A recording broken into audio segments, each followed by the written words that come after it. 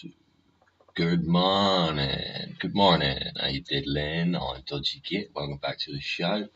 Here we are on, what are we at? Wednesday? We're Wednesday, aren't we? Wednesday? Yeah. Hello, everyone. Yeah, 22 minutes to fucking 10 in the morning on the 21st of February 2024. I'm Dodgy Git. This is Dodgy Git Show Live. Yeah, ain't got no number. Yeah, ain't no evening show like. Not doing my tantrum toss and talk. Nah, we're at fucking High Court like, in London. There's fucking Julian on his day 2. Freedom of fucking media speech. Just turn this shit away. Need some fucking more beans in there, actually. Need more beans in my dog and bone, see? No, yeah. Anyway, hope you're well. Hope you've had a lovely little kip. Yeah?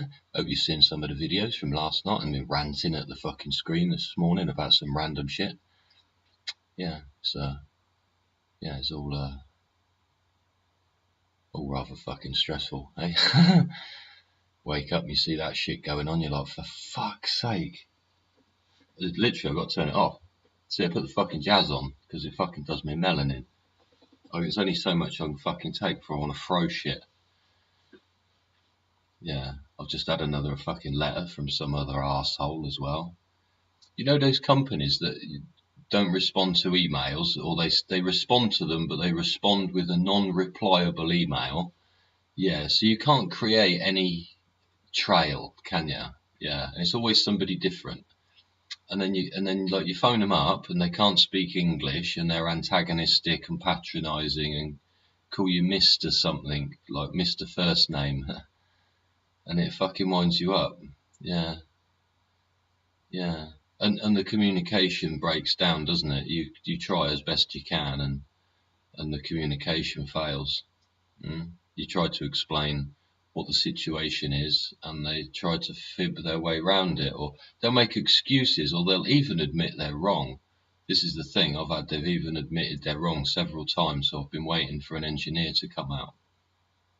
Yeah. No, they sent Karen out. Literally just Karen, no surname. Yeah, they sent Karen out. I don't know who Karen is. I don't know exactly where Karen's from. She's got one name on the thing and then she says she's working for another company. So I'm not quite sure who she's affiliated with. So I've got this antagonistic stranger keeps stalking me. It's quite bizarre. Yeah, if it's a concern about the bill, well, the bill I've been overpaying every month. Yeah, I use so much. Well, I pay a little bit more every month. So what is it they want? Because they refuse to acknowledge anything on the phone. They refuse to acknowledge anything over email or create a logical trail of conversation, yeah? And progression through an issue, or a logical progression to the conclusion of a fucking error management, yeah? And they want to bastardize it every single time. And now they're stalking me. So I'm waiting for Karen. Yeah, because Karen can look at the bills and she can see where the errors are, and she can then look at the emails and she can see where it's been admitted that there needs to be an engineer come out, and then she can explain why she's stalking me at my door. And I'd like to know what company she's affiliated with, because if it's one, then that's fair enough. If it's the other one, then who are they? You know, I'm not affiliated with them at all. I don't know who they are. I've not done any business with them. I've not signed anything. Anyway, they're doing a bit of a recap here. I've got Stella Assange's channel ready for us, and they're recapping from yesterday at the moment. I'm gonna drag us over, and I've popped myself up in the corner for you, so you don't have to look at me ugly mug. They're just doing a recap from yesterday, but there we go. Yeah, they're popping backwards and forwards to people. It's pissing down with rain in London, so there'll probably be electrical problems. Yeah, so here we go. Right, I'll let you chat with these guys. Thanks to these guys for doing what they're doing, and thanks for sharing the love. Yeah.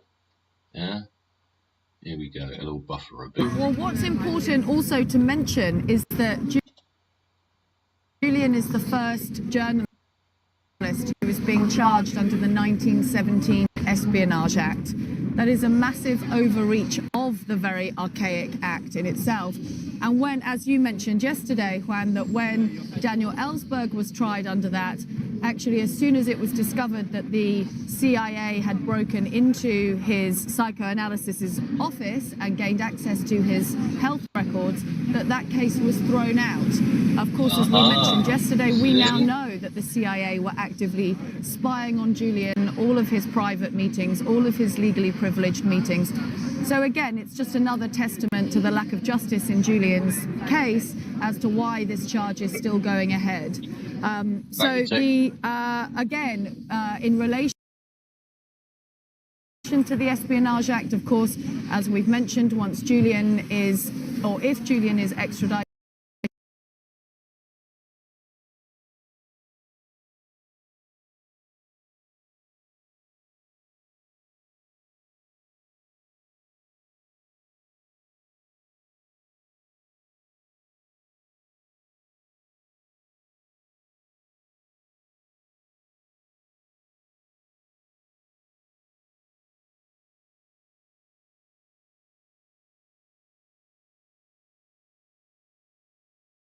to America.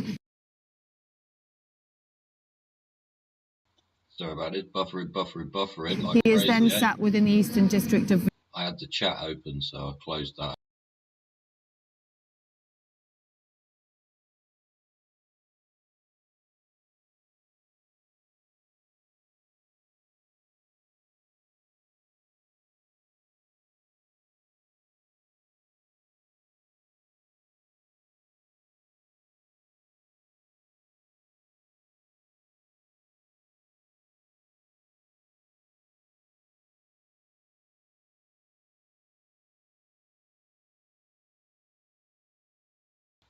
Hang on, do you reckon the weather's crashed it or what? Let me bring myself back up. There we go.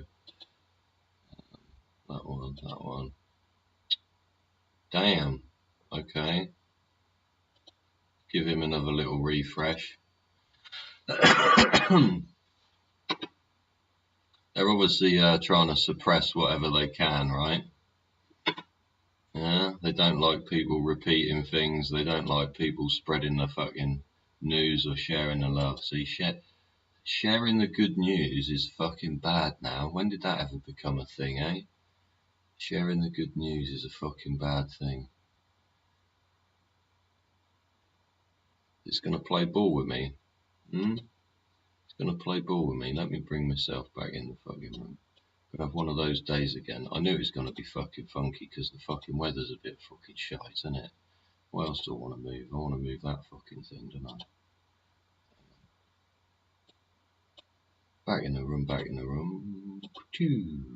Hello, everybody. Let me just fucking mess about with this. It's playing silly buggers. Yeah. What I'm trying to do is I'm trying to get a fucking live feed in at the same time as processing it and giving a live feed out. Yeah? So everything's fucking... I'm using the Steam engine too, so, you know, I'm doing the best I can what I've got. Here on the Dodgy Geek Show. Don't forget, like and subscribe. Yeah, we're clicking up there slowly, getting fucking subscribers. A couple of people who dropped off, you know, you get the odd one or two drop off, that's fair enough. You know, they'll suddenly discover how fucking wonderful it is, and yeah, what fucking controversial topics we can fucking talk about. For those of us who are reporters who are in the annex, the media annex, the judge... I'll try again for you, right? ...has ordered we all sit in a balcony area where we do not have access to tables where we can use laptops. Usually you would, and it's very difficult to see the remote proceeding, and the audio was awful yesterday, and at times it's cut out completely. Yeah, nearly every reporter I've talked to feels like this is a deliberate attempt to prevent the press from covering the press freedom trial of the century. Nonetheless, I did pick up that Assange's attorneys have very strong arguments about why the political offense exception applies to his case. I did go to law school, but I'm a journalist now, and they are right. The textbook examples of a political offense in your literally in our textbook was espionage, the charge they have charged Julian with. So it is clearly a political offense. This extradition is clearly illegal under the treaty. It is clearly illegal under international law. And on top of that, it is an affront to the global right of press freedom. Well said, well said. What do you expect from the prosecution today? What kind of arguments can they make that make any sense? That make any sense? Yes. Well, I don't know about making any sense because the extradition treaty is very clear. You cannot extradite someone for a political offense, and that is in the vast majority of UK extradition treaties. It's in the vast majority of extradition treaties, period. The judge, for some reason, found that some sort of 2003 British law basically quietly removed this from the treaty, or the treaty is not enforceable. That argument does not make any sense or apply to me. But a district judge, which I call a DJ, which I always find confusing. I'm always like, why is this disc jockey doing these bad things? Found that. So I'm hoping they'll come to their senses and, you know, not throw out 100 years of extradition law in order to get one journalist. Well, it won't be one journalist. It'll be all journalists. It will be all and yes, journalists. yes, you're right. Julian is not an American citizen, That's the whole and the point. U.S. It's government journalism. is claiming they can find anyone, anywhere in the world, extraterritorially apply the Espionage Act, seize them, and bring them to the U.S. to be imprisoned. It's a bonkers abuse of authority on the behalf of the United States.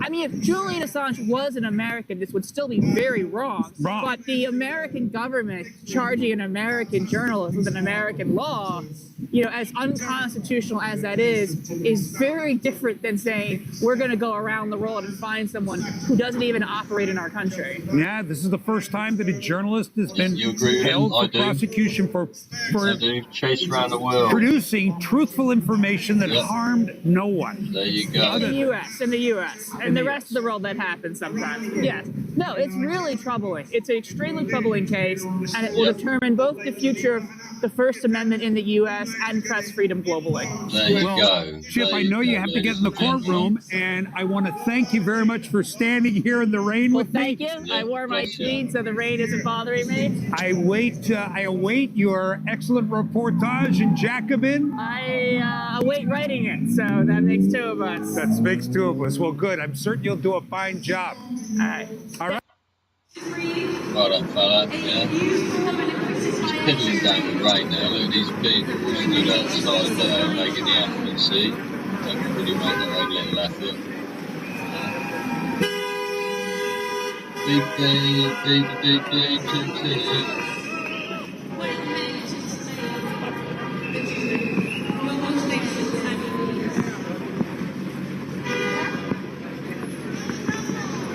Umbrellas from heaven, umbrellas from heaven. Yeah. It's fucking wet. It's weather there, look. It's weather.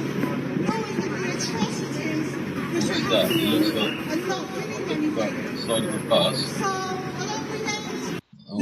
Okay guys, we are directly right outside the Royal Court of Justice here at 6:20 this morning. We are joined by why are you Hello, you have to watch the sound. Early morning. I'm here to fight for Julian Assange. Oh yeah.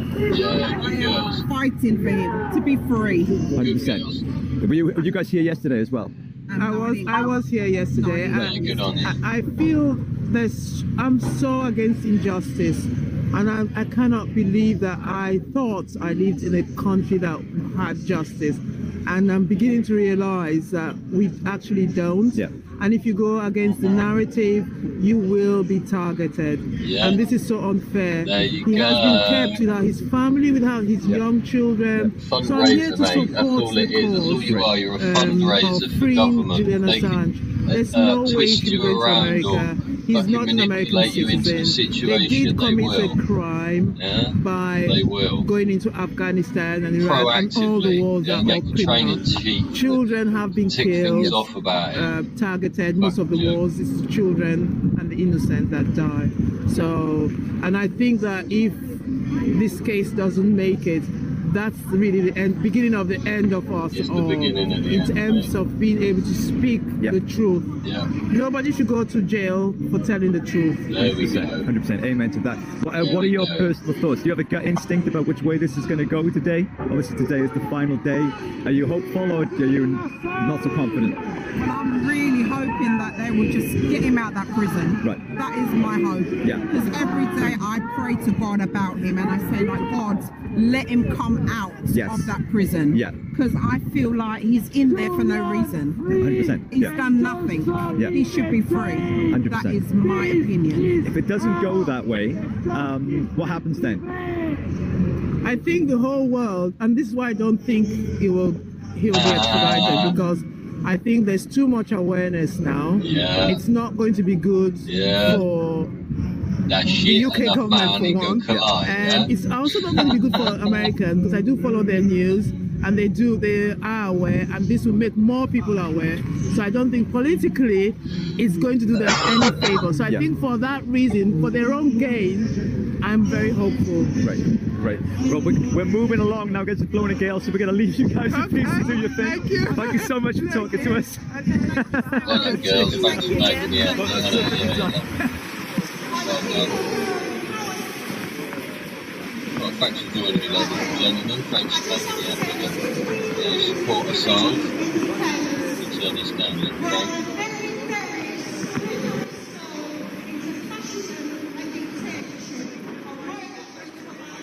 Yeah, see, I'm pleased you're all out there supporting him. Yeah?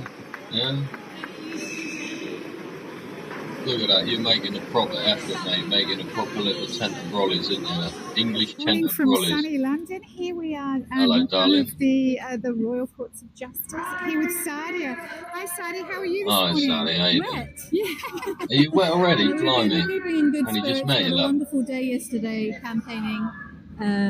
Such a good turnout, over 1,000 people, musicians, artists, poets, everyone came out in force for Julian. So it was a really good atmosphere in court. Yeah.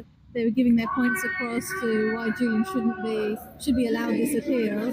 So we're keeping upbeat and positive. Today, obviously, we woke up and British weather has prevailed. It's pouring down with rain, but we wouldn't have it any other way. I know, and it looks so fantastic, and you look amazing with your yellow ribbons. Somewhere else we can phone use yellow ribbons as well. The Yellow Ribbons is a campaign that was started by someone on a Twitter account called Truman Human. 2020, where he started it in May 2020 as a positive sign for Julian to ensure happiness and hopefully his freedom, and just to give positive vibe to the campaign. And they're very striking, especially in the dull British scene as well. So the Yellow Ribbons are there, and he is actually a wonderful advocate for Julian, because he reaches out to everyone on Twitter and says, if you can't be present at court, I can write "Free Assange" on the ribbon and then your name and country, and I'll make sure that I tie it outside the Royal Courts of Justice. So he'd come yesterday and we helped him tie the ribbons up. And then, each night we have to take the ribbons down, because otherwise the council and the police will cut them off and take them away. So they can do that quick enough, but they can't do the pothole, see? I was up here at 6 a.m. Focusing on the wrong fucking task, isn't I they? didn't realise that you did, that's amazing commitment. What is it? Yeah, we do that. We do it together. It's a team effort. Who's the with fucking Assange. shift We call ourselves Team manager? Assange. Managing the All us tasks independents for the that support evening. Julian. So I bought the Wankers. ribbons, up early, tying them so that when everyone comes to court and the main Fucking protesters eight pigs. and Back in the tick, everyone. Hope you're enjoying yourself. Don't forget, like and subscribe. So for the people that are And go over there to all the stellarassange.coms.orgs and that lot, and like and subscribe over where would we there. find him on some Back of his the tick. socials? On social media, you can find him on Twitter. Some people call it X now. And his Twitter handle is TrumanHuman2020. And you'll see his hashtag Yellow Ribbons for Assange. And just follow him. And if you want a ribbon signed out the next time we're at court, just tweet him and he'll do it. I love it. Your name might be like up here. Like we've got one here. Yeah.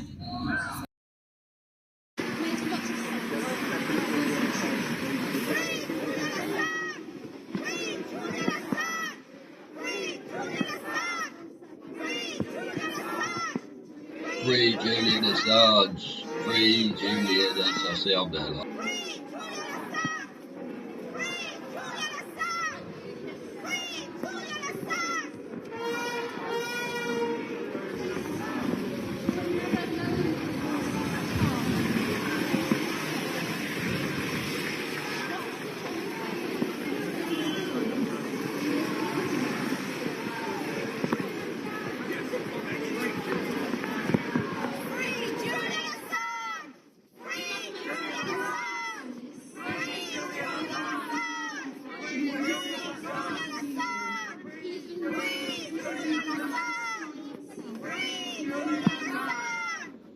Get me my breakfast.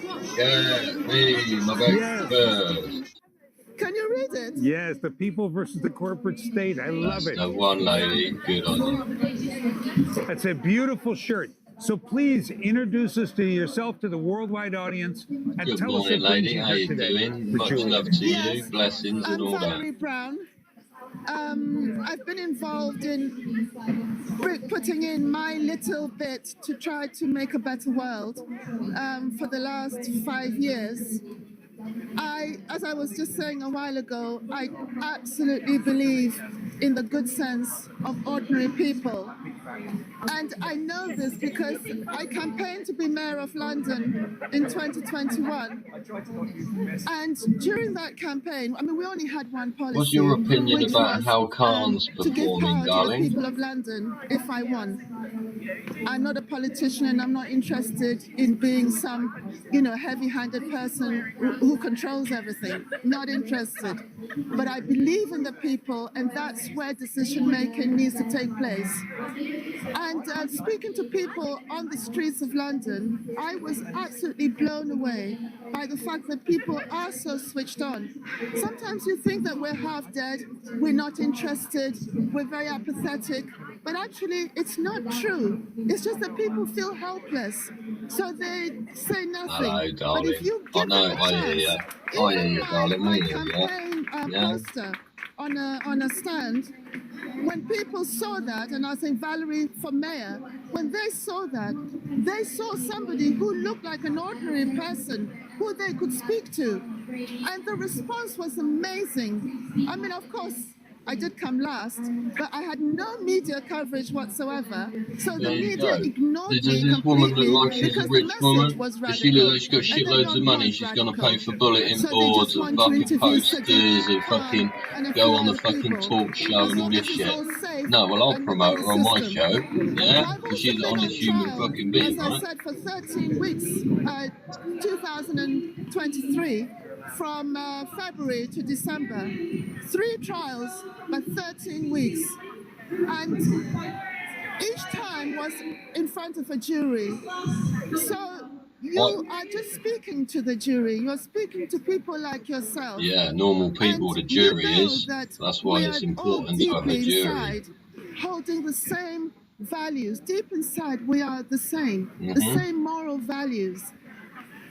In a court, you realize that the judges, the prosecution, and so on, are all living in this strange world of these rules that were created a long time ago. Fluid documents. They've studied it, they've made a career. But they've gone off and they've gone being stiff. right, Yeah? being able They're to no win longer each fluid. case. In the case of the prosecution, whatever the rights and wrongs of the case is, they've just got to be right and get another notch, another point in their career ladder. That's the thing with them, innit? When They think you're that's speaking important. to a jury, it's not like that. They just want to hear the truth. And you give them the truth. The prosecution can do whatever they want to do, say what they want to say. But if we have some defenses, we can also be allowed to speak as to why we did the actions that we did. That way, when the jury go to deliberate, they've got both sides of the story. And that is democracy. There we go. Valerie, since you were excluded from the mainstream media, tell us why you think people like Julian Assange and WikiLeaks are so important to the dissemination of information of the people. There's the Could you say that again? I didn't catch all of it. What I said was, because you were excluded from the media in your mayoral run, yes. Can you please tell us why you think that journalists like Julian Assange and his organization WikiLeaks, which do speak to the people, why that is important? It's extremely important. The media do not tell the truth. No. They make a point, and when they attempt to tell some sort of a truth, it's so dumbed down. They give a version of it that doesn't tell the people the absolute reality. We're not being treated with respect. We're not being treated like we are people who are capable of making decisions and understanding stuff. Somebody like Julian did what he did. It was just part of all the fight now taking place in the world is worldwide that people want truth. Truth. So in fact, he sparked off, I think, a lot of the movements now that we have, which is all about the ordinary people being able to find out what is really true and what is really right. So yes, he should definitely be free, and we should today hopefully celebrate that. Valerie, thank you so very, very much, and Bless thank you, you darling. for Bless you, everything you Valerie. do. Thank you so much. I love your shirt. That is the truth of people versus corporations.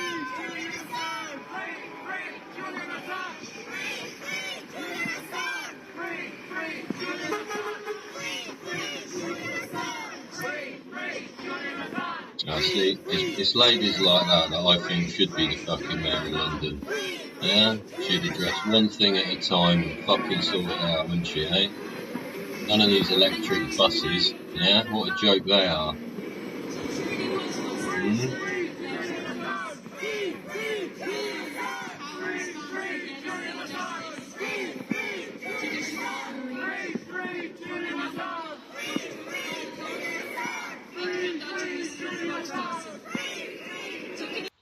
Well, I hope you're enjoying yourself, everybody. Thanks for coming and joining us and supporting the Free Assange movement. Journalism is not a crime, it says there on the thing. Journalism is not a crime. Freedom of speech and painting pictures with words is not a crime and should never be a crime. You've come over here and think, fucking, my painting's fucking wrong. Yeah? You tell me what's wrong about it, yeah? I'll fucking tell you what's wrong about your painting, yeah? Nothing. It's your painting. You paint your picture. Yeah, you make it work. And thanks to these people out there, we'll tune in again. And thanks to you for supporting and liking and subscribing, of course. And going over to the Assange Defence and StellaAssange.com, tweet at Stella_Assange and all that. Fucking join the cause, people. Join the cause. It's fucking today or never. Bring it up to date. Sorry, missed that brief interview there.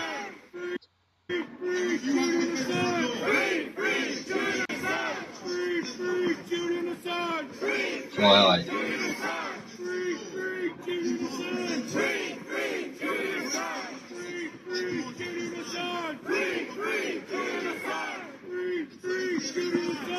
What did it say on the thing? Macked free, didn't it?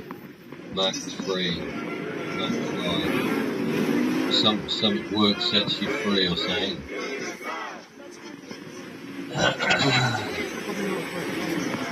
I was only doing my job.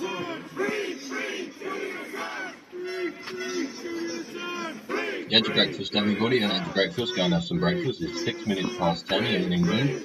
No, fine old country. It's pissing down with rain outside. That means it's raining a lot.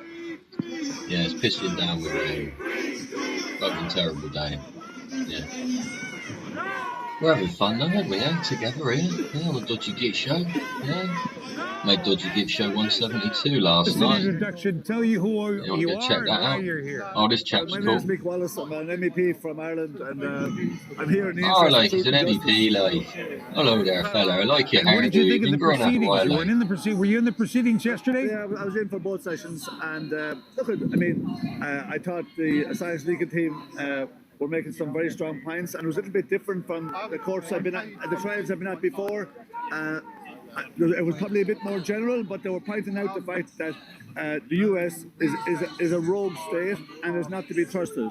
And the idea of the court accepting any assurances from these people is nonsense.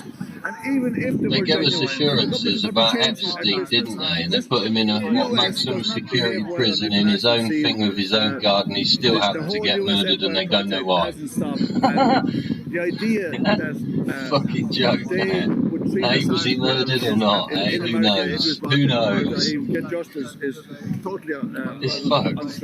Are you familiar with the Eastern District Court of Virginia, where he's going to be tried? In Virginia? Yeah. Oh my God.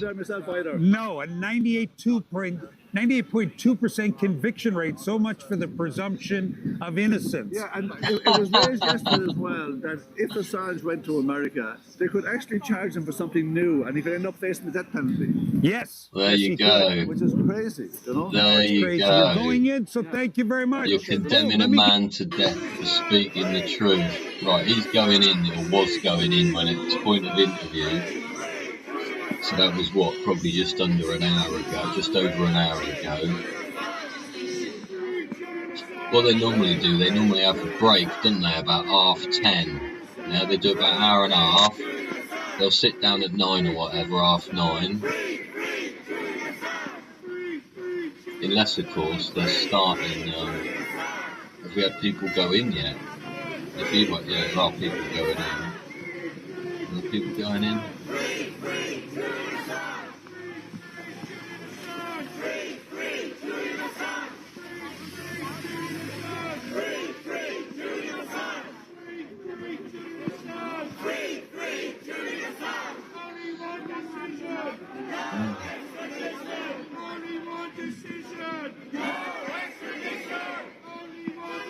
Do you know what? I haven't been to a demo for fucking ages, but this I feel bloody strongly about.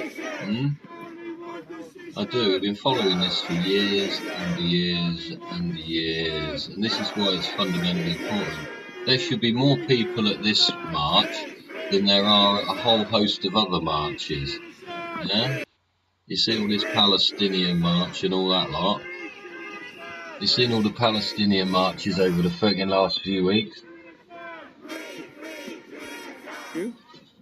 Yes, you're looking there should be more people at this one for freedom of speech than anything. Tell us who you are, where you're from, and why you're here. Hello, fella. So I'm Dr. Tristram Wyatt, a Senior Research Fellow at the University of Oxford. I'm a biologist. I'm here protesting for the right to jury trial because it's under threat. Now, Julian Assange won't get the benefit of a jury on this occasion. It's all in the hands of judges. Yes. It's so important that we keep jury trial for everyone. It's also really important that Julian Assange is not extradited.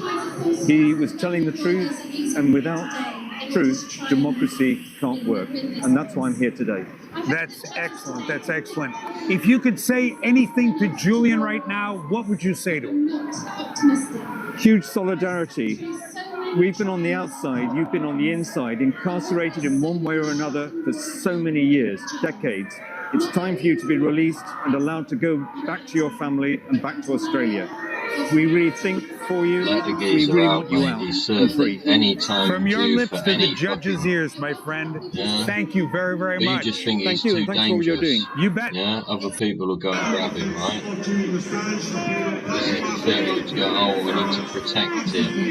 Yeah? You're going to protect him by giving it to the United States, though? You must be mad. Why do we say it? He's a fucking human being that's been incarcerated for nothing. Incarceration for nil crime. It's sad, isn't it? Incarceration for nil crime. How can we allow it to freaking go on? Really? I hear a few words from.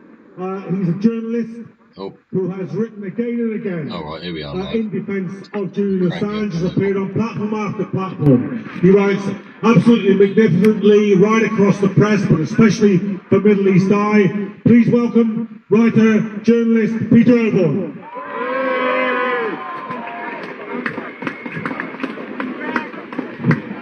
Thank you very much indeed, John, for introducing me. And how marvellous it is on a wet day like this to see such a splendid crowd well done, here to mark one of the most significant days of British liberty in our lifetime. I want to introduce myself first of all. I am a conservative. I'm a conservative because I believe in freedom. I believe in the rule of law. I believe in free speech, and above all, I believe in ancient British liberties. There we go. And I believe that the executive should be subject to held accountable and be subject to investigation when they do things which are wrong. There you go, occurrence. By the way, these may be conservative values, but as the crowd shows today, they are also universal values. And they're of the left, of the right, of the centre. They are universal values which we are here to try and protect and articulate outside the Supreme Court of Justice, which, let's not forget this, ought to be the basis of fairness and decency in this country. But I'm not just here as a conservative, I'm here as a conservative journalist. I've been the political editor of The Spectator, I've been the chief commentator, political commentator for the Daily Telegraph and for the Daily Mail. I've spent my life fighting for the freedom of the press, and this is the greatest threat to press freedom and freedom of journalists of my lifetime. I want to quote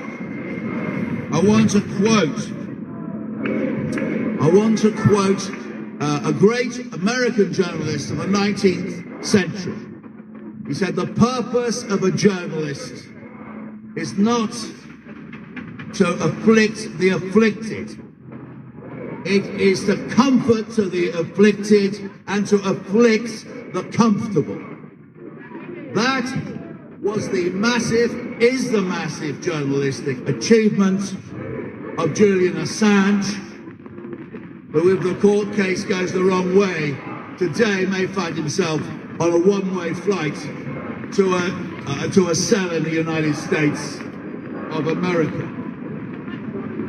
The one journalist who really articulated this was an American journalist, Daniel Ellsberg, the great whistleblower for the Washington Post, brave, patriotic American who realized that his duty was to reveal America's illegal role in the covert bombing of Laos and Cambodia. He acted out of duty, out of morality, and out of respect for everything which America stands for at its best.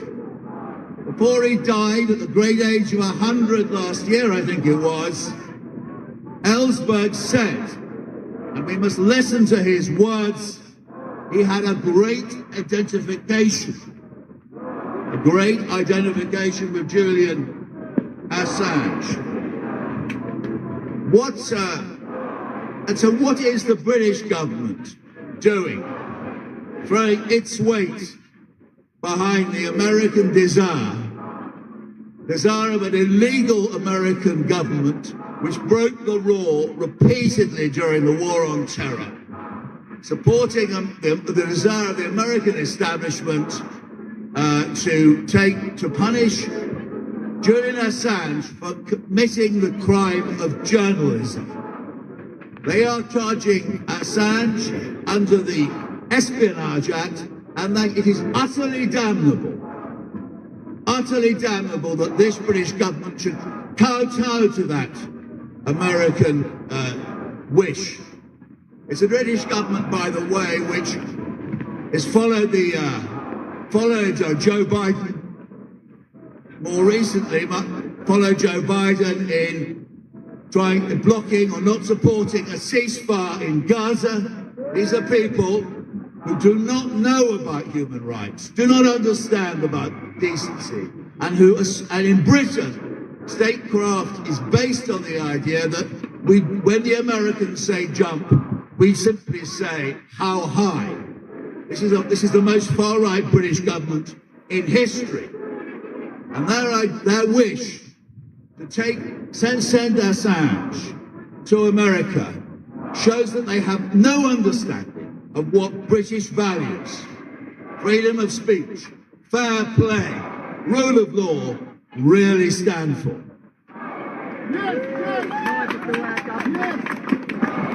So don't be under any doubt what will happen if Julian Assange, who has broken, by the way, more scoops than any other journalist, all the rest of us put together. And let's say one other thing about his scoops. It's not the usual trash about celebrities or the royal family. These are real scoops about real people, which tell us about the way the world is ruled.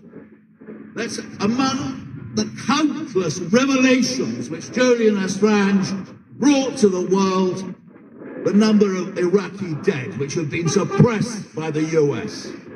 He brought to the world the awful truth about Guantanamo Bay.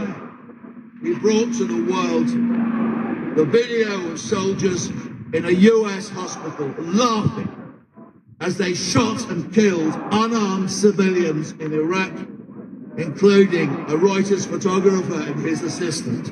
And by the way, you're wondering whether or not the Americans disciplined the perpetrators of this crime. Of course they didn't. It required Julian Assange, WikiLeaks, Chelsea Manning to go out there and reveal it to the world. And now he is sitting in a cell in Belmarsh, awaiting the verdict of this court here to find out whether he's going to be put on a one-way flight to the United States to suffer the consequences of revealing the barbarity of the United States war on terror. Yeah, you know it, he knows it, we all fucking know it, it's bollocks. Yeah, let the I have only one more thing. Mate. Let me free. I only really have one more thing to say. And I say this as a journalist.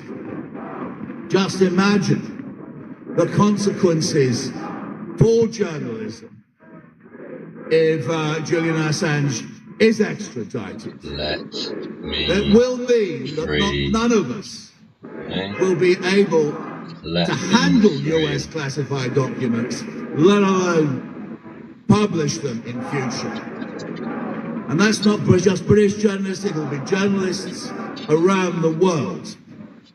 That is what is at stake today. It will mean that in future, United States, or probably it'll extend across the world, war crimes, atrocities will be kept secret. We will no longer be able to understand or learn about the crimes committed by those who rule the globe. That is what is at stake today, and that is why I'm very proud to stand here and speak up on behalf of freedom, the rule of law, and Julian Assange.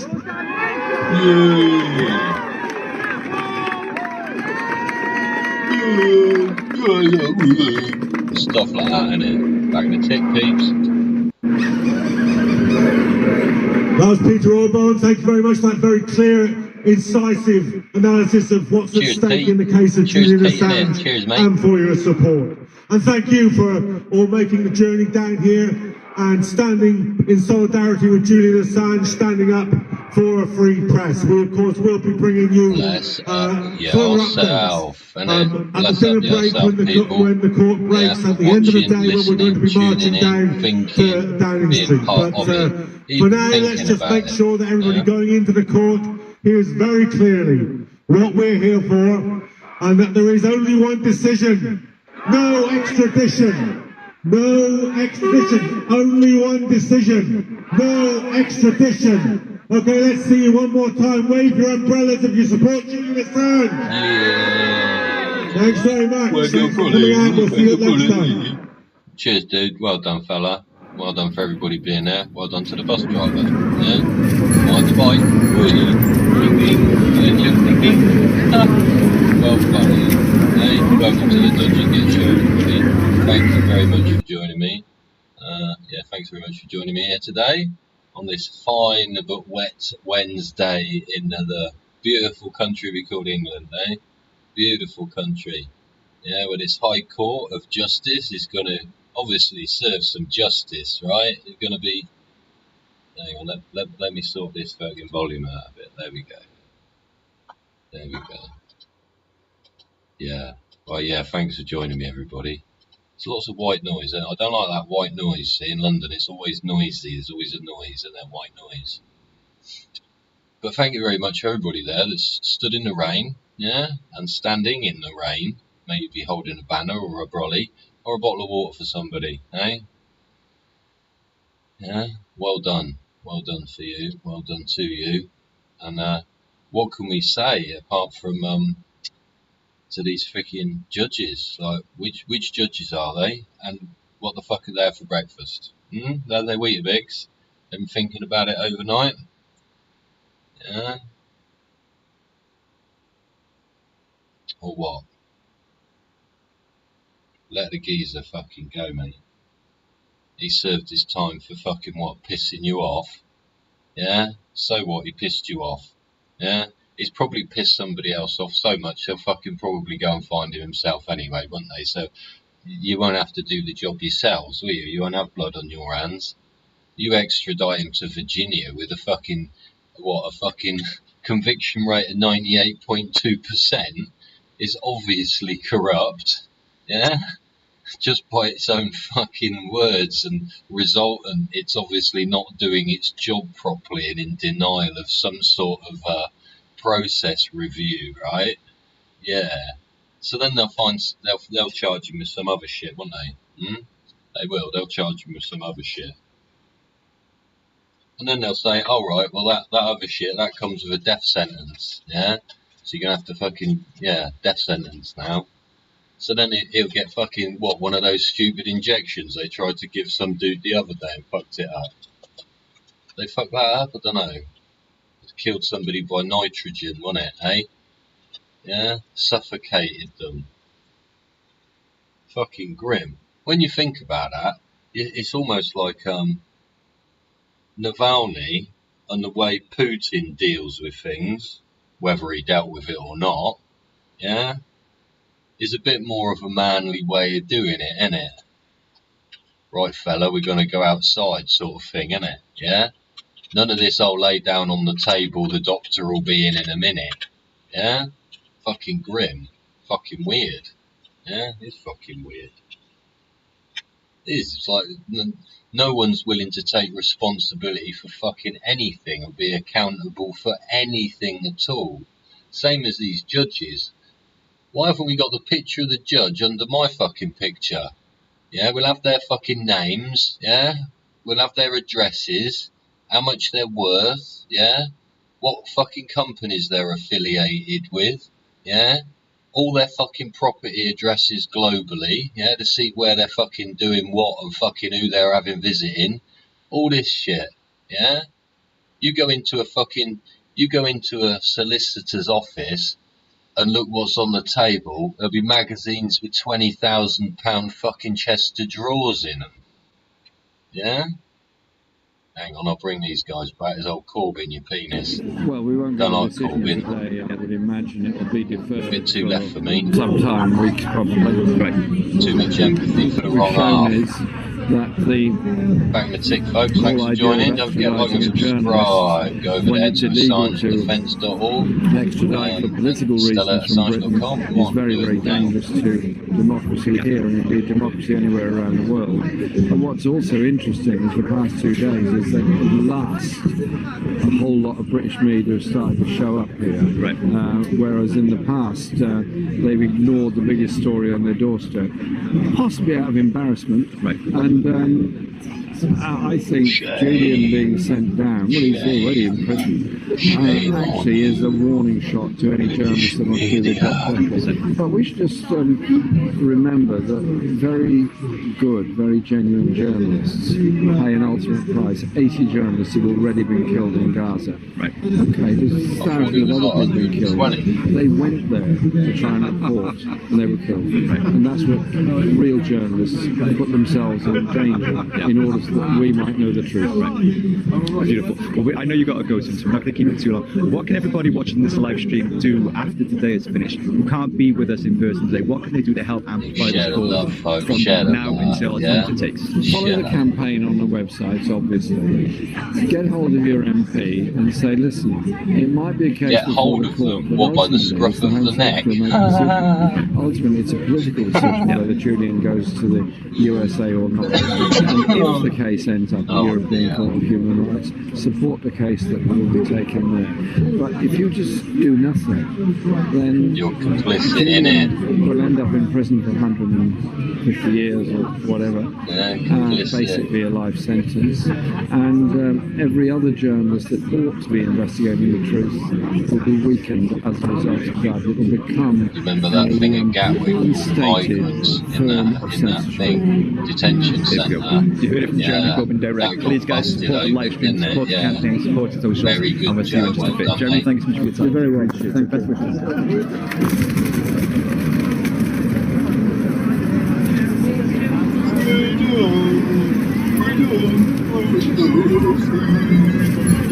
Let me free, I want to be free, let me free, let me free, I will sing to the gods, and I will praise thee. They must have had some fucking deep thoughts in there, innit? I bet he's played chess on about 14 different boards at the same time. Oh, here's the man that wears that indoors, fucking drives me nuts, Galloway. Boy George, get your fucking melon fucking exposed, mate, you're inside the fucking house. Yeah? You leave your hat at the door, don't you? Eh? Don't like that, don't like that. Fucking take your hat off when you come in the house, yeah? Tell a respectful man that you've got no respect, then take his fucking hat off, yeah? Anyway, that's my opinion. Eh? Don't forget, leave yours live, top chat's open. We've got 51.5 minutes, bang on. Doing alright, eh? Cruising along this morning. Let me just take that down a tingle. That white noise come back again, the old London fucking echo.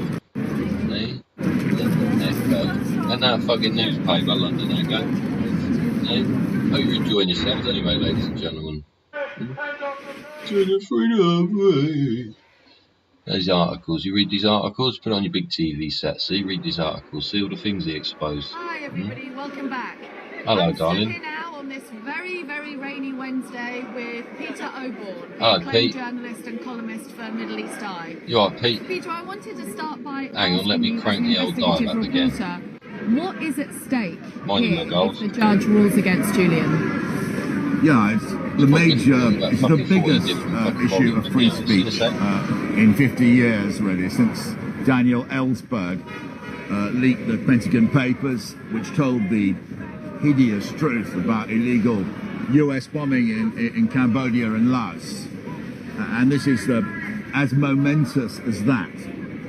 And so if Assange is extradited on these espionage charges, where in reality he's committed this crime of doing journalism, it will become impossible for British journalists and journalists around the world, by extension, even to handle classified documents from the US. And I'm sure that will be extended to other classified documents. But from the US, that will be the end of investigative journalism in America. And you won't be able to reveal the next time America does something terribly wrong and illegal, like the Pentagon Papers or many of the acts during the war on terror, which Julian Assange exposed. Yes. And how much do you feel this is a political case as opposed to a legal case? If, for example, this was Russia asking for Julian to go over, would we be seeing a hearing happening now? Is this about America and our relationship with America, and Julian is paying the price of that relationship? Well, there are major questions. Legally dexterous writers than I have made the case that due process hasn't been properly observed. Remember, it's an extradition case from America. Why shouldn't it be heard here if it really exists, which I don't think it does? Why are we in Britain making ourselves subject to US laws, which often I think don't even apply to US citizens under their own constitution? And I think that there are issues about due process. If anybody hasn't read Craig Murray's brilliant accounts of the hearings three years ago, where they exposed due process issues, and I don't think that Mr. Assange has got a fair hearing here at all. Yeah. And what about how much things have changed politically? As you mentioned with Daniel Ellsberg, that his case was in fact thrown out once it was discovered that Nixon had ordered the break-in of his psychoanalysis meeting notes. How about the fact that we now know the CIA was spying on Julian? We know that his legally privileged meetings were spied on. How come that is no longer enough? What has changed in our system that is suddenly seen as okay or appropriate? Whereas for Daniel Ellsberg, that was the thing that released him from the system. When I spoke just now, I was saying I believe in British values. I believe in Britain. And if you go back 50 years, 60 years now, it takes you back to the 60s when Harold Wilson, a British Prime Minister, made that decision. Hello? Oh, 1 minute, man. 1 minute. We go 1 back minute, to man. when 1 minute. Harold Wilson, as Prime Minister, Let's take a flight, did not join Gramps. the United States in the Vietnam War.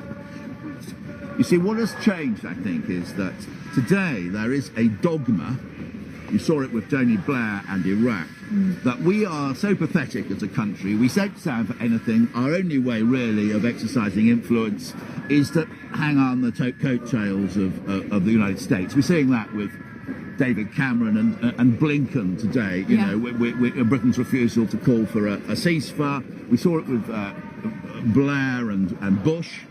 You know, this cringe approach. We didn't see it, interestingly, in the 60s when Harold Wilson, much of course attacked by many people, but he didn't feel that Britain was such a negligible place. We could make our own decisions about who to war against, or even Maggie Thatcher. But, you know, when the Americans invaded Grenada, she gave Reagan a rocket.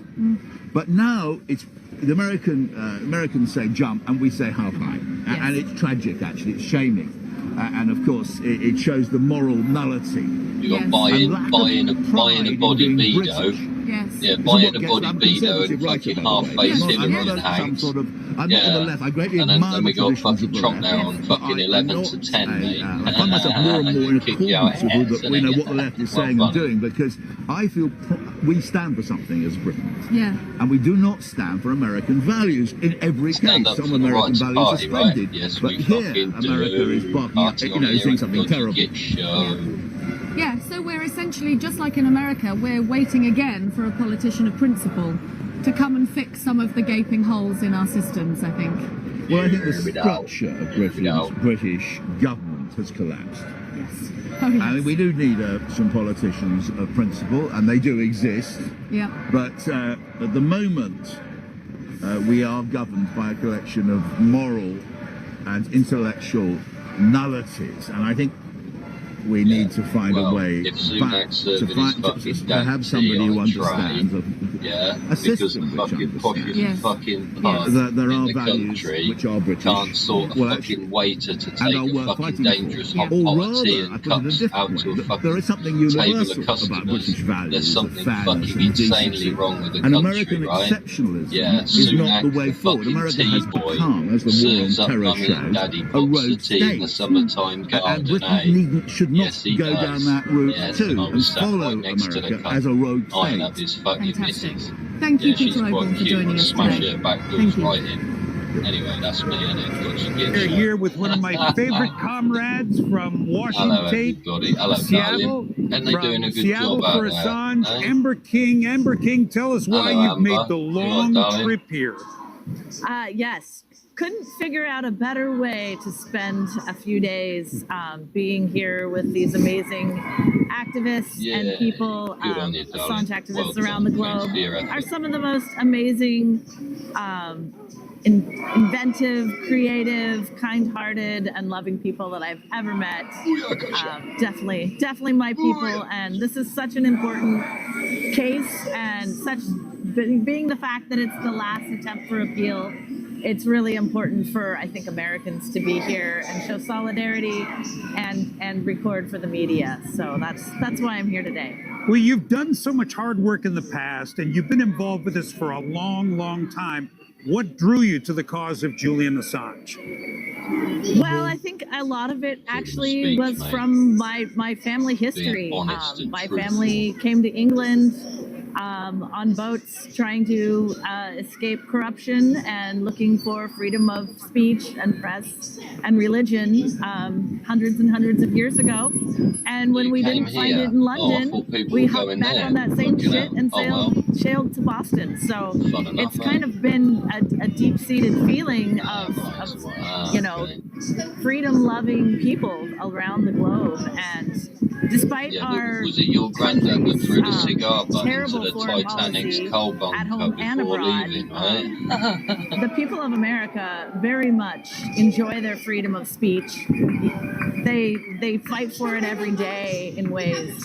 And Julian's work and his ability to show a light on the corruption within our government and military actions around the world and try and bring peace are very close to my heart. And I couldn't not be a part of that, as well as help expose the corruption. Amber, thank you for this interview, and thank you for all you do back home and for being here. Thank you, and shout out to all the activists around the world. It's so heartening to see all of the actions, and the crowds are growing, the momentum is swelling, and it's now or never. So thank you. Here we go. I think it's recording. Is it recording? Hello, here we are here in front of the Royal Courts of Justice. And what was your name? My name is Jolanta. Oh, hello, Jolanta. Hello, and what country are you from? Are you from Britain? I was born in Poland. Yes. And you live here? Yes, I live here. Oh, fantastic. What's brought you down on this very, very cold day in front of the court today? I think that everyone should integrate with truth. And the truth is the reason why I came here. And I believe that without free Julian Assange, there is not free press. That's correct. And how long have you been following the trial of Julian Assange, or the story of Julian Assange? Oh, I heard the truth when I was many years in Poland, and everything what I heard from Julian, it was the truth. Yeah. It was something I follow since then, and I still believe that anyone who are here today support him, and it will bring him back. Yes, we're all out here hoping that we could bring him home. I'm Australian, so we want to take him back home with us, get him out of Belmarsh. 14 years of arbitrary detention for Julian's not very good, is it? So what do you think about the judicial system here, keeping an Australian publisher in such harsh conditions in Belmarsh? So this is,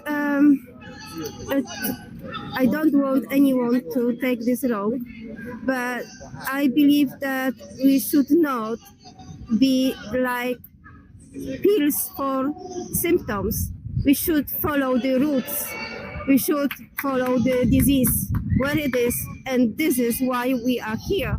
That's right. And they've kind of broken all the rules to keep this Australian punished in a maximum security prison, which is actually a scandal what's been going on. So I thank you very much for coming out and doing this and for supporting Julian Assange. So from everyone at the Assange campaign and the Stellar campaign, thank you so much for your help. Thank you. Thank you. Hello, everybody. Welcome to the show. Thank you. Don't extradite Assange. You were very good. You were very. Message from support. Hi, Jill Stein here, candidate for president with the Green Party and longtime advocate for Julian Assange. Julian Assange is the foremost publisher and journalist of our era, a hero who exposed war crimes, corruption, and torture committed by our government in our name. And for that, he's been brutally confined for over a decade, first in the Ecuadorian embassy in London, and then in the infamous Belmarsh prison. He's been subjected to an Orwellian legal prosecution that has systematically violated the rule of law and due process, and that's according to the UN Rapporteur on Torture. That's right. And subjected to character assassination campaigns and to actual government assassination plots. Julian Assange should be receiving a Medal of Honor, not another extradition hearing and a looming life sentence. But he's a on citizen, February not a 20th military. and 21st. Julian Assange will face the final phase of his extradition proceeding. I urge everyone to do everything in our power to stop this travesty that would send him to a U.S. trial with a virtually assured conviction and a sentence of 175 years for a ludicrous, unfounded charge of espionage. So please join me in helping to get the word out, because it's not just the life of Julian Assange that's in the crosshairs. It's the life of our democracy that's hanging in the balance.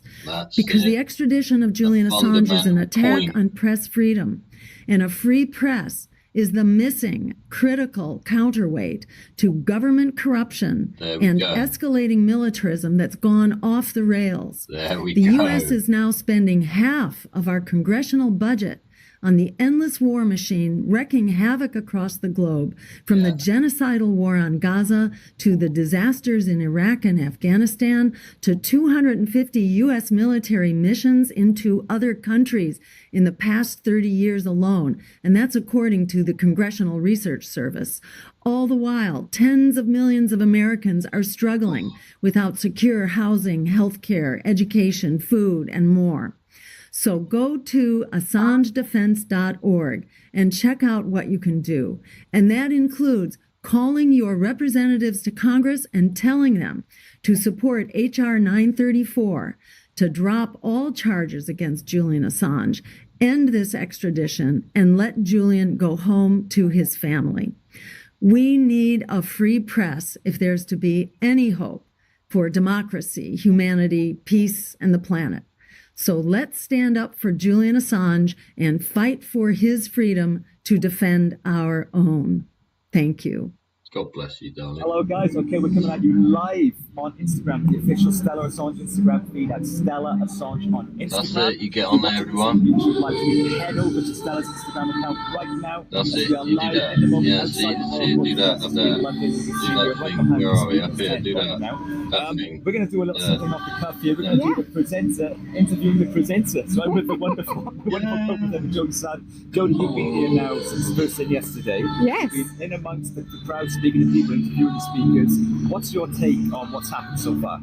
I just think it's really humbling to see so many people out and from all over the globe. So we've got people from Germany, Italy, France, Australia. I've met a few people that have come over from Australia that far afield, and everyone's here because they feel that they need to be here to support Julian Assange, his family, and we're really hoping for a really good outcome.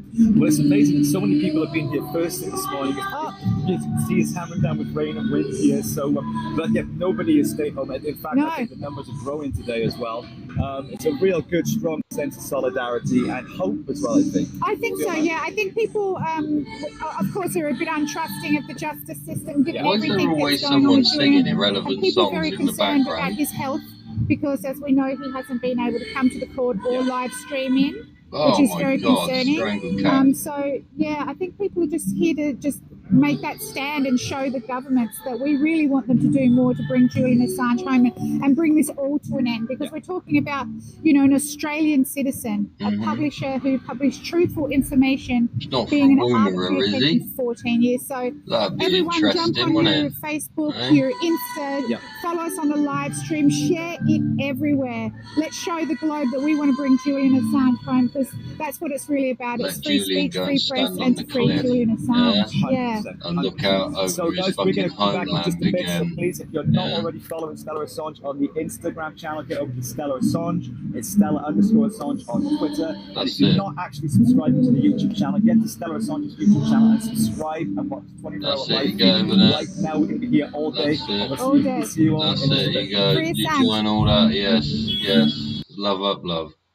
A message of support. Everyone, Judge Andrew Napolitano here to speak a little bit about Julian Assange. Julian is an American hero and an international hero as well. Listen to him a lot. Julian Assange is the most important journalist in the world at this moment in time. Yes, sir. Because he had the courage and intellectual fortitude to expose the fatal and maniacal excesses of the American government and its foreign policy in the Middle East. As a journalist, he received American secrets from someone that someone was prosecuted and convicted for stealing the secrets. But under American law, under the U.S. Constitution, as interpreted by the Supreme Court in a famous case known as the Pentagon Papers case, when a journalist receives something of material interest to the public, it doesn't matter how he receives it, he is free to publish it without civil or criminal liability. Duty of care. The person who stole it and gave it to Julian has since had their sentence commuted, wisely, I think, by former President Obama.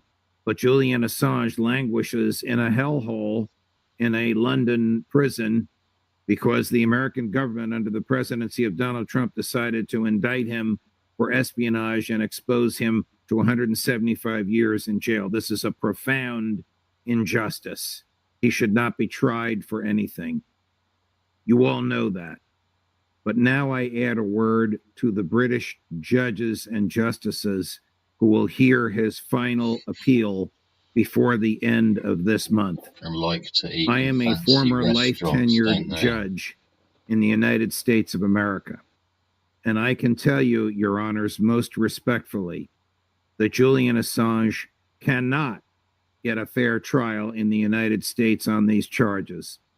The bias against him, the prejudice in favor of the government, the exaggerated charges against him, the way he's been portrayed in the media, will prevent him from getting a fair trial. If you allow the British government to be subservient to the American government and send this good and decent man to the United States, he will not only not get a fair trial, he'll never see the light of day. In America, and I know in Britain because we inherited our system from yours, judges should not slavishly follow the written law if it produces an unjust result. If you slavishly follow the written law of extradition and send Julian Assange here, you will kill him. A profoundly unjust result. Do the right thing, Your Honors. Be the heroes you can be, and set him free. Those of us in New York City and across the United States who oppose injustice, imperialism, Zionism, Julian Assange is more than an individual. He's become the symbol of a generation or several generations who believe in a truly independent media. How many Julian Assanges do we need right now to tell the truth about what's happening in Rafah and across Gaza and across the occupied Palestine? How many Julian Assanges do we need right now to tell us the truth about a history of colonialism and plunder against the people of the Congo and the people of Sudan? How many Julian Assanges do we need right now to lay out for us why the Biden government just sent an additional $60 billion for a proxy war against Russian geopolitical strategic interests with the Ukrainian people trapped in the middle? We need to cultivate the Julian Assange method of journalism, a critical, independent journalism. And that's why Julian Assange has to be free. He should not be extradited to the United States, where he'll continue to have to endure isolation and even torture, according to all types of international bodies. It's clear why they hate Julian Assange so much, because they want to continue to wage their wars of pillage and imperialism and of Zionist colonization without any resistance. And Julian Assange is critical thinking and resistance. Aye, thank you, sir. Hi, my name is Mike Hirsch. I'm the National Communications Director for Progressive Democrats of America. Speaking as an individual, I'm an attorney, and when I went to law school, I took constitutional law. We learned about the First Amendment. The First Amendment talks about free speech, freedom of the press. And if you believe in that, you have to believe in free Assange. Aye, sir. My name is John Mearsheimer, and I teach at the University of Chicago. My area of expertise is international relations. I'd like to say a few words today about the Julian Assange case. A determination will soon be made by the British High Court on whether to extradite Assange to the United States, where he has been indicted by the American government and will be put on trial. I am asking the court not to extradite him and instead to set him free. I believe this is a straightforward case. So do I. Let me explain. For starters, the case involves a wide variety of classified documents that Chelsea Manning, who was a government employee, leaked to Julian Assange, a journalist who ran WikiLeaks, a famous website that publishes classified and private documents that were not supposed to see the light of day. Manning was caught and punished because she was a government employee and she broke the law by leaking material that was classified to Assange. A hole in their system. But Assange is a journalist, and he did not break the law, as it is commonplace for journalists to publish classified information that is passed on to them by government insiders. They have a duty of care If journalists in the United States were sent to jail for publishing classified material, the jails would be filled with many of America's most famous reporters from newspapers like the New York Times, the Washington Post, and the Wall Street Journal. But of course, that hardly ever happens. Simply put, newspapers publish classified material and hardly anybody ever goes to jail. Why is this the case? What is the reason for this situation? Governments of every type, and this includes liberal democracies like the United States and Britain, sometimes go to great lengths to hide their actions or their policies from public view, which makes it almost impossible for the public to evaluate and criticize their behavior. Given that governments sometimes act foolishly, even recklessly, this is not a good situation. Thus, a rich tradition has developed over time in the United States where insiders leak information about classified policies to journalists who publicize the information so that the public can evaluate it and push back hard against misguided policies.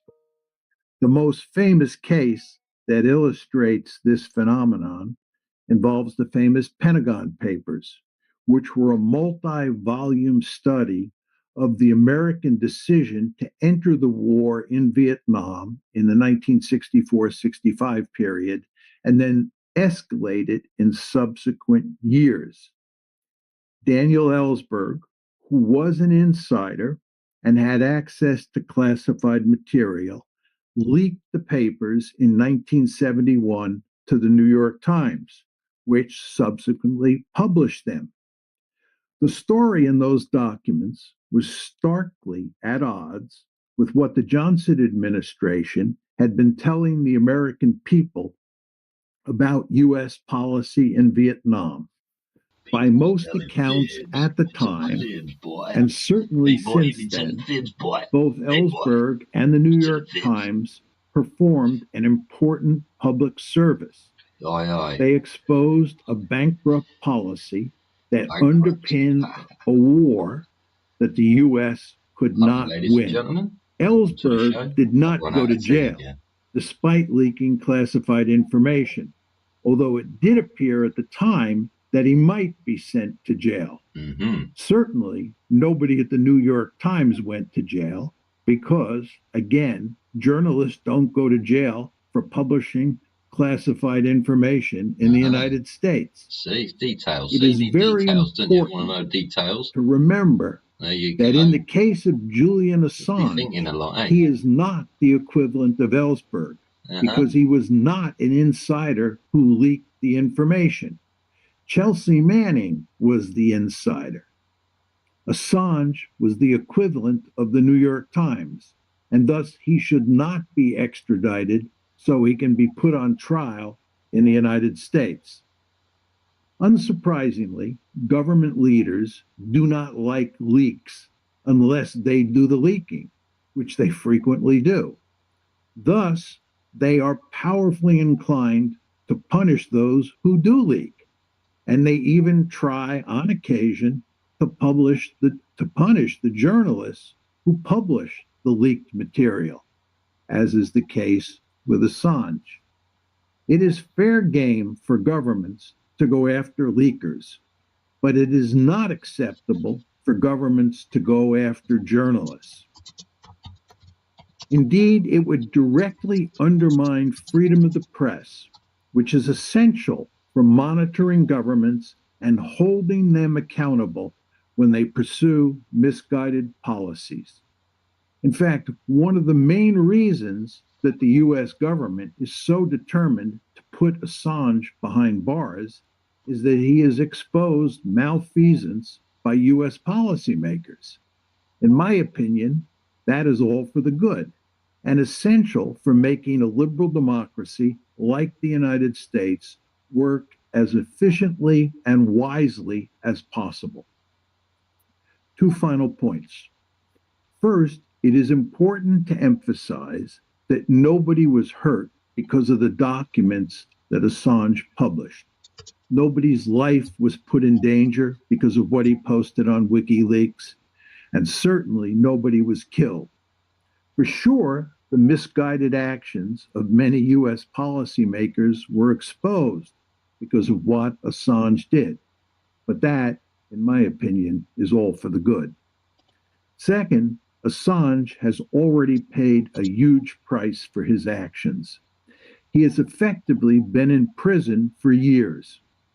Sending him to the United States, where he is likely to be convicted and sentenced to a long jail term, would be a case of cruel and unusual punishment. For all these reasons, I respectfully ask the British High Court not to extradite Assange to the United States. In my opinion, that would clearly be the right decision. Thank you.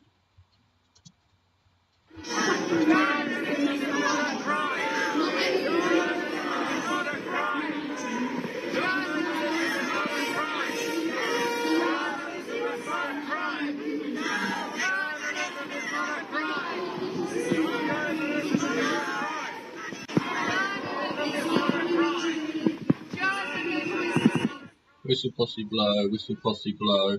Well, they're still at it, aren't they, out there, eh? Thanks for the, 3, there we go. 3, Julian Assange. So you go on a double-decker bus, see? It's nothing like, what's his name, Khan there, to say to the people of London that drive those buses, yeah, that's a good idea, the weather's going to be perfectly fine, yeah, take out the fucking one without the roof, innit? Eh? Fucking insane, eh? Take out a fucking topless bus and it's pissing down with rain, it's typical, innit? Who the fuck's running shit? See, they can't even run the buses without fucking them up. Is it electric bus out in a fucking storm like that with no roof on it? Funny. 3 Julian Assange. Cheers. Yay. Julian Assange, yeah. Come on, make up a poem or something, everyone. Between the lot of you can just write a line each, like you're folding paper and drawing a picture of a person, yeah? Make a poem. Make a poem up. Come on, ladies and gentlemen, you can do it.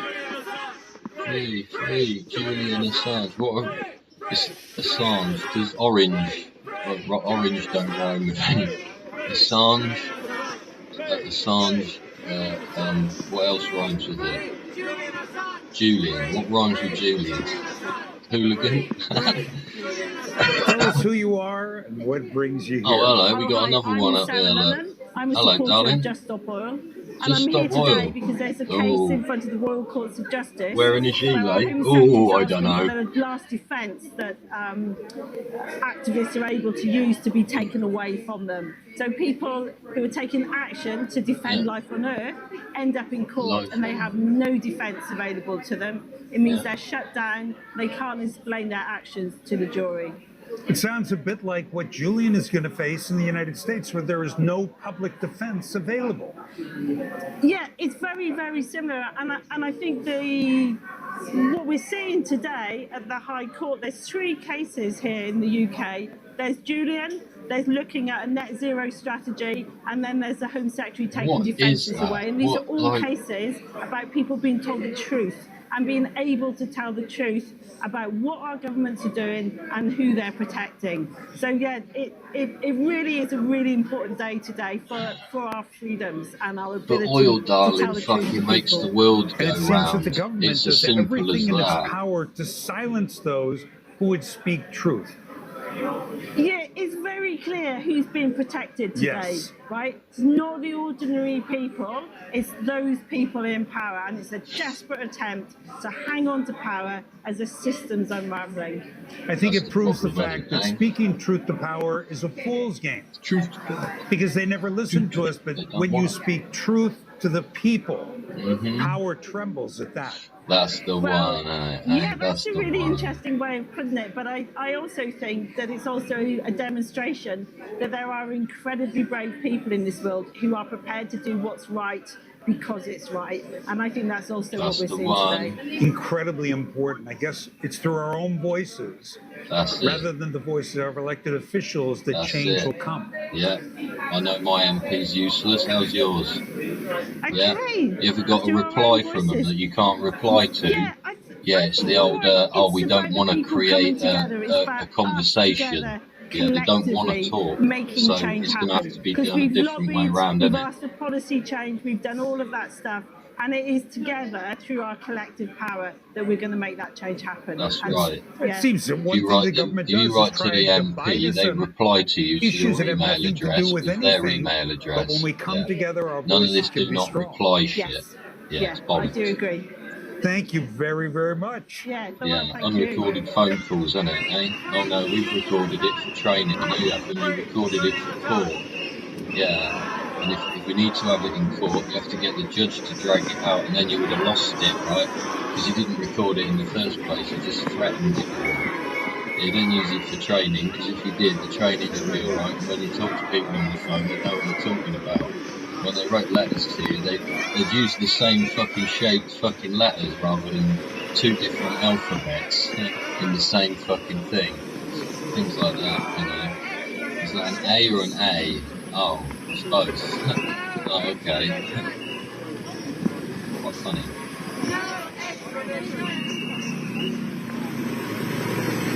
There goes another London bus there.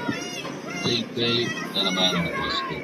And a taxi cab. And what's next coming along? Man, look, hello, what's he doing? He's looking at that bird over there, isn't it? No, oh, not a taxi cab.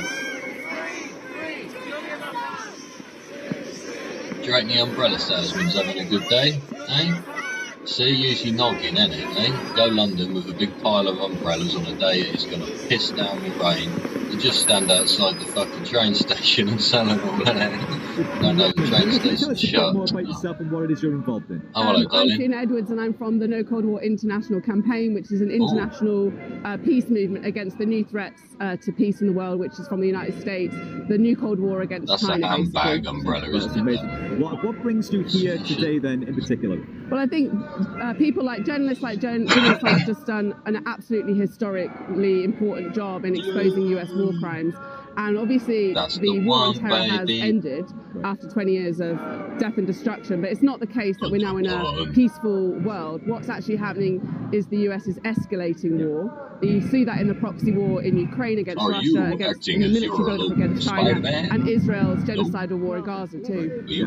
So what happens after today then? Obviously this is a struggle that isn't going to be finishing today at 4:30. This is going to drag on and on and on, and that almost seems like that's part of the punishment, is prolonging the process. Crank this up a little, mind your logos a bit later. Punishment, essentially. What happens in terms of this particular struggle after today, into next week, next month, next year, whatever? What do you do? Well, I think the outcome is really important. I mean, obviously, if Julian Assange is extradited to the United States, then that's an incredibly concerning development, because the United States are completely ruthless. And, I think all of the warnings that he will spend the rest of his life in prison are correct if he is extradited to the United States. That doesn't mean that we would give up. We have to keep fighting. But I think that would be a very bad development. 100% agree with you. So what can everybody watching this live stream now around the world who can't be with us in person today, what can they do to help the cause, to amplify the message? What can we do? I think it's very important to be vocal on social media, to share all the content that's going out supporting Julian Assange, because I think the really important thing is the majority of the world want peace, and people like Julian Assange stand for peace, that their only crime, so-called crime, is exposing war crimes. That's not a crime. Julian's a phenomenal journalist, and standing up for Julian is standing up for yourself. There you go. There you go. Thank you very much, love. Thank you very much. Do the rest of the day. Yeah, stop flirting with that.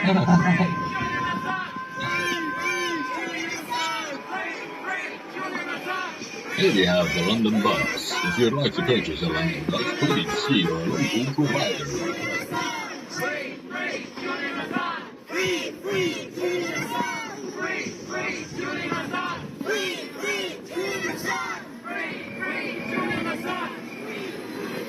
Right then. Hey, come on. What are we going to talk about next? Come on. Who's there? Who's there? Who's there? Come on. Oh, someone's got a mic. Someone's got a mic. What's she saying? Shut the fuck up, shouters. Shut up. Shush. She's trying to say some shit on the mic eject on the thing.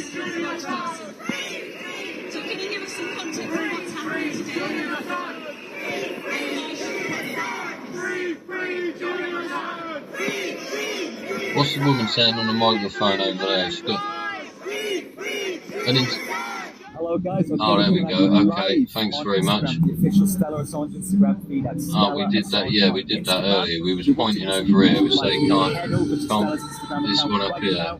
As we are live in the moment outside the Royal Court of Justice in London. Yeah, go sign up to all this free stuff. We're going to do a little something off the cuff here. We're going to do the presenter, interviewing the presenter. So I'm with the wonderful yeah, we're covering this bit. We covered this bit earlier. We go around it a bit.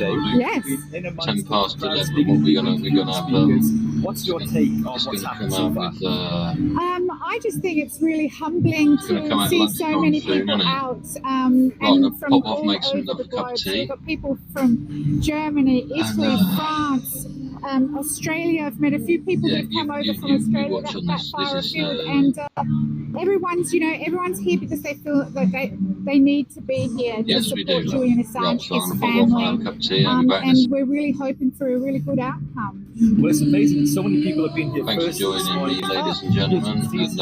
And I'll be back in a tick. Don't forget, like and subscribe if you're liking and you want to subscribe. Yeah?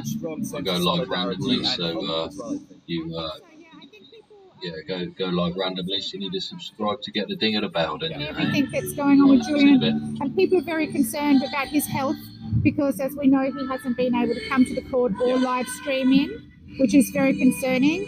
I think people are just here to just make that stand and show the governments that we really want them to do more to bring Julian Assange home and bring this all to an end, because we're talking about, an Australian citizen, a publisher who published truthful information, being in arbitrary detention for 14 years. So everyone jump on your Facebook, your Insta, follow us on the live stream, share it everywhere. Let's show the globe that we want to bring Julian Assange home, because that's what it's really about. It's free speech, free press, and to free Julian Assange. 100%. So guys, we're going to be back in just a bit. So please, if you're not already following Stella Assange on the Instagram channel, get over to Stella Assange. It's Stella_Assange on Twitter. And if you're not actually subscribing to the YouTube channel, get to Stella Assange's YouTube channel and subscribe and watch the 24-hour live feed. Right now, we're going to be here all day. And we'll see you all in just a bit. Free Assange.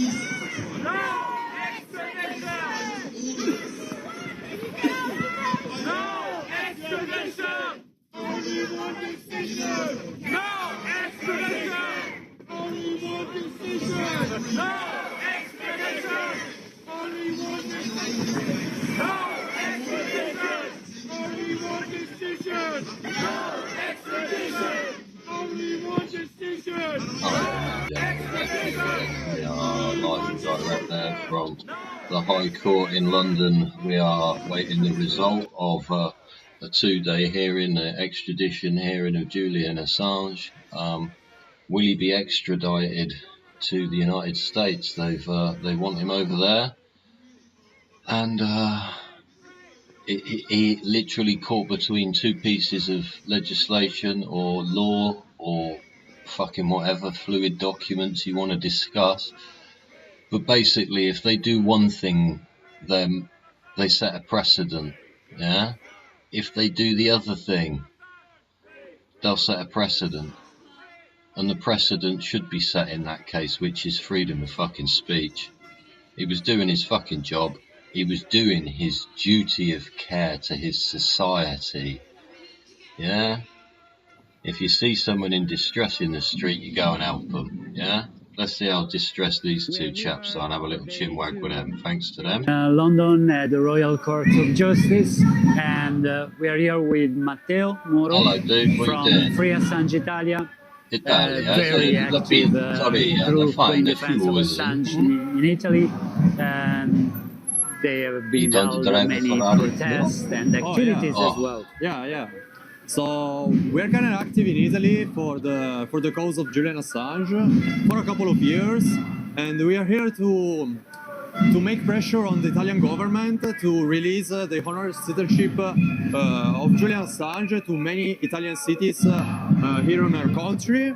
And we've been successful in cities like Alessandria, and we are here and we're trying our best to make the honorary citizenship be approved on the city of Turin, even though it's a big march to here, because let's say that our institutions are not very interested in those kind of battles, so we have to stay on our own. That's the point, Matteo. I mean, the support from the until they embrace Italians what's wrong, for Julian has been great since the very first moment, but we can't say the same for our Italian government. Yeah, of course. Why is that?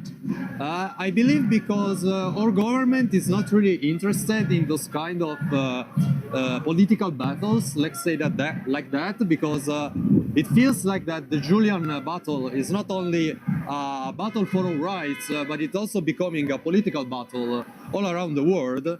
And our government, especially right now in Italy, never has been so much interested. Let's say like that in those kind of battles. I would say before, mainly maybe because honestly I wouldn't know why, since the support of the people for Julian Assange here in Italy is very cool. I mean, I've also met a lot of very kind people during those kind of demonstrations, and I feel like we just have to pressure the government to make our voice be heard, because probably that's just the reason that our voice is still small, and we need the help from as many people around the world and around Italy, like as many as we can, so we can pressure the government even more to help us fight our battle. Sure. Thank you very much, Matteo. You're welcome. Thank you.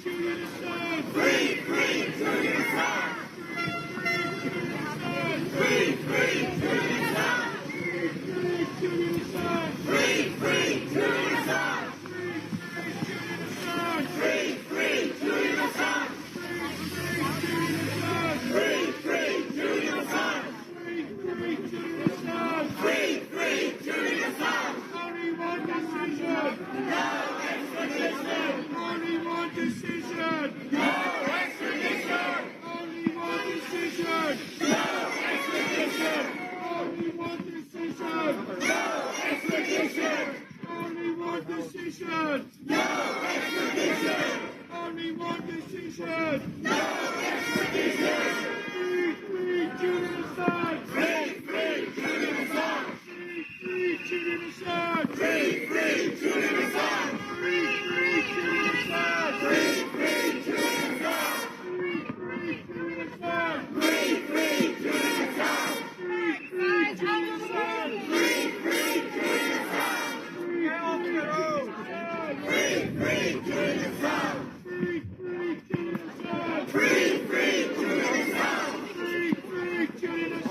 Get off the road, maniac! No extradition! Only one decision! No extradition! Only one decision! No extradition! Thanks very much.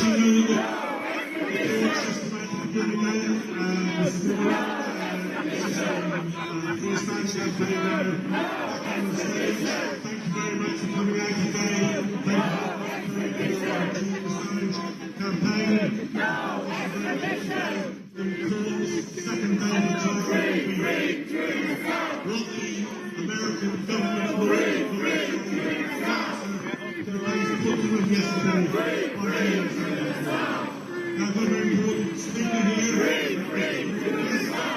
Of course, who has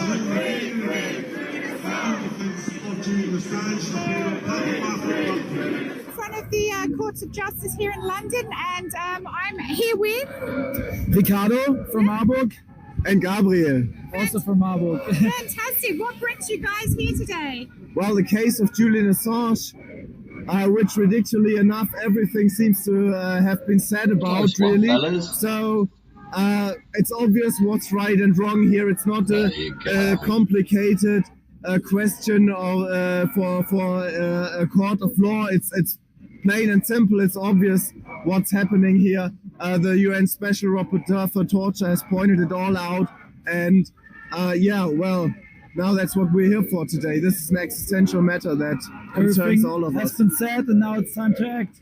Absolutely. And what's probably your biggest fear if Julian Assange does get extradited and it sets this dangerous precedent? Of course, we hope that's not going to happen, but of course, if it does, that's the end of free speech as we know it in our Western democracies. Yeah, I think basically it means to keep traveling down a really bad road, like journalism has been taking severely, like restrictions earlier on, and this will just, so I don't think it's going to be really spectacular. Things are just going to keep getting worse and worse. Like there is going to be less transparency for a liberal public and for the people to control their governments and ensure that they really enforce what they want them to do.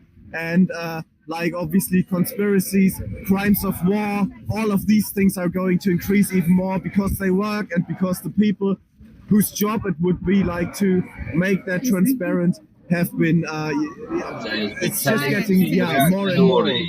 Not be telling the truth, the whole truth and nothing but the truth. They just be telling it of 50% the fibs. They see that they way of forcing things with brutal force and with the fear in the people is working, and obviously they will do it even more in the future if it's successful here. What would you like to see the German government do? Well, the German government is outrageous, and it's a shame, really. Because they plainly ignore the case really altogether. The UN Special Rapporteur for Torture. That's Niles Melzer? Exactly. Amazing guy. Right, and he has been really investigating in this case and really taking an effort, and he has been trying to get this information to the governments of Europe, and the German government really simply ignores his writings. They are not even reading it. Like in the big press conference, the public one in German, they simply said they never got his writings, and he really doesn't know what to do anymore because he's not being given the publicity that he would need to make his case. Right. And the governments who this is not they could listen to him, right? He's UN special rapporteur. They have to listen to him, and they simply don't. They just ignore it. And that's also a big problem in the bigger picture, even because this country now here, now we are in London, so Britain, they are actively.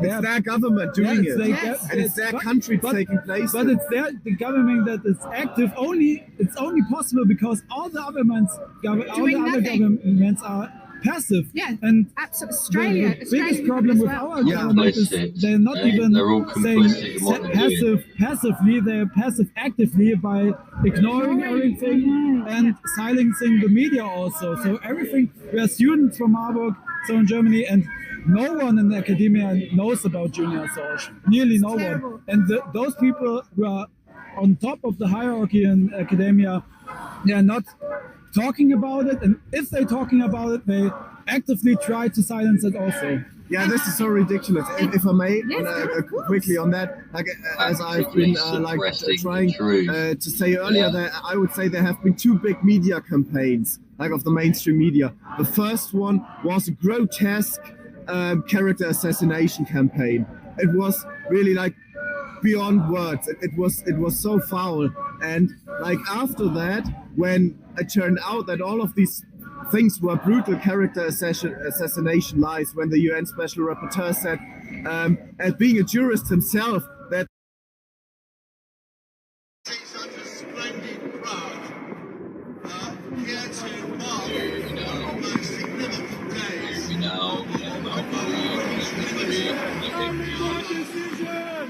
no explanation. Only one decision. No extradition. Only one decision. No extradition. Peekaboo to you, how you diddling? Yeah. Got a cup of tea? You got a cup of tea? Go make yourself a cup of tea. Come back, eh? Click the bell, subscribe, yeah? See you in a sec.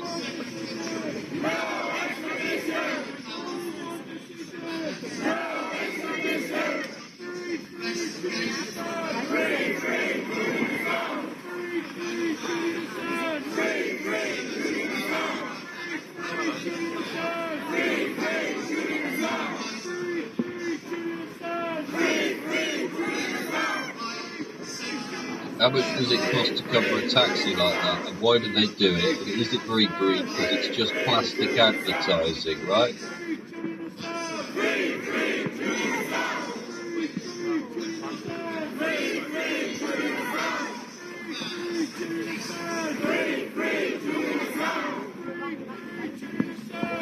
What I'm looking at? I'm looking at blue tit in the tree.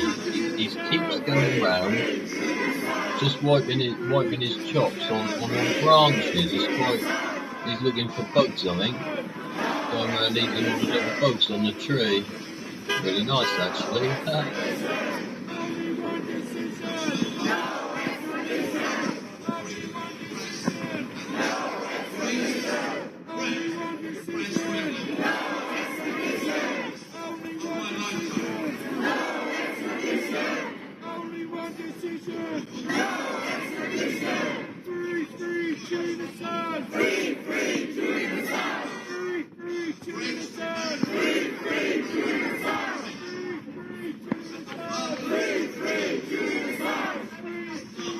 Don't forget, go over there, like and subscribe, and visit all the stellar Assanges, defence Assanges, and all the other Assanges you can Assange, yeah? See you in a sec, folks.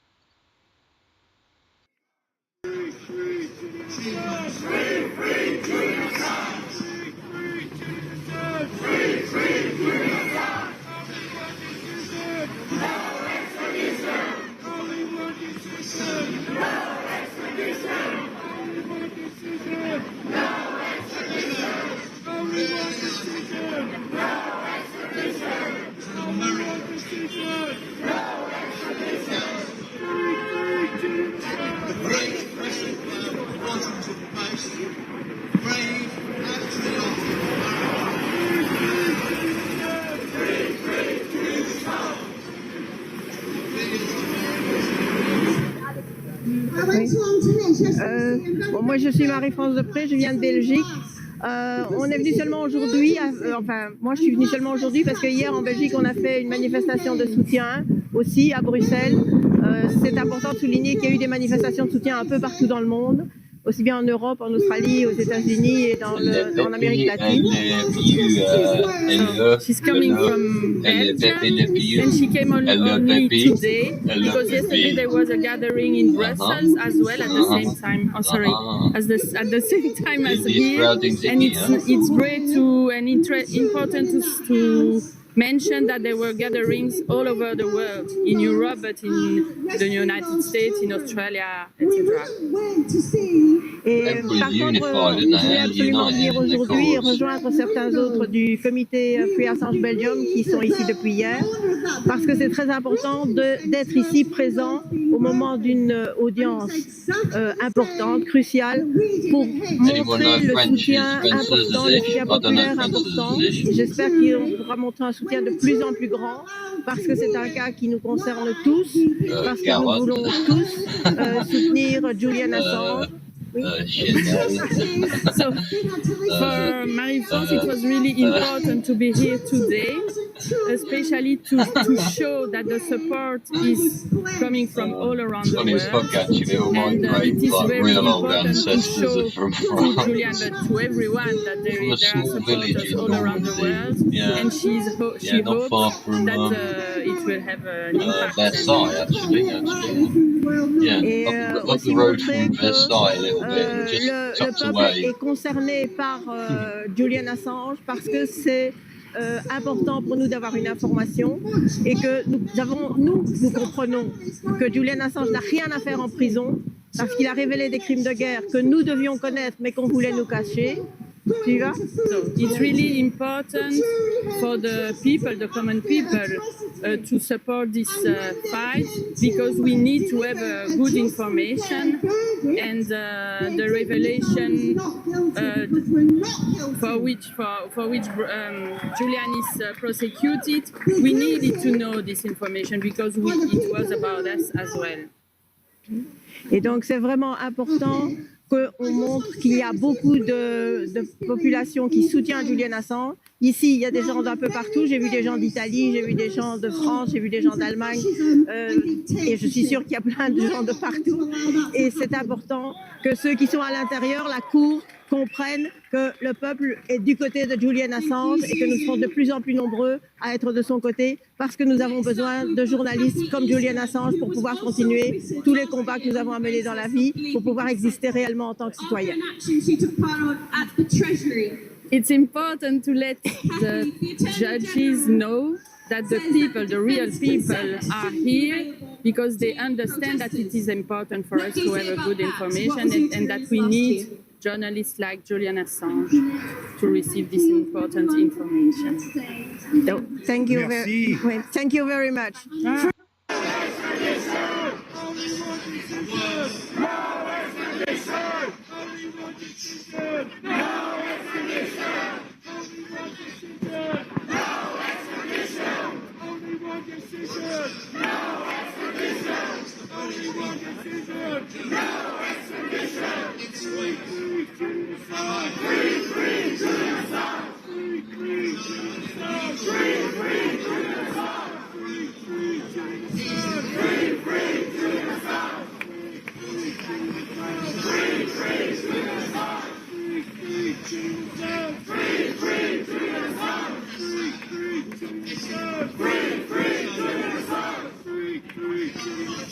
Injustice is so fucking hurtful,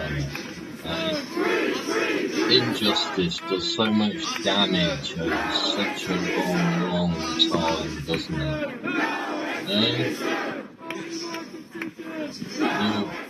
You imagine being extradited from where you are, forced to go somewhere that you don't want to go.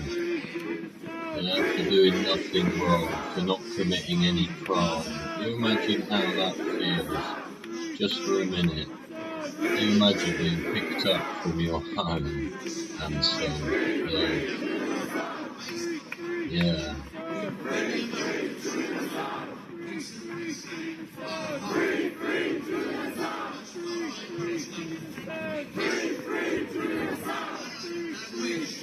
Other bus companies are available.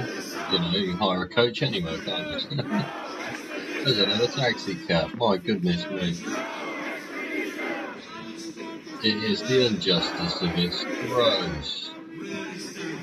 You're just picked up, taken out of your place, and just dumped. Yeah. And then, what's the threat when you're dumped? People want to kill you. Oh dear, that would be a right horrible situation to be in, wouldn't it? Yeah. That Tweety bird, that blue tit's still out there on my friggin' tree. Fighting my bins again.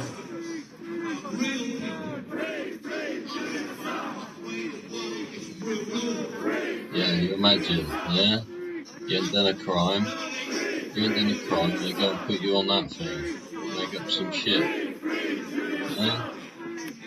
Say, oh, because of this, that means that. You know, what? Well, the two aren't fucking connected.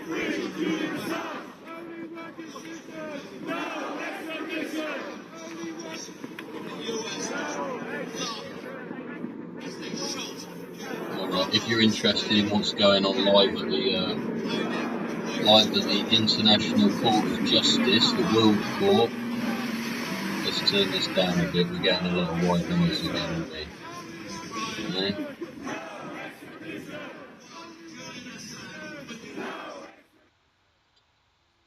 Yeah, live International Court of Justice hearing on Israel. Israel war in Gaza, that's just gone for lunch. Yeah? 25 to 12.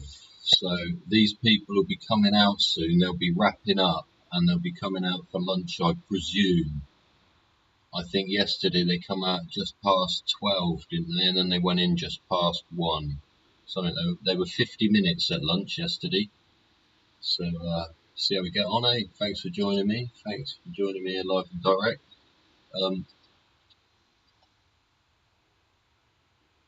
Oh, let's get that right down there. We don't want to totally off though, do we? Eh? Yeah, thanks for joining me, ladies and gentlemen. We are here live and direct. See, from England, we are doing live. We're coming up to 2 hours. Yeah, another long show. Yeah, I hope you enjoy yourselves. I hope you enjoyed having your breakfast, cup of tea.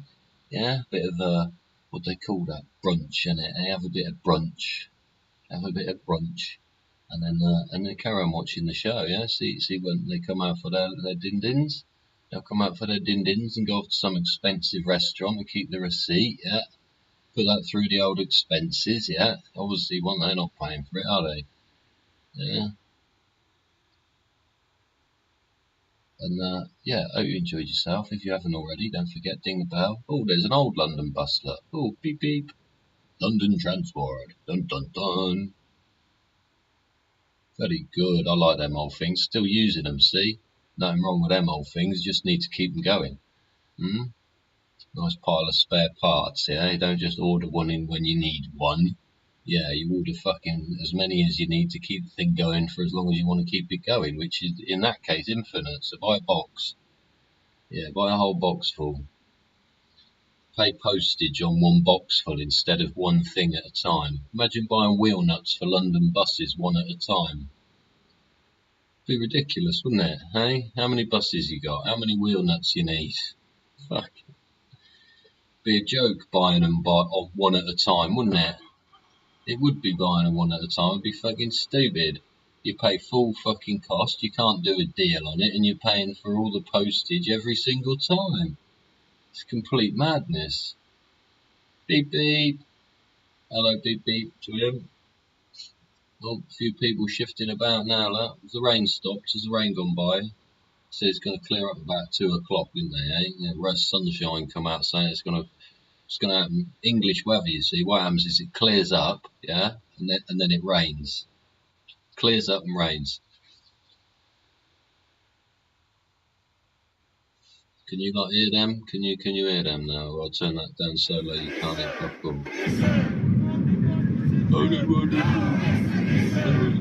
back, guys. Thanks for joining us. Oh, here we go. We We've got have some a more people breaking tuning in. update. We want to fill you in as we go. Very So good. Juan Here we has go. been sat in his hotel room. He has the remote access, and Juan has some updates he's going to talk us through.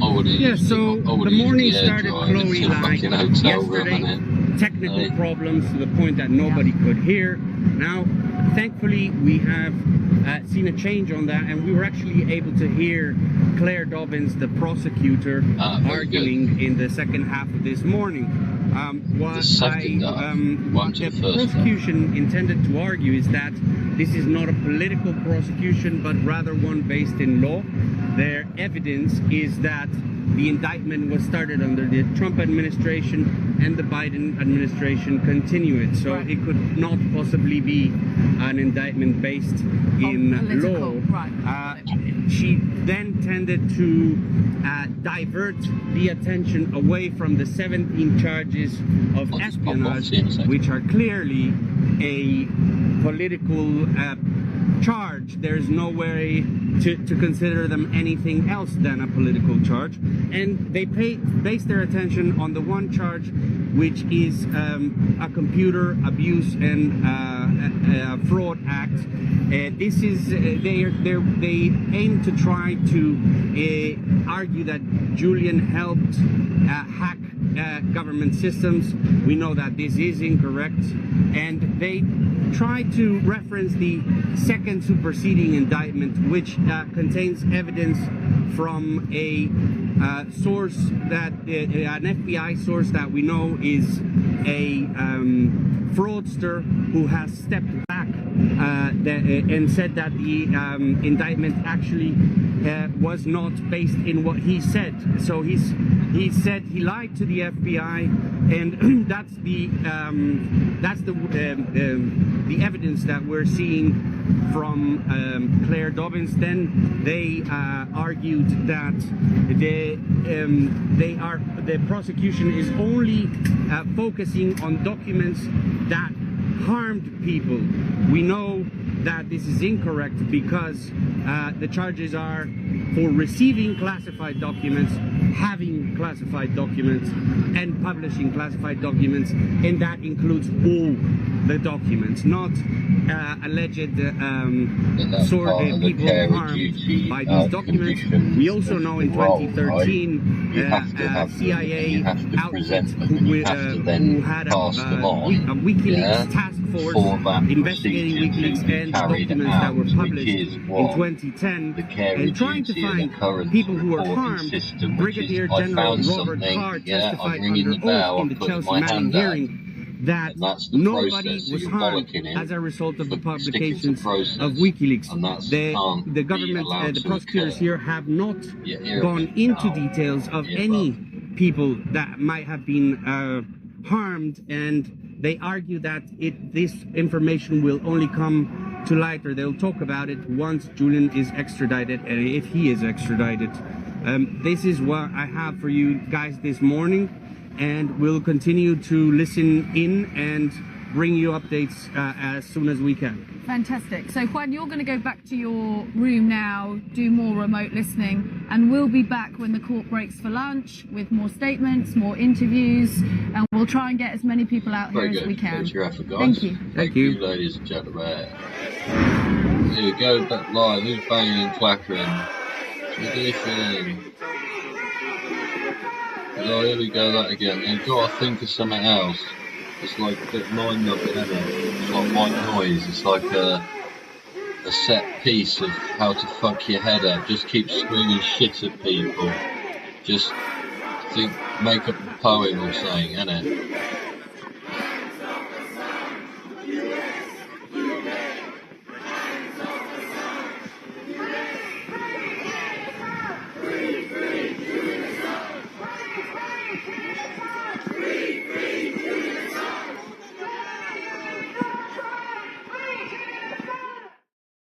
I wanted to ask you a bit about your work in prisons. Oh.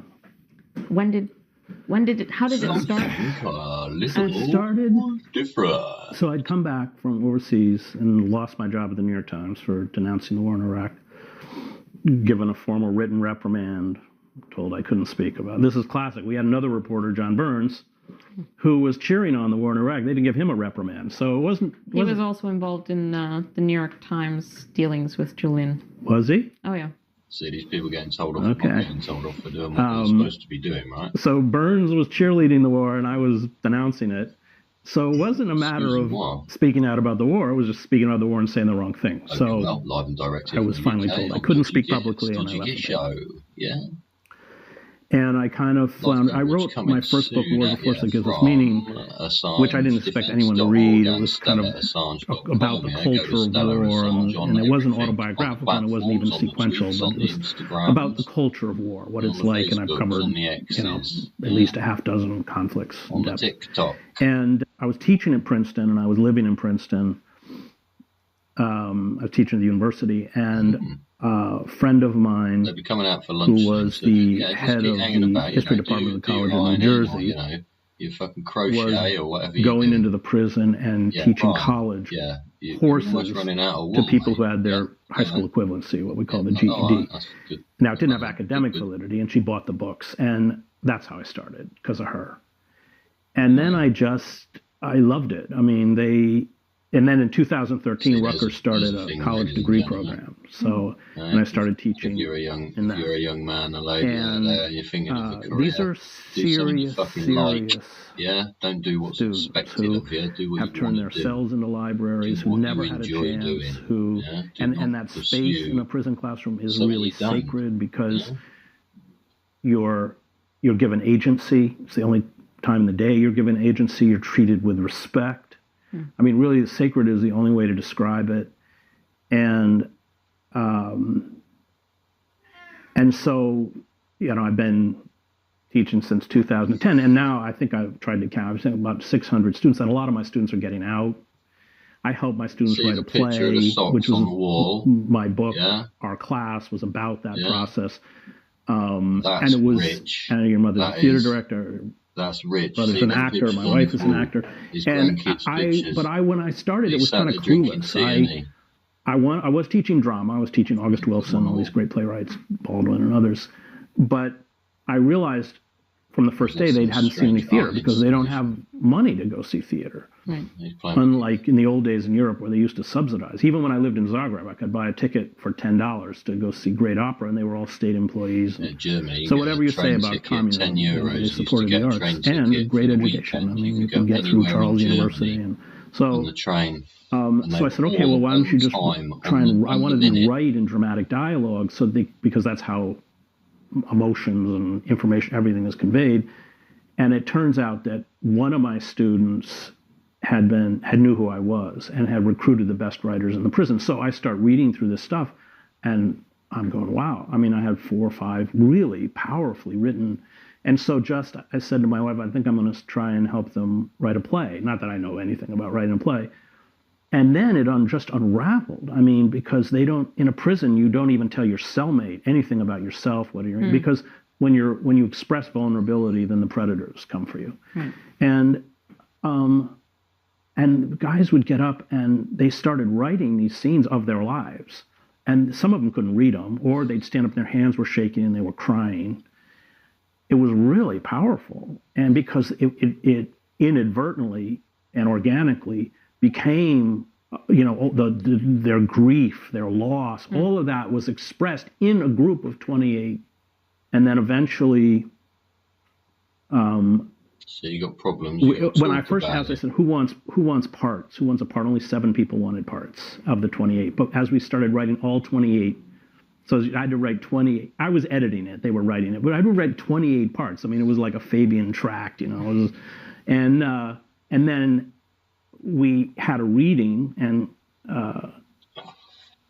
we couldn't produce it because there was stuff in there that would anger the guards. And so I brought in Cornel West and the great theologian James Cone to hear it. But when we got to the lobby, the warden was there, and he said, you're not going to your classroom.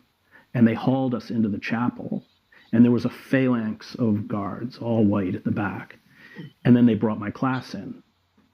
And, of course, they had to immediately decide which parts of the play they could read out loud and which they couldn't. And they all huddled like in a big circle. And I wanted to hear what they were editing out. But I purposely walked all the way to the back of the room because I said, it's theirs. It's their play. And you can't replicate that power. However, they weren't trained actors or anything, but it all came from here. And then my best writer, thank God, got out first. I met him at the gate. And we worked with a great director, Jeff Wise in New York, who workshopped it. And we had to reduce those parts back to 7 parts. And then it was produced by the theater in Trenton, New Jersey, and it was sold out every night for a month. And then we had one night for the families. And that was not every seat with a bottom in it. An amazing experience. So all of these families, some of whom had driven hours to get there. And about 4 months in the play, I hear people begin to cry. And they just wept through the whole play. And so I wrote this book, Our Class, that used that process of writing the play to talk about mass incarceration, because every scene in that play happened to someone in that classroom, including stuff that would just seem improbable, like the guy who, his first night in Trenton, which is the high security prison in New Jersey, the guard comes and goes, that was your father's cell. Or I said once to I said, okay, well, we were working on scenes. I said, we need to get a dialogue between the son and the mother. And then a student comes up to me after class and goes, well, what if we're a product of rape? And I said, well, that's what you got to write. So he couldn't read it, actually, and it was written into the play. And when we produced the play and he did read it, he immediately went off stage. And I said, where's Timmy? Where's Timmy? And I found him in the corner of the bathroom, just shaking and sobbing. And the dialogue that he wrote, which was from his own experience, was Timmy was distressed. He was a product of rape, and he was with his half-brother in a car, and there was a weapon in the car, and the car was searched by the police, and it was his half-brother's weapon, and he said, it's mine. And what he wrote was the phone call from the county jail to his mother, which said, it doesn't matter, Ma, I was never supposed to be here anyway, and you have the son you love. That's why I went to prison. Oh, my God. Yeah. Wow. So it was, still even though I wrote the book, I pick it up and it kind of rips my heart out. Jeez. So I'm really committed, and they're amazing guys. They remind me of war correspondents, actually. I don't really like liberals too much. When I went to divinity school at Harvard, I lived in the inner city in Roxbury and I used to commute into Cambridge to go to school. I said, that is where I learned to hate liberals. Right? Yeah. All the people who, talk about empowering people they never met. So now they're getting out, a lot of them, and they're brilliant. I've got, several graduated summa cum laude from Rutgers, and they're tough and they're real, fiercely loyal. That, war correspondents are kind of rogues in many ways, but you earn your way into that fraternity by always watching the back of the person you're with. I can remember being in ambushes and every fiber in my body wanted to run. It's terrifying, it's scary, but you can't until everyone goes out. And they have that kind of loyalty. Yeah. So now I'm getting back and going to court.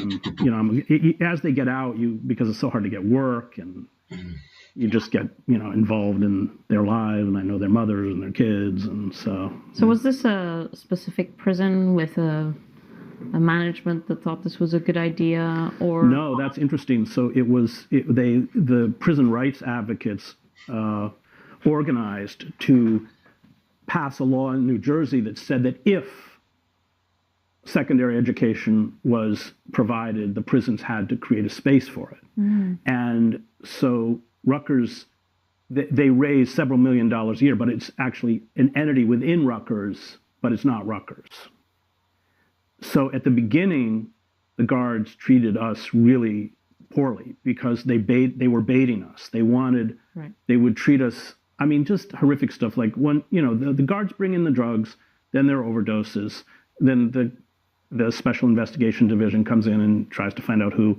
So one night I'm sitting there with a bunch of other Rutgers professors, and we go into the rotunda at East Jersey State Prison, and the rotunda is completely surrounded by bars.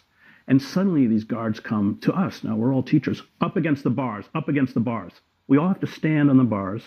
We're patted down and searched. Then they bring the dogs to sniff us. And then they go, all right, get out. You're not teaching tonight. So that's like classic.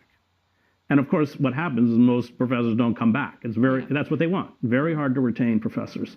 And they can be but you can't respond, because if you say one thing, I'm sure you know what I'm talking about, then they write it up and you don't come back. Yes. And so they could be it's better now. And I think it's better because in the prison that I just taught in, we have 140 people out of 2,000 in the college degree program. It's really hard to get in.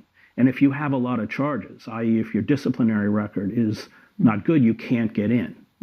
So I think we had, for the 140, 600 or 700 applications, but it means that the behaviors in the prisons are modified because people want to get into the program. That's my guess. Right. So they're not as, and then you've got the class issue, because the guards didn't go to college, and they're going, why do these people get free? I mean, it's a legitimate question. I mean, and then the other factor you've got is that most of these people, a lot of the guards were in Iraq and Afghanistan, so they've got very bad PTSD. And I'll pull in there, and they're all coming in their pickup trucks and totally pumped up, probably on steroids. Yeah. And it's a job like cops where you can be paid very well to be a sadist. I mean, nobody's going to... The vocational ones. Yes. Yeah, I think it's, for people who haven't been in that kind of environment, it's very difficult to understand the kind of dynamic that develops very quickly. Because I think maybe the first or second time you go in there and you kind of, you want to stand your ground on all sorts of small things. That's a bad idea. It's a bad idea, and you notice people who are new, coming into the prison. You're like, just run with it, because first of all, it's a little fiefdom, right? It's a totalitarian system. Completely. And they control everything. I mean, literally everything. On a whim too. Yes. It's a whim. There's no rule. They just feel like it. They do it. Exactly. So you have to play along. Yeah, you have to make compromises in order to, and pick your battles. Because I mean, at times I've tweeted about things that have happened in the prison, but maybe one time out of every 6, because I have to do that calculation. Yeah, that's right. I was just in Rome. I don't know if you know. I saw had the Pope. Yes, I saw the Pope in a private audience, and I gave. You speak Spanish too, right? Yes. You speak Spanish? We spoke Spanish. Except he speaks Argentine Spanish, but it's all right. And I was thinking, I want to give him a gift, but what gift do you give the Pope? And so the gift that I ended up giving was 2 printouts of the famous wedding pictures. Oh, that's nice. Because, as you know, I mean, you were meant to be there. You were meant to be a witness. Just as outside. Yes, you were outside the listening to prison Craig walls. Murray. Well, one of the objections they had to having you as a witness was that you were a journalist. I know. Well, they didn't let your photographer in there. Exactly. So the prison took the pictures. Prison guard, who's the same prison guard that does the pictures for cell raids. And Julian and I sort of joked that our wedding pictures would look like a cell raid, and they kind of do. So we haven't actually been given the digital files. We've been given, both Julian and I each, printed out copies of the wedding in A4, like porous, not photographic paper. And that's what I have, right? I just have that one copy. Supposedly, the prison is retaining the digital copy. We got Julian's solicitor to write to the prison, and they said yes, they would retain. But that's classic prison behavior. I mean, it's just, they just invent like obstacles that have because they like to do it. I guess, I don't know. Well, the thing is, they said we weren't allowed to bring the photographer in because it was a security issue. But then they chose a location. The location had to be a room with nothing on the wall, like a blank As opposed to the chapel. And then... Set the scene. So they had total control over... The only thing in the picture is Julian and me in our wedding clothes. That's it. So anyway, this is also a security risk. So when they sent the picture, so when they sent the pictures to me, they also sent what they call a compact, which is just this form, and asked me to sign it. I haven't signed it, but saying here are your pictures. You're not allowed to share this on social media, and you're not allowed to share it with the press. And so they're censored wedding pictures. Wow. And I got asked because I wrote a tweet saying that I had given these pictures and that bizarrely the prison hasn't allowed me to share it with the press or on social media. And then I was reading the comments and they said, well, why don't you do it anyway? And that's I mean, it's a logical question, but it's also if your loved one, if someone is inside the prison, they're exposed to all sorts of difficulty. They're exposed to retribution, and they're always looking for ways to keep you out. Right. So I have, unfortunately, I mean, do you know the old character from the movies in America, Step and Fetch It from the 30s? It's this horrible black stereotype, you know, where Step and Fetch It, you know, he's every black stereotype racist stereotype you could want, where he doesn't want to work and he's completely obsequious to white people and awful. But that's what I feel like in the prison. And it's not my nature and it's not yours, but you got to swallow it because I got to get in there for my students. And I know they're looking. Like, I'm not allowed to have any email contact, any phone contact, any written contact with any of my students in the prison. And I don't violate that rule because they monitor it. And I know the first time I would send an email, that's a hard and fast rule. And they don't like me there. I mean, they've tried twice not to give me credentials. Fortunately, I mean, one of the times I was teaching at the University of Princeton, and I got the president to call the commissioner. So, I mean, I could play that white privilege power game that got me back in, but they don't like we are live and direct. It's stopped raining that's outside. what people don't get. And I think the other thing that people don't get is that when you have someone you love in prison, I wonder what they're going to do. To a certain extent, your family is incarcerated as well. Yes. I mean, that's hard to describe to people. These people can fuck your whole fucking life up. Hello, Billy. You know, just the fact your children have to go to a prison. They have to see that. You don't. What mother wants their children to see that naked face of the police state? I mean, and then you ask questions, and then there's, of course, the whole. I mean, one of the reasons I'm so fiercely against mass incarceration is what it does to families. And in the States, they jack up, it's all privatized. I don't know if it's like the same here. So the phone rates are really high. Yes. And so and the only way that an incarcerated parent can communicate with their children is over the phone. And they're gouging them. I mean, we're talking about the poorest of the poor. I mean, you know, people really struggling. And it's $15 for 15 minutes. And the people who run this, I just did a protest at Princeton Theological Seminary because the owner or the guy who owns used to be Global Tel-Link, and they've said of the prison phones, who's worth I don't know $10 billion. I'm not making that up. I mean, he's the chairman of the trustee board of the seminary. God damn. Yeah. And so you know, again, it gets into how corrupt, how wedded the institutions are. So there's just, and you have to pay in advance. I mean, it's so awful. And there's so many little things like that. I'm talking about the people who live outside that become so burdensome and stressful, which you're going through, that if you're not connected to the prison system, you don't get it. It's not just the person who's locked up. In a way, you've locked up the whole family. Yeah. Well, our kids only ever get an hour and a bit with Julian. And there's something called family day, which we've never experienced because Julian is never on the list of favorite prisoners. Oh, you have to be selected for family day? You have to be selected for family day. So, and family day is, I think, 5 hours, and you can watch a movie or something. I don't know. I've only ever heard it's like it's some. I hear it's real, but we're never. No, but you're still within the walls of the prison. I mean, so when visiting hours would come, and we actually had a riot in the prison I taught because one guy was with his kids and the guard came and started harassing and insulting him in front of his children. Right.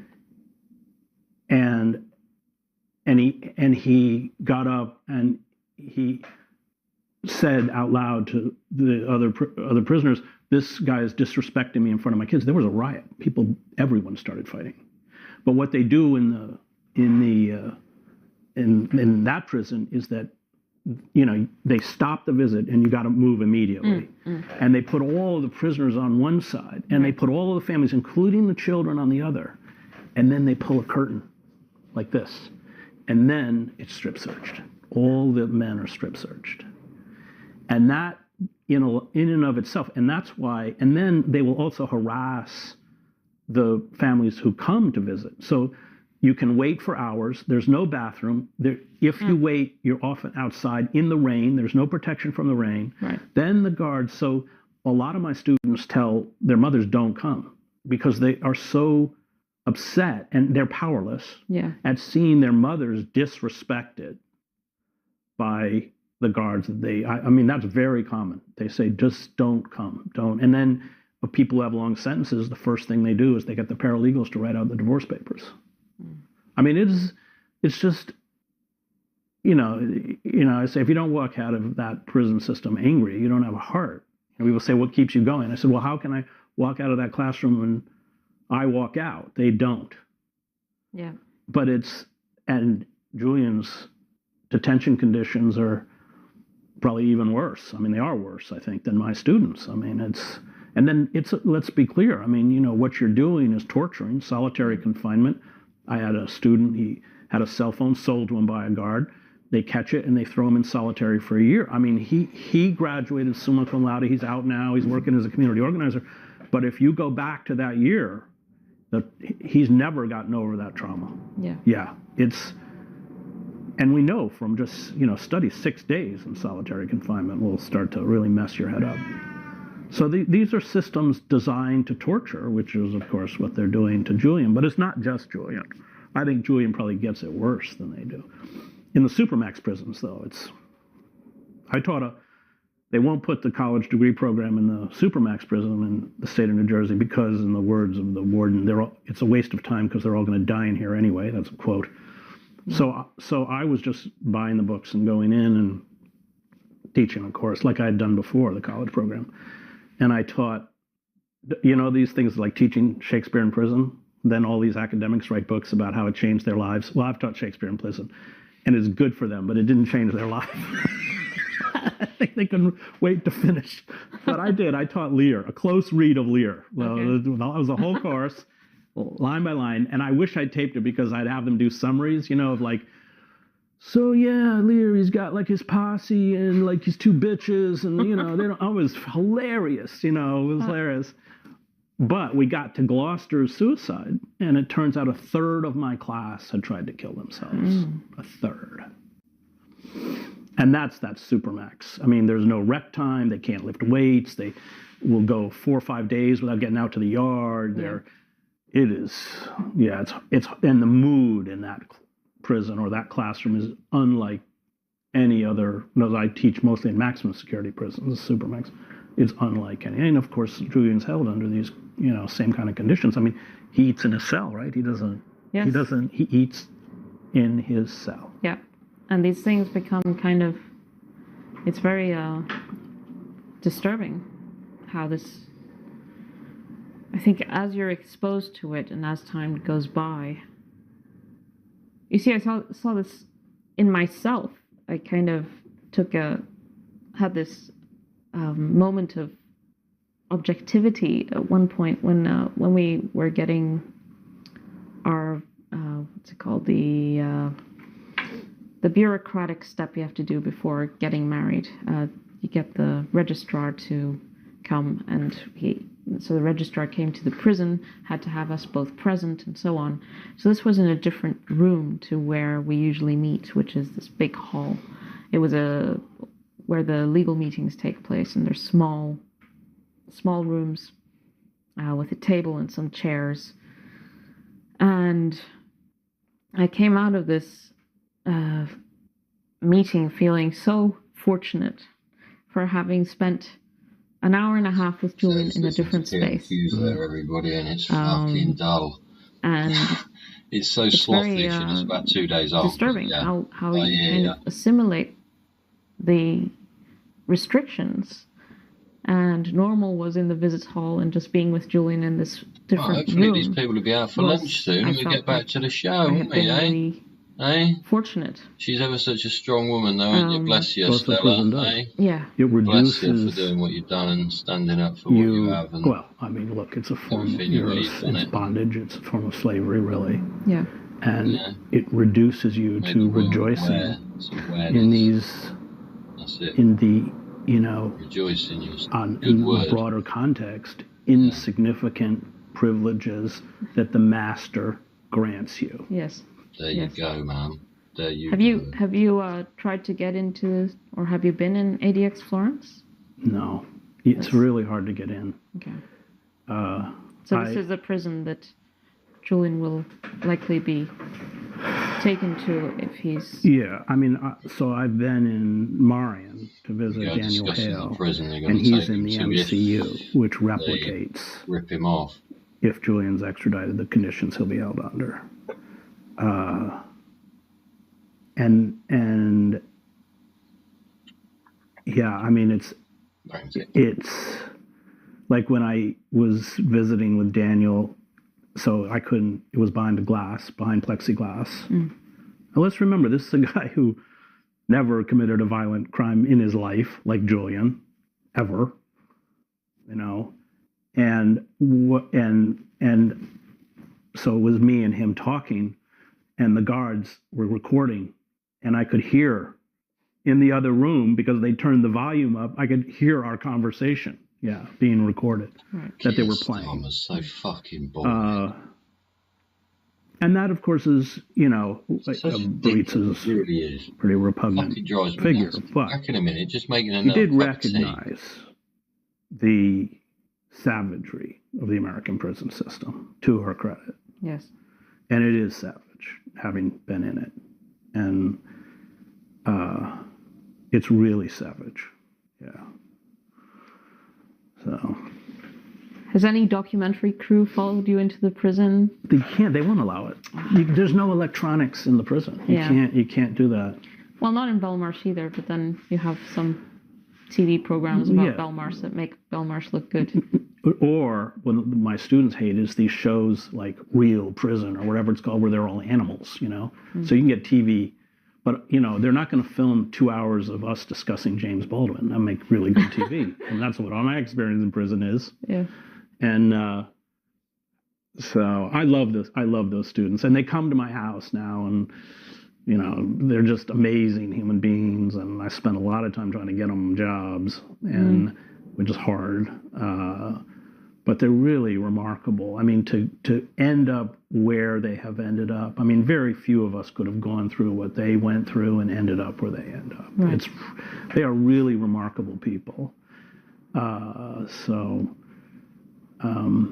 No, they won't allow it. I mean, I'm in there by sufferance because they don't want the publicity, which I would, of course, generate if they threw me out. Right. And I have heard anecdotally that the governor said, I don't want to deal with it, so just give them the clearance.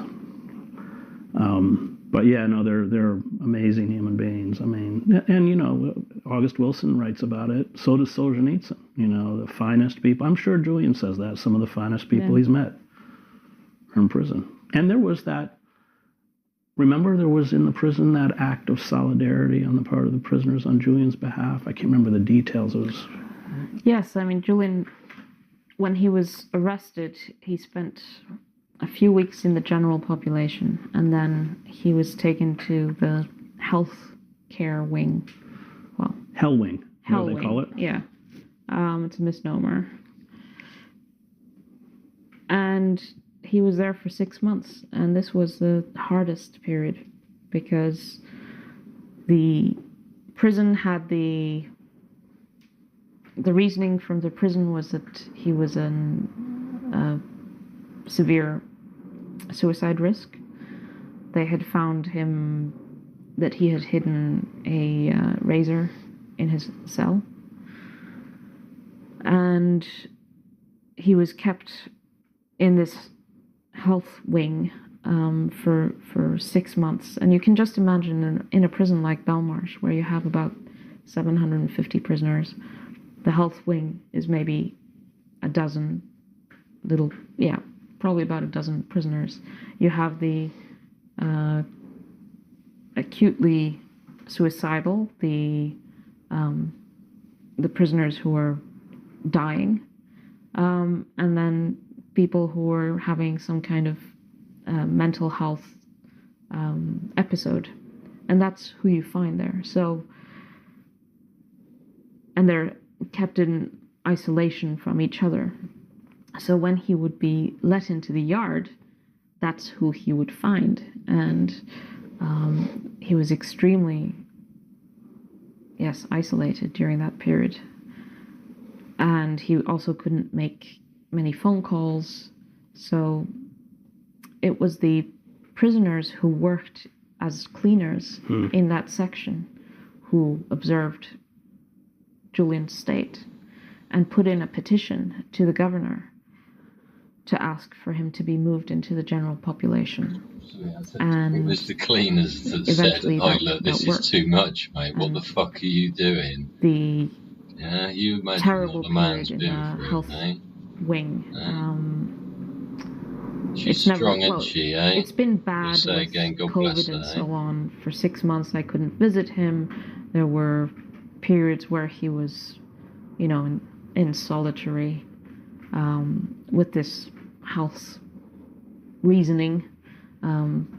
There was an outbreak in his wing. About 70% of prisoners. If anyone's watching PMQs, I can't stand that early on fucking bald in the Scottish fucking penis. pandemic. Just a gobshite, But it was never as bad as it was when he He's was learned in a this few generic health wing. paragraphs, and here he is again, all the way down the fucking thing again. And there is that kind of thing in the prison, but it's not. Belmarsh is a harsh prison. They keep people isolated a lot of the time. As you said, you eat in your cell.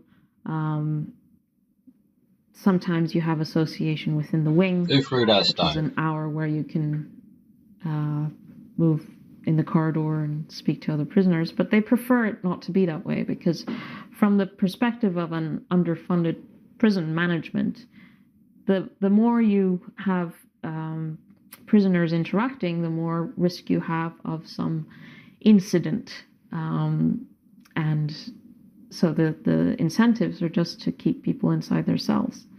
And of course, that in itself carries all sorts of consequences. Oh, it makes their job easier. I mean, so, when I was teaching in Trenton, I would post the class. And I did this, 3 or 4 times, and then the prison called and said, "Oh, we posted your class, nobody wants to take it." And the social worker at some risk called and said they never posted your class. Because they don't want the movement, they don't want to deal with it. It's keep them locked up for 23 hours a day. It's easier. Yeah. And that's always the push in the prisons, because any kind of social interaction or an education program requires more work, and they don't want to do it. Yeah. Well, it's all people are used to seeing these prison break and these TV programs where everyone's in this mess. Like mess. Do you call it? Mess hall. Yeah. Mess hall. Mess. People. I'm trying to interacting do what I can. and I'm trying to for do what most I of can the for you, time. Stella. It's nothing like that, I at least don't in mind the Belmarsh. feed and all that. Really, the That's exception okay. to the rule is that you right. So in a I'm trying to get it out there to as many in a people as we maximum can. security prison, you will get a mess. All we can do is help him from out here. You have as best we sections can. of the prison, make awareness and management realization control and units, or what they call the reflection on whole, our or just morality. isolation. So you have sections in the prison where people are under those conditions. But yeah, we did. But he's of course held in a very high security prison, so that's typical for how they operate. And it really the end is to keep them locked in their cells almost all the time. That's how they cope with it. Yeah. And I don't know, what does he get, 23 hours a day in the cell? Let's see. Yes, sometimes it's 22. Okay. you know, you can leave your cell to collect medication, to go to the shower. You know, you have to be able to leave at certain times. But they, you know, they knock on the door and they say, "Do you want a shower?" And then you come out. It's not like you can open the door. And yeah. Well, I have a question for you. So I asked John. I loved Ithaca, but I really loved Ithaca because John didn't answer any question they asked him. I love John. I think it's great, but every time they'd ask him a question, it was completely elliptical. It was so great. It was so funny. I mean, he's a wonderful guy. But I was here, you know, the night of your wedding, and I said to John something about, I don't know, it came up because I don't know if John's religious or comes out of a religious tradition, but I do, and I sense he has a kind of. I said something about Julian being an atheist. He goes, "Well, I don't know, you know." So I wanted to ask you because I didn't explore it with John, but and I know Julian likes Solzhenitsyn. And Solzhenitsyn went into the Gulag an atheist and walked out a Christian. And I'm just curious, and I know that there's been some support from the Pope and that kind of stuff. I'm just curious about, as somebody who went to seminary, you know, what you've seen in terms of Julian's perspective vis-a-vis faith.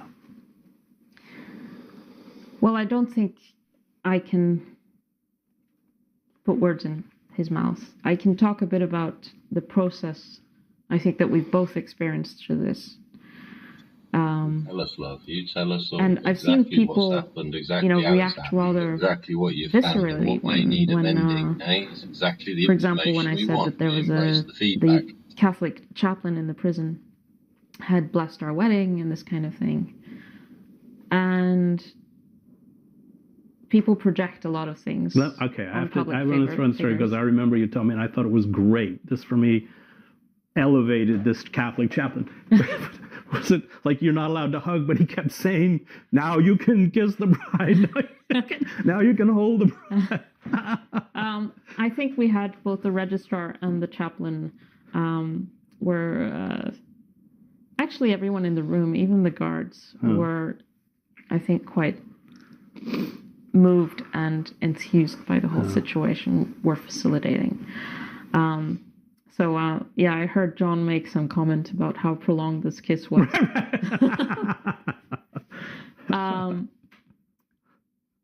But I think you can't go through something like this without going through some process of becoming quite spiritual. And I've gone through, I think, a process of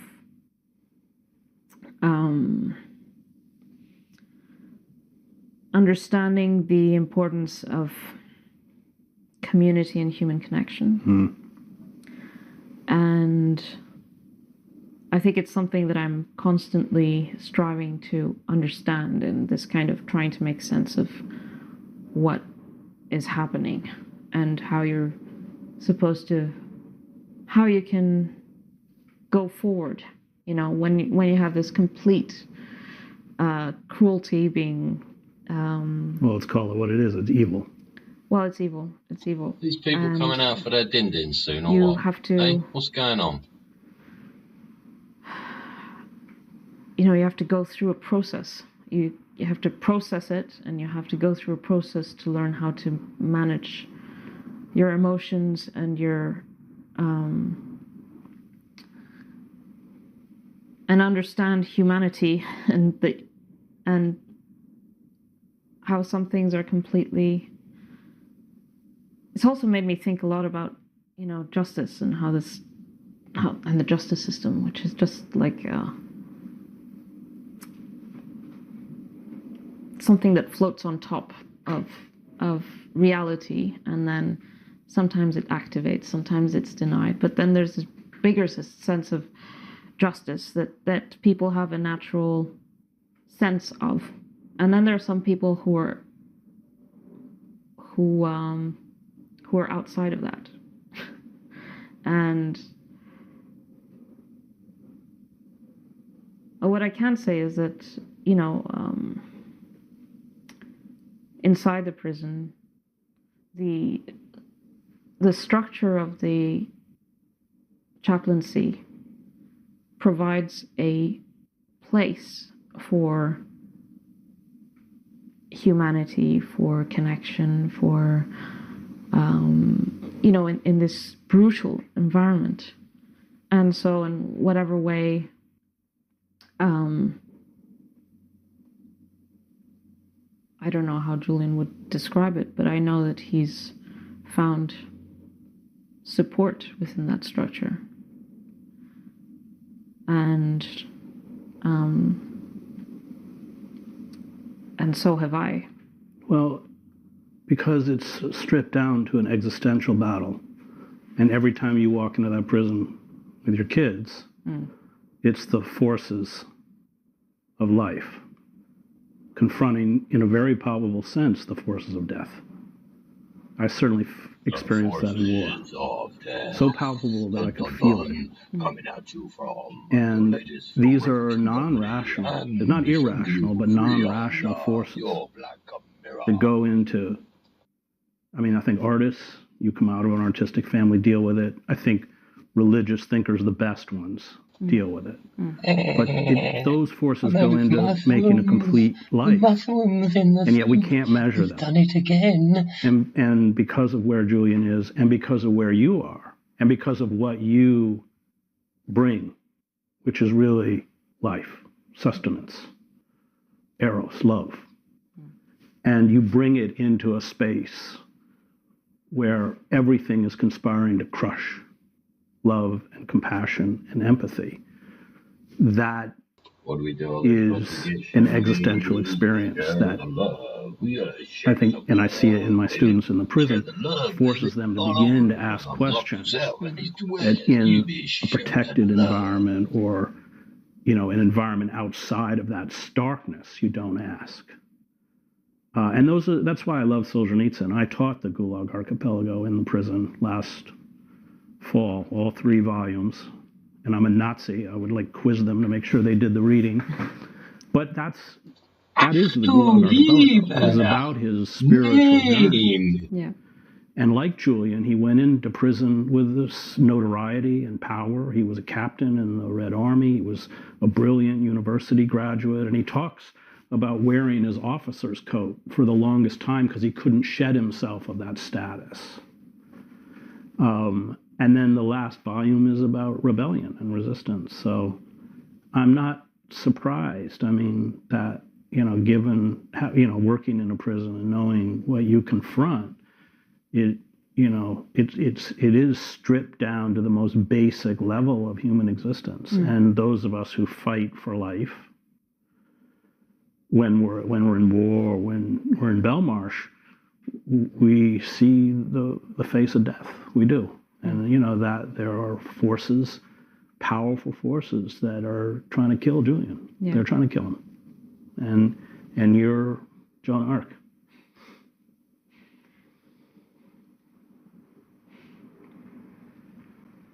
I don't know if we can finish on that note. Sure, we can. Well done, Stella. Thanks, Chris. Cheers, Chris, mate. Well done. It's been a pleasure. Yeah. Cheers, pal. I'm going to cry too. So. Yeah, have a hug, man. Fuck it. Go on. Go on, have a hug. Woo! Here they are again. We're back at that. We're back live now. Look at that. Well done. Outside the court. London High Court there. And there's Julian Assange extradition hearing. This is the Dodgy Git show. I'm Dodgy Git. You're tuned in live in England here outside the court. Stop this demonstration. Their attempt today to remove the consent cards from so-called protesters. Yeah, fundamental principles of public media production, needs to be highlighted. It can't be allowed to just let it go on and on and on. And have the guy incarcerated and probably put to death for fucking doing what he's told to be doing by the procedure that told him to do it. It's mad.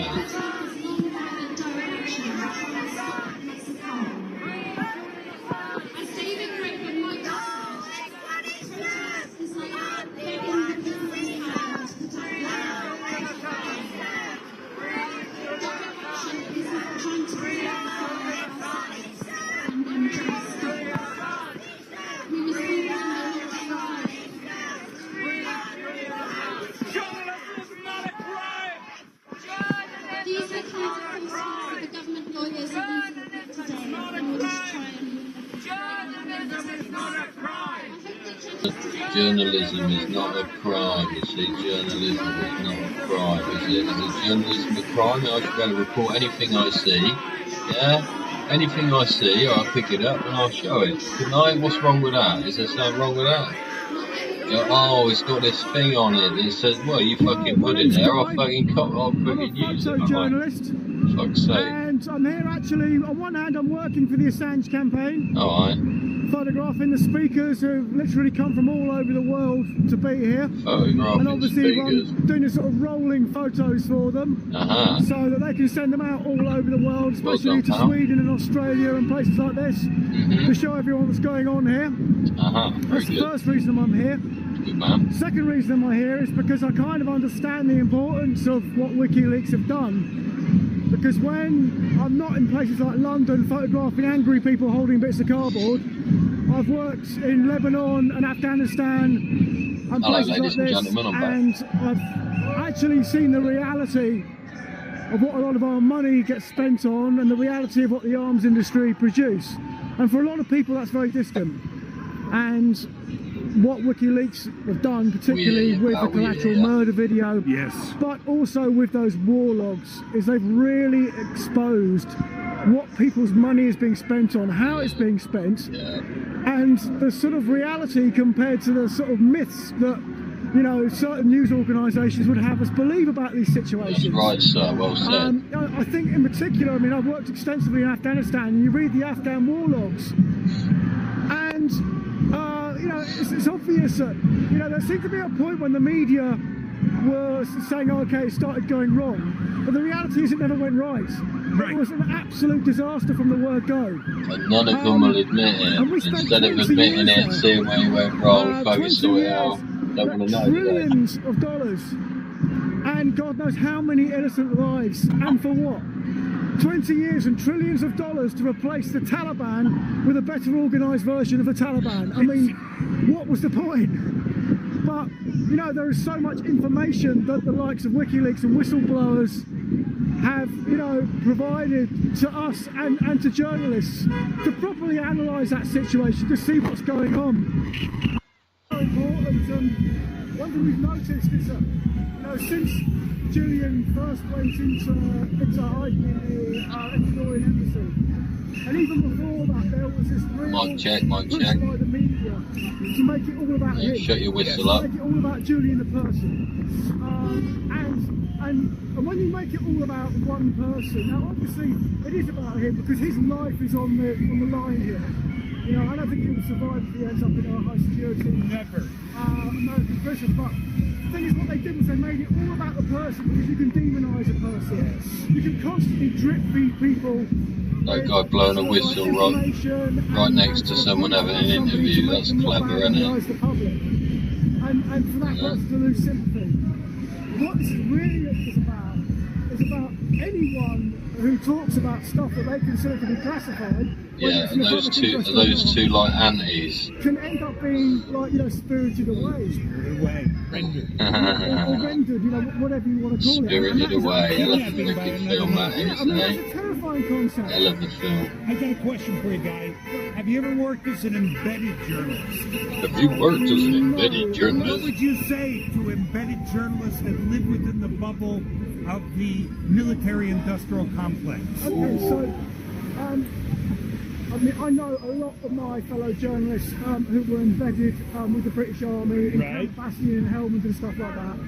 And obviously that is where the public interest is. Because, you know, it was our sons and daughters who were out there, you know, having their legs blown off by roadside bombs and all that kind of thing. So I fully understand why there is a huge amount of public interest in the fate of our soldiers. And I also hugely understand that if you're going to have journalists out there with our soldiers, they have to be kept safe, they have to be embedded and all that kind of thing. On the whole, most embedded journalists that I was with, I mean, obviously they weren't going on black ops or anything like that, but they weren't generally censored that much. They were given a fair amount of access, and they did get to see the absolute reality of the absolute shit show that was going on, and that hellish existence endured by those soldiers. And those are also, you know, some of the bravest and most skilled people you know, that I know and that I work alongside. So, you know, I think there is a place for embedding, absolutely. These people have got to be coming out for lunch soon, and hey, where are they all? Where are they all? I hope I'm not running the sound into the red. Let me just take it down a little. Take it down a little here, a little bit, down there a little. There we go, break or two, there we go. Going there, I suppose you could say on one occasion I was embedded with the Taliban because I went to a village to investigate, you know, over 100 people that died in a NATO bombing raid that went horribly wrong. In a place called Balabaluk in Farah province, and apparently the cockpit footage of that was obtained by Chelsea Manning, although we don't know what happened to it. Did it lost That was the biggest single massacre of the Afghan war. Now on that occasion, I could not have done that had I not had the cooperation of local Taliban fighters who took me to that village. It was their village. Right. So I guess you could have said I was embedded on that occasion. And I was embedded with the people in Afghan hospitals who were taking me around to show me the human cost of the war. I was embedded with people in refugee camps when I was going around interviewing people that were escaping from places like Helmand, where, you know, the bombs have been falling on their villages. So I think everyone is embedded to a certain extent. One way or another. But obviously it is important for, you know, the public and the media consumers to have access to information that comes from outside the bubble, outside of the military structure, outside of the military bubble. I think there's a place for all of it. And we know that Julian was one of the strongest and one of the first voices in solidarity with Palestinians. What would you say about the situation for reporters in Gaza right now? Because Julian's in prison, What's but that? there's another type of what is it? inflicted on reporters in that situation. I mean, I think it's absolutely beyond journalists have died in Gaza after the Nazi entire Second World War. Yes. So there's no way that's accidental. Turn the mic out the wind, turn the mic out the wind. At the end of the day, Israel's a far-right rogue state, and that's exactly the kind of thing that far-right rogue states do. I mean, we rightly criticise the likes of like when Russia and Iran and countries like that make persecute journalists. We absolutely condemn that as we should. But you know, the absolutely systematic, you know, murder of journalists in Gaza over the past few months, you know, it's horrifying. Terrible. And you know, again, I mean, I'm glad that my trade union are condemning it. But I want to see, you know, prime ministers and presidents condemning this. This is outrageous. How the hell can we call ourselves the free world and we are turning a blind eye to journalists being massacred for doing their job? Yeah, I thank you so very much. Thank you for the work you're doing. Well done, sir. Thank you very much. Well done.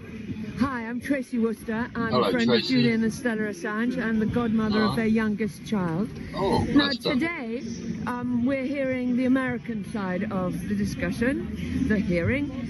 Yesterday was what laid out the proposals from Julian's side, and that is that how outrageous it is if the US-UK extradition treaty said that no political prisoner could be extradited, when Julian's case of espionage is obviously political. The grounds of this case should be thrown out. Also, Chelsea Manning, who was the whistleblower who gave WikiLeaks platform the information of the Iraq and Afghan war logs, he would be protected under UK court jurisdiction. So should Julian be protected under that in this country. Also, he's Australian, so he's not going to get the right of having the First Amendment of free speech in use in America. Pompeo has endorsed this. He will not be able to have free speech in the courts in America. And this whole espionage is just rubbish. There's nothing to do with espionage. Julian is innocent of doing any of the issues that they're accusing him. So he needs to win this to get permission to have a hearing to hear all of the accusations. So please come down here today to demonstrate outside the court, or go to freeassange.org.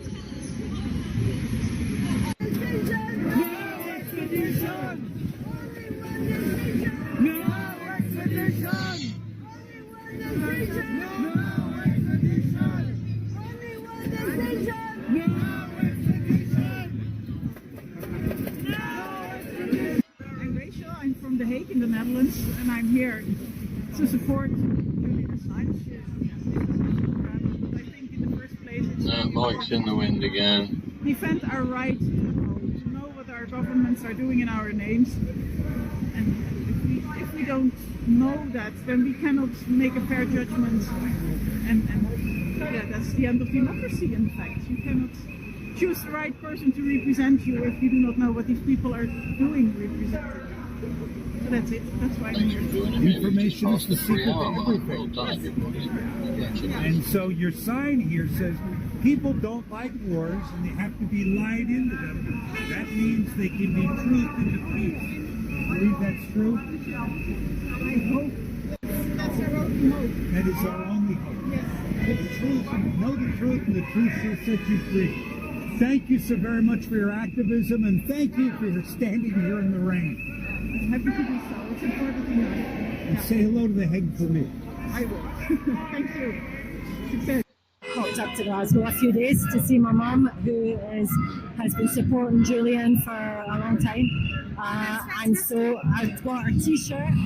I got her T-shirt from her window. It's been up for 4 years, and the sun's Technicolor, and she sent me down here as well. They're going to try and make lunch really late. They'll make lunch late, and then they'll go in, and he'll just read his judgment, and then they'll be out. So they'll make the last session short. I've only, So that's why they're having to go late to lunch, and I obviously heard of him lunch before, but I 1 didn't till really 2. 2019 Back maybe. in half 2 till my mum's been on about 3 Julian and Assange out for at a 4. couple of years before then.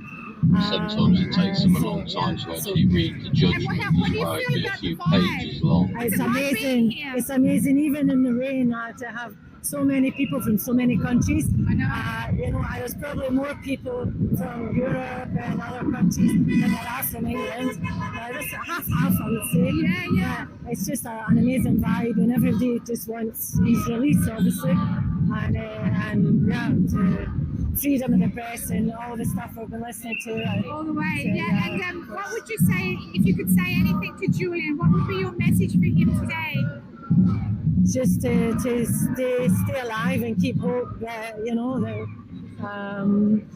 justice will hopefully prevail, but we know what the court system's like, so you know, but stay positive. Absolutely, because we're all here fighting for him, and thank you so much for coming all the way from Sweden and representing your mom, which is incredibly lovely, because this is really a cross-generational issue as well, and it's going to become even more so if our generation doesn't sort it out, because we don't want to hand it to our children. You said you've got children. Yeah, my son's 22, so he's aware. He probably knows more about that's good.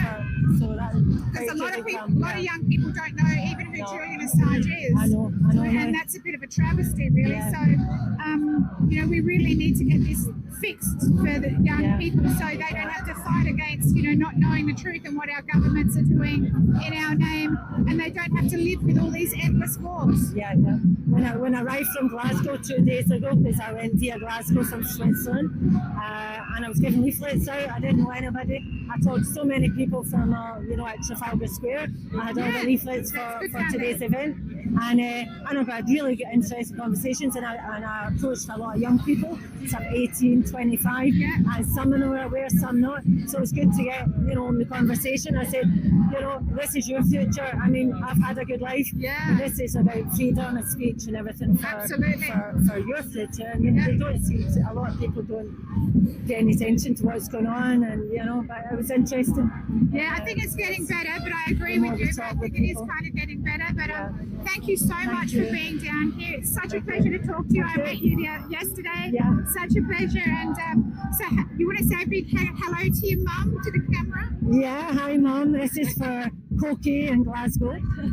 And yeah, it's thanks to her I'm here. So fantastic. Thank you. And my friend in Switzerland that I met through other demonstrations about, you know, other liberty issues that have been going on last 4 years. Oh, that's fantastic. An Irish woman in Sydney, so that's Claire. And so I'm here with Claire. So. Oh, that's amazing. Yeah, wow. I met up with Claire here, but we knew we were going to meet up here. Yeah, that's my friend is here from Adelaide as well soon. Okay, so it's really lovely. It's really lovely to see friends from all over the world converging here for one reason, and that is to free Julian Assange. Thank you, Julian Assange. Free Julian Assange. Thank you, Julian Assange. Thank you. No! There's only one decision! There's only one decision! There's only one decision! There's only one decision! There's only one decision! There's only one decision! There's only one decision! There's only one decision! There's only one decision! There's only one decision! There's only one decision! There's only one decision! There's only one decision! No extradition! There's only one decision! No extradition! Activist that's been following the case of Julian Assange since it started in 2010 when he first released the video of what happened in 2007. It took 3.5 years. The American military didn't turn around and come and give us the truth about what they did in Baghdad, and it took people like Julian to bring the truth out to Chelsea Manning, and I basically just pissed off with the world that the person who released the data to Julian, Chelsea Manning, ended up going to prison for 7 years, and she was then pardoned by Barack Obama, and her sentence was commuted, and yet Julian, who is the publisher, is now suffering the most draconian conditions you can ever imagine. I mean, sitting in Belmarsh, which is the top high security prison, unable to get here yesterday because he's sick, he's ill, unable to move properly. So, you know, they're killing him with 1,000 cuts every day with the treatment they're giving him, and it's unfair. It's not right. I mean, I believe in you know, you've got to do the right thing in life, and I want this court, this Royal Court of Justice, to do the right thing and give him the opportunity to have his extradition hearing. We're not asking for a lot, you know, let them come out and have the hearing. He's not even appealing to be released. He's appealing the right to be able to defend against the extradition. You know, what is wrong with having that? And I think, you know, maybe the Americans don't want that, because then all of the wonderful things that Julian has exposed will end up coming out into the news, and it will be refreshed. And that's why they don't want that to happen. They want us to basically shut up, be quiet, and these people are not going to stay quiet, and we're going to fight it all the way through. And I really hope to God that the judges in there have the courage to do the right thing and look at it from a legal point of view, and only a legal point of view. Don't look at it as any other thing where you've got he's subservient to an American security status or, you know, CIA or whatever. Just do the right thing. He doesn't deserve to be in prison, and if he was deserving of being in prison, he's done his sentence.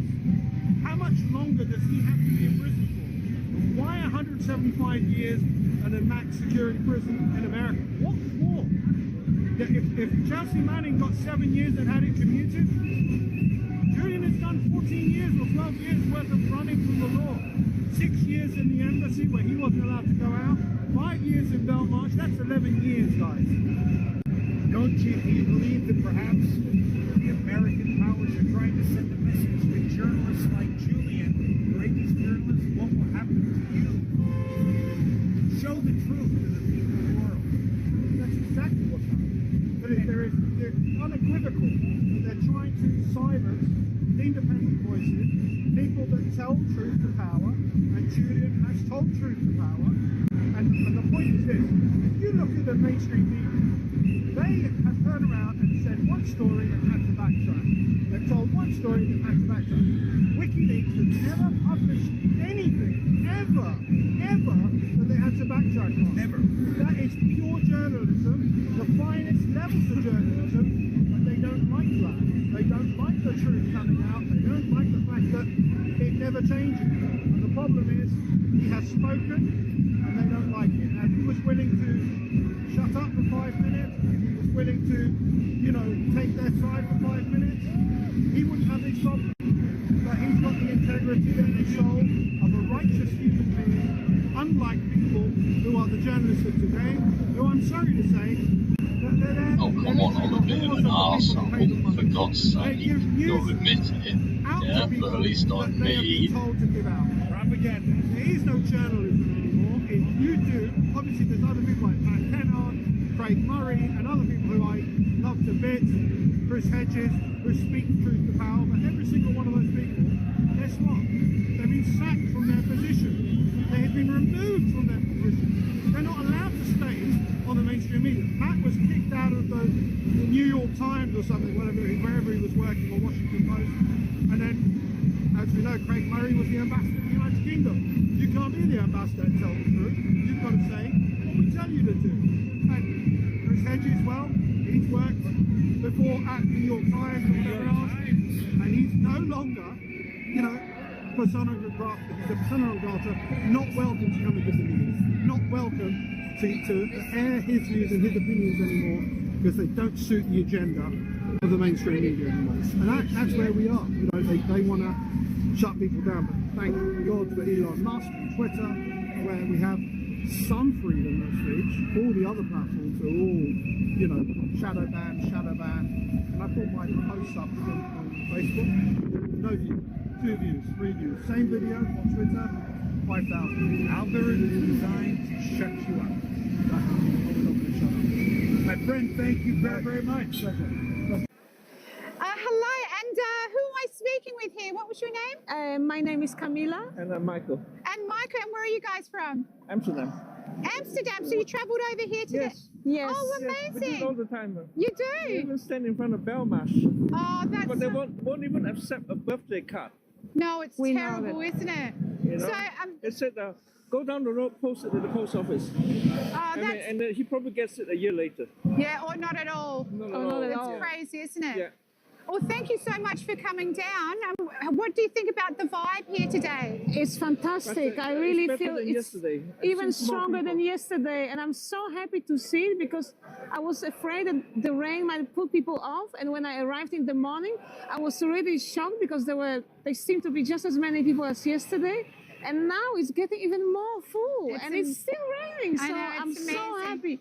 What is it about Julian Assange that you know, what about his work or about him that really draws you to him, and we want to save his life? The absolute, total, complete injustice of it, from the beginning to the end. The human being, the issue, the idea, everything. We are supposed to, Julian Assange, as you know, he said it himself, that he's not against the state, he's not against the government, he's against the corruption. And yet the state that he's actually set up the WikiLeaks to protect it is trying to destroy him. And I find it so wrong. I just can't take it. I can't. It's such a hypocrisy, and our lives are already affected by it, because we are not allowed to know the truth if we can't have it. And we can't have it because he's in prison for telling the truth. Absolutely. So, and what about you? Do you feel that? Here we are in the rain in front of the House of Royal Courts of Justice. Tell us who you are and tell us why you're here, please. Hello, I am Julia. I come from Italy. I'm from Florence. And I came here today because since when I discovered this situation about Assange, my heart is broken. And I think the man should be a free man. And he has endured everything.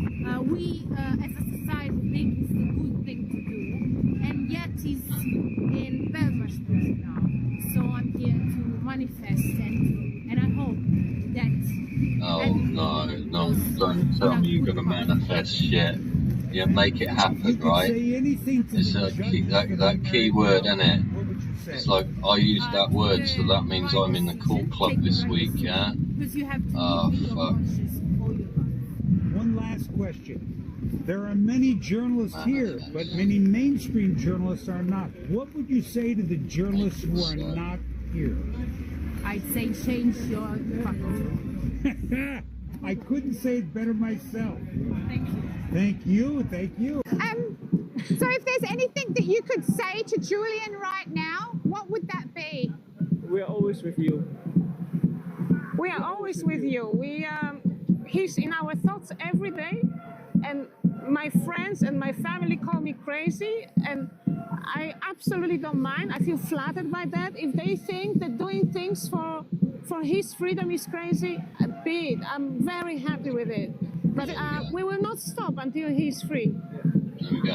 Where's lunchtime? Yeah, Where are he's these already people coming out for shown lunch, to be eh? so incredibly strong. Hey, We where just are want they? him to stay strong, and remember, we will get him. We will get him out.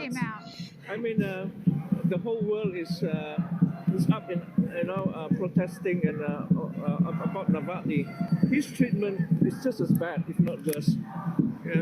After all, we're supposed to be living the so-called liberal free West. Yes. I mean, democracy in the West is a myth. It is, and do you think people are starting to wake up to the fact, especially like given what's happening in Gaza, that potentially we're the baddies? I think they are, because it's not only in Gaza, of course. There are 40 whatever wars going on in the world. This is what he's been showing. And as we both know, as we all here know, I think the West has started or contributed to starting most of them, if not all. And this is the hypocrisy that's still present in the media and in the society. And without him free and without us being able to hear the truth, the society at its large will not realize it, perhaps, because we still think we are the Western civilization. The civilization is everywhere. We are people. People are the civilization, no matter where. Yeah, but if you want to act like an idiot, so you won't fucking build much, will we? Wondering why the so-called West believe that they're superior to everybody, and I trace it back to the Vatican's bull of. Well, we make quality items, mate, unlike the fake Chinese shit that's bucketed out at children's fucking sweatshops in China. Yeah, feeding your own kids plastic fucking cucumbers and shit like that. Oh, fucking what? So, yeah. Vasco da Gama and all these Ferdinand Magellan and all those, and Christopher Columbus say that basically when you go to you discover new unchristian lands. Those people don't have a soul because they're not Christians or not Catholic. You can do what you like with them, and that has permeated throughout history. Doctrine of discovery, and the Vatican. That's not cool. He's got some fucked up fucking view, isn't he? 2010. It's dreadful. Please read up. Is that really what people? I mean, that's a nonsense to say that we discovered America. What about people living there for? Well, I'm an Australian, so we've got the same issue over there. The Aborigines have been there 250,000 years before you. Yeah, absolutely. But I just want, is there anything you'd like to finish on in regards to Julian Assange and his work? I would like to say that I can see a huge difference happening. I'm originally from Poland, and there has been very little happening for Julian Assange in Poland, but recently, yesterday, we had the first protest in Poland for Julian Assange, and a big one, which was almost 20 people. I consider it a huge success. That's amazing. And in Netherlands, we had 2 protests yesterday. It was also fantastic, and one of them in Amsterdam had over 100 people. That's excellent. Really, things are changing. They are. I think people are mobilising, and that's why we need to get on to the Stella Assange Live on the YouTube. We need to follow each other on Instagram, Twitter. Send it the social media world alight with the name of Julian Assange, because all the people from around the world want Julian Assange. See all the stuff along the bottom, AssangeDefense.org, Facebook at Assange Defense, Twitter, Defense Assange, StellaAssange.com, every country that's included in the Stella website taking part, but I'm still missing Danish language, so I need it. But there are still places, if I find anyone who doesn't speak any of these languages, they are to be put here. London, obviously.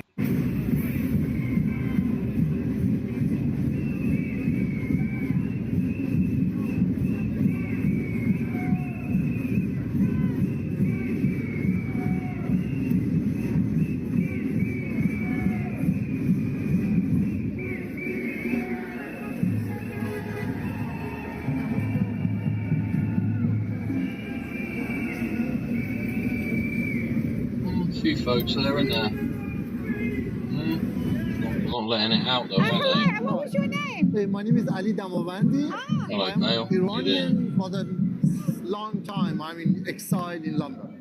Oh wow! And did you travel? So you didn't travel here today? You just come here? No. Actually, yeah, it's the second day I'm here from this court to support Assange and all the campaigners who they wanted to make him free now.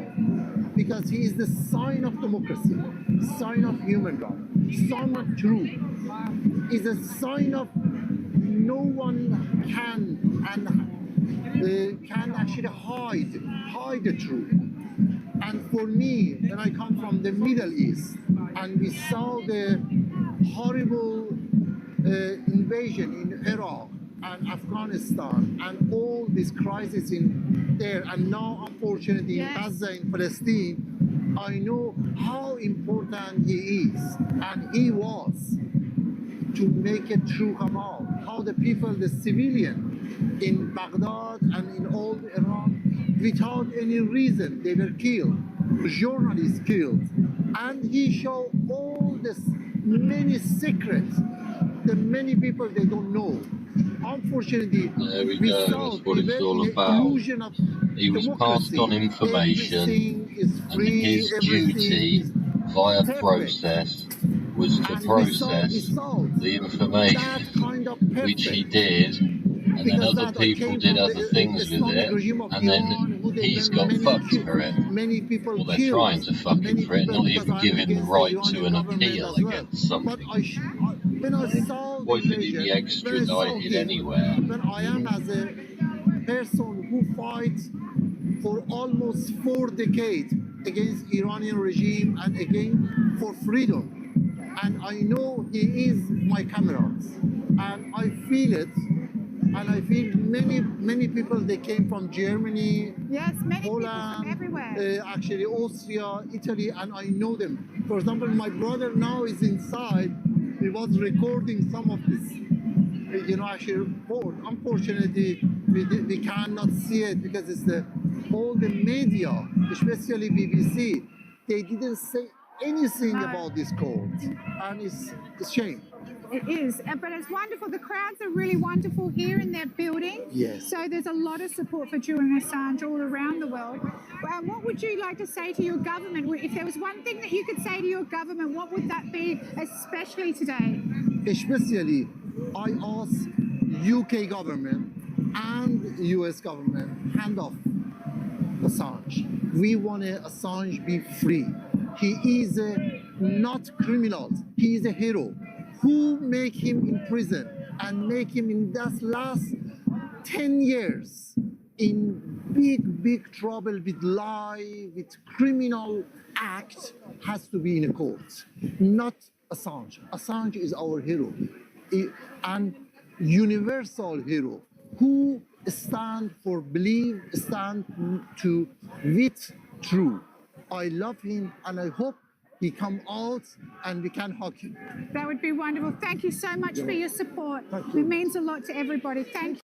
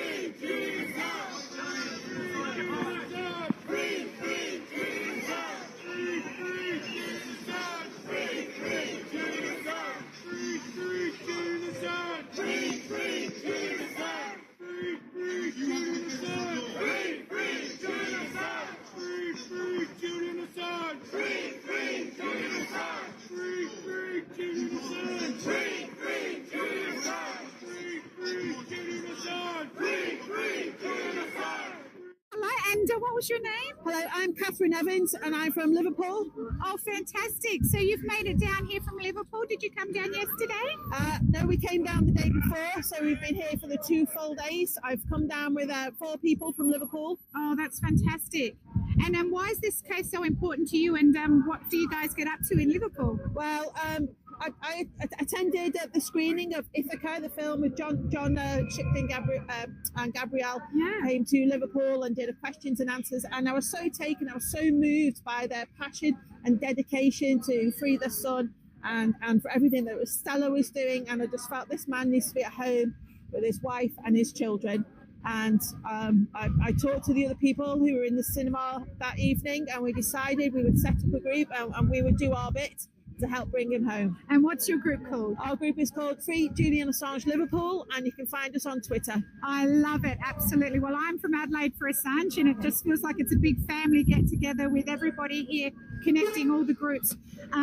And I believe you might agree with me or disagree that it's going to be the people that put the pressure on the government. It's going to be the people that free Julian. How do you feel about that? I do hope so. I do hope that not just the people, but the people who read the papers, who read any kind of news at all, to the journalists, the baton needs to be passed on from Julian to every journalist on this planet, whether you're a local journalist, a national journalist, or just a normal person who's talking about what's going on in their area. The baton needs to be passed on to speak the truth and not be corrupted or pushed by government agendas. That's really powerful message and so true. We really need, the media to stand up. They've been so silent for so long. Yes. Yeah.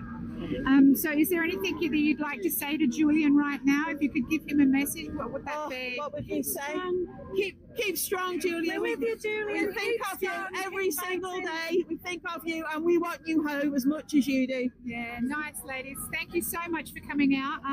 Really, it's so fantastic to see people's support in this issue and support Julian Assange, free speech, and the family. So thank you, guys. Okay. We'll stand in the rain for a little bit longer. We will. We are wearing orange boiler suits today. So I know. Modelling them. We are wearing them because we hope that Julian never has to. Absolutely. Thanks for joining me, everybody, on Dodgy Kid Show. We're waiting for Assange. We want him to come out. Are they going to do that? I don't think they will. Yeah, well done, ladies. Well done, ladies and gentlemen. Yeah, everybody there in the fucking pissy brain. Yeah, well done. Yeah. This was earlier, wasn't it? Yeah.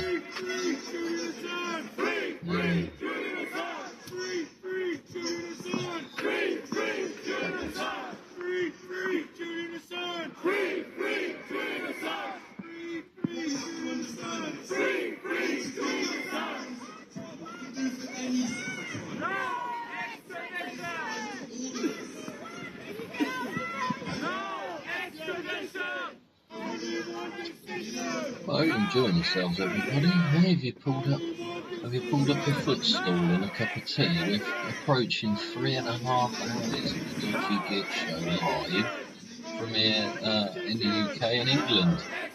Yeah, we're in England. It's stopped raining. My birdie on the trees disappeared.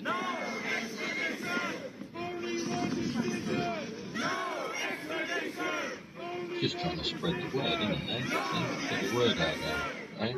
Let as many people know as possible. Freedom of speech needs to be kept, and duty of care is paramount, right? That was fresh appetite.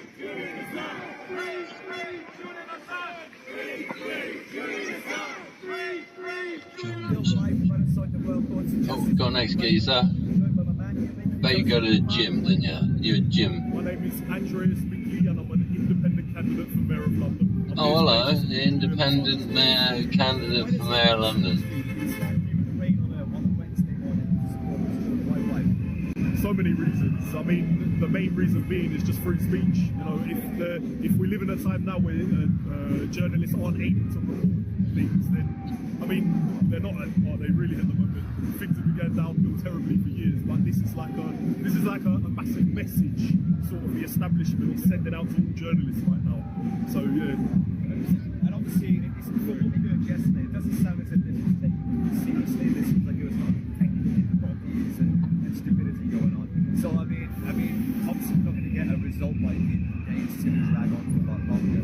But just the fact that this is happening, what do you think that kind of effect that is going to have on independent journalism? Yeah, when he says it's going to drag on a lot longer, what do you reckon? Yeah, see? The more time goes on, yeah. the momentum of things have sort of died down a little bit. And then in the back of every journalist's head, they're all going to be worrying about what they're saying, about what they're reporting. Yeah. I mean, like I said before, I don't believe true journalism really exists today anyway. But after something like this, journalists, they're going to have that added extra layer of fear from, you know, governments and whatever type of establishment from laying the law down on them from reporting the news. What do you it's think interesting how we evolve, isn't it, eh? As a society, more and more restrictions. I mean, in an ideal world, which we're probably not going to get that result, implemented legislative documentation. Nothing wrong. And how do you see the rest of this playing out? Data. What do you think is the next stage? I think it's going to drag out for a little bit longer. I don't think it's going to be resolved today. Whether he gets extradited or not, I don't think we're going to get a result anytime soon. Yeah, there you go. And what do you reckon? Watching this do? This is going out on Stella Assange's live stream. So people all over the world watching. You can't prove it today. There's Yeah. loads of things people Big up yourself, Stella. Bless you, love. What I think the biggest message that needs to be sent out, because at the end of the day, this is a message. You know, I don't want to, you know, use there's another example, you know, like, it's a really extreme example, but if you remember about 10, 15 years ago, there was a Russian guy, Alexander, I forgot his last name, but he was basically poisoned with plutonium. That was a massive message, you know. Like, this is a similar type of message, obviously, with Julian Assange is thing, but this is a message that the establishment is sending out. So a message needs to be sent back to them, and I believe it is just everyone just needs to keep speaking the truth. Journalists need to report the news. We can amplify that cause as well. And whatever means on the streets or over the internet by sharing the live streams, subscribing to Stella Assange on Instagram, and if you're able to make it to London and join us for a march to Downing Street today, this afternoon, please see us there. And we'll see you next time.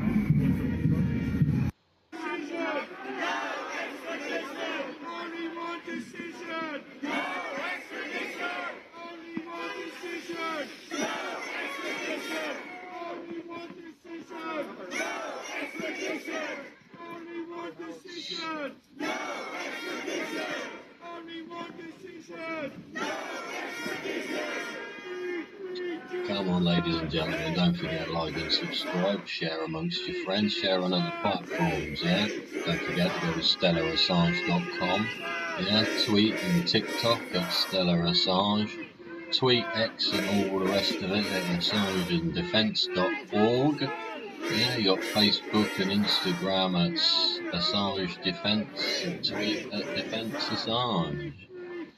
Yeah, go over there, sign up, do your things, click your buttons, yeah, do your subscriptions, click your thumbs up, likes, arrows, stars, and clicking little hearts up in the corner.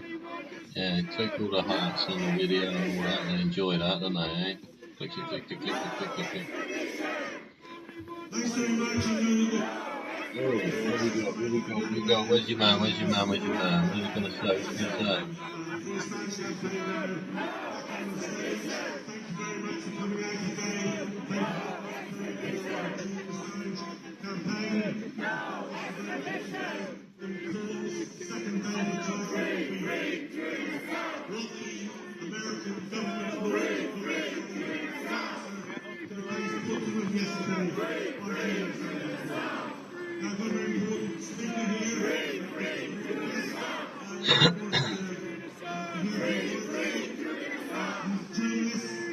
Who has written of Julian Assange, the freedom path absolutely magnificently right, especially the Middle East guy.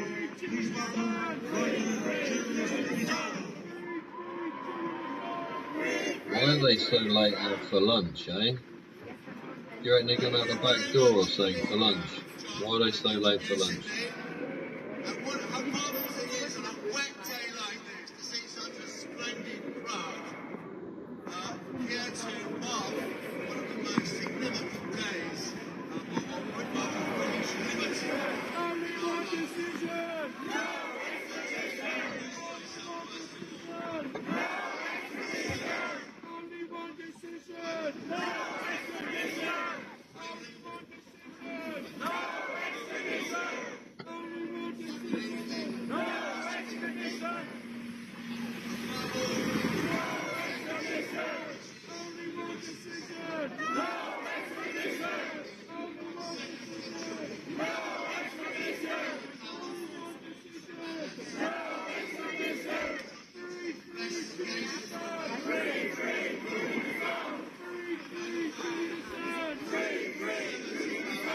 A hell of a chant going on, isn't it? It was like non-stop all day long.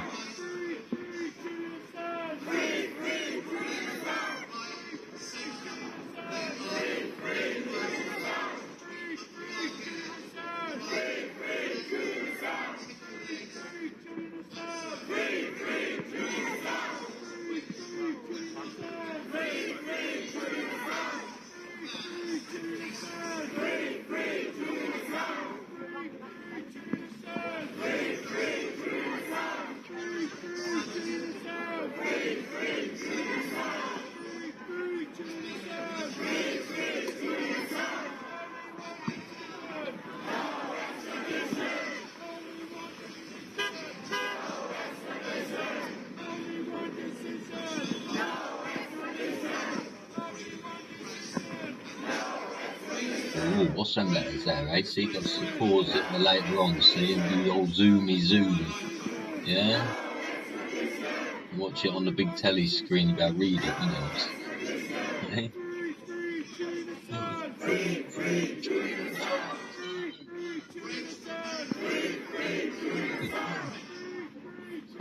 Have you had your lunch yet, everyone? Hey, Wonky, Billy, you had your lunch? Yeah? Have you had some lunch on? Hey? Hey? If I can start bringing you Chris sandwiches again, for fuck's sake. You're a grown man. Are you a grown man? I don't know, you might be.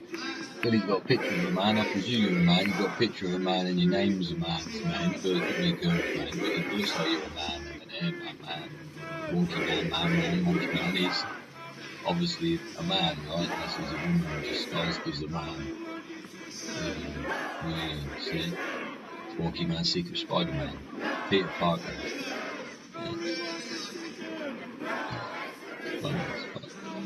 Thanks for being there, thanks for joining me, thanks for clicking in, thanks for joining, thanks for subscribing and liking and joining me for tea. We've got 22 minutes and we've got fucking 4 hours on the clock.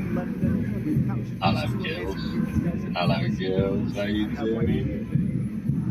Hi, my name is Julian and I'm here in support of Julian Assange with Pen International Organization. Get that mic closer to her head, the wind's blowing.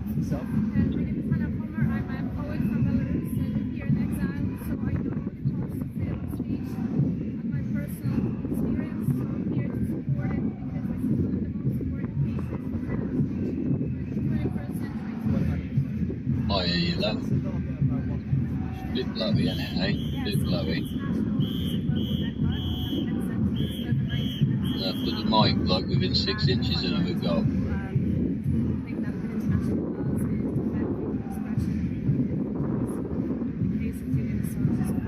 Can't hear a thing, mate. More wind than talk.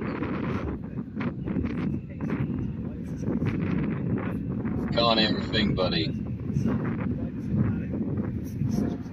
Dude, move them somewhere so that it's not in the wind. Oh, that might help.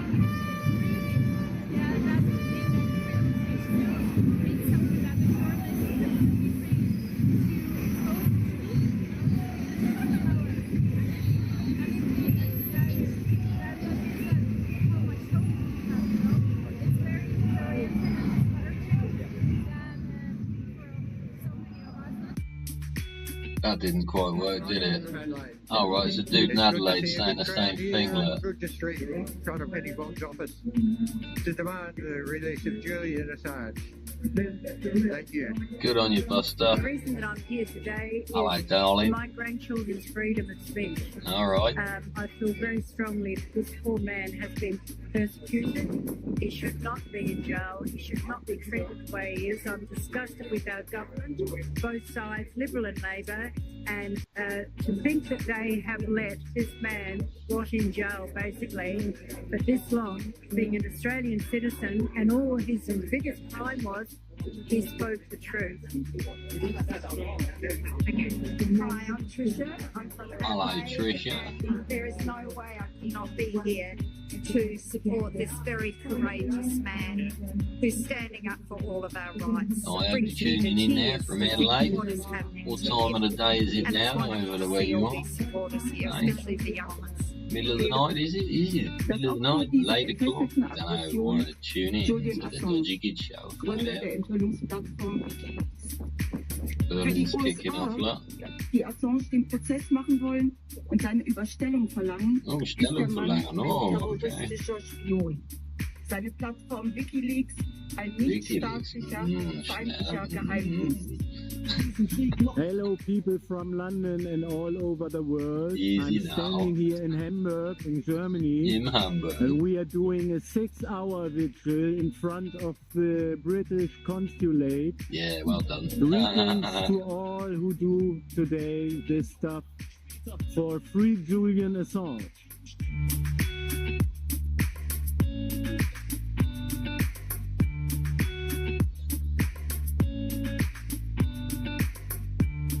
Melbourne, Australia. Dude playing guitar, singing. Singing words of freedom, see? You singing words of freedom? Hola, soy León Gieco, cantante y compositor argentino. Right. Pido la libertad ya a Julian Assange. Yes. No a la violación a sus derechos de expresión. Exactly, mate, yeah. My name is Antonella. Hello. I'm in Milan on the phone of the British consulate to support Assange. Good on you, darling.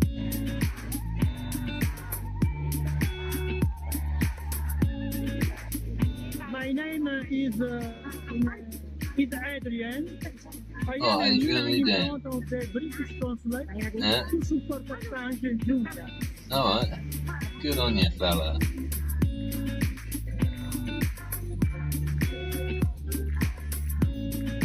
This is from Rome. Oh, Rome. Oh, when in Rome, The police said hold a they big were sign. expecting 30 It's illegible. people. No? We are many more. Well done, Rome. 30 in front of the British Embassy.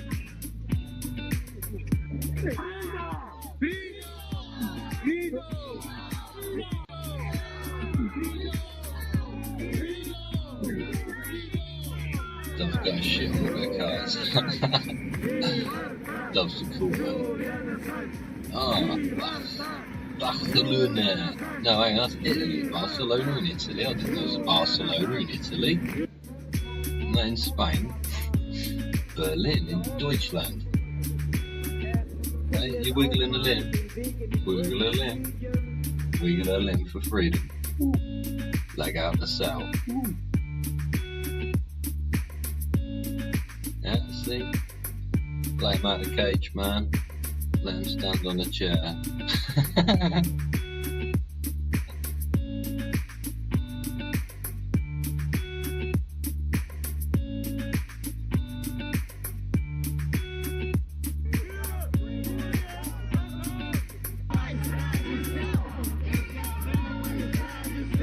South America.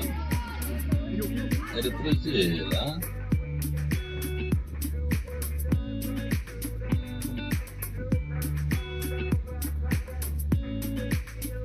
What we're going to wear next, eh?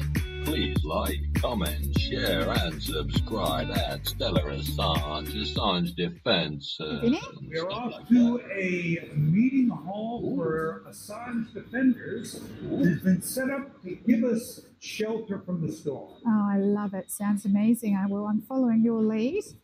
Being in beautiful old London town. Yep. One to the eye. Oh, wow. Yeah, we really are, aren't we? Oh, now it's gone all crazy. Come back down. Yeah. Let's go. Down on there.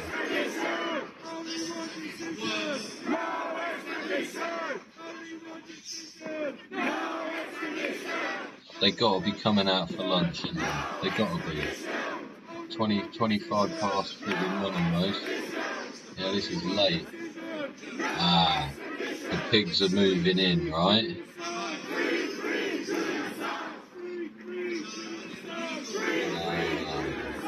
What's going on with these piggies here?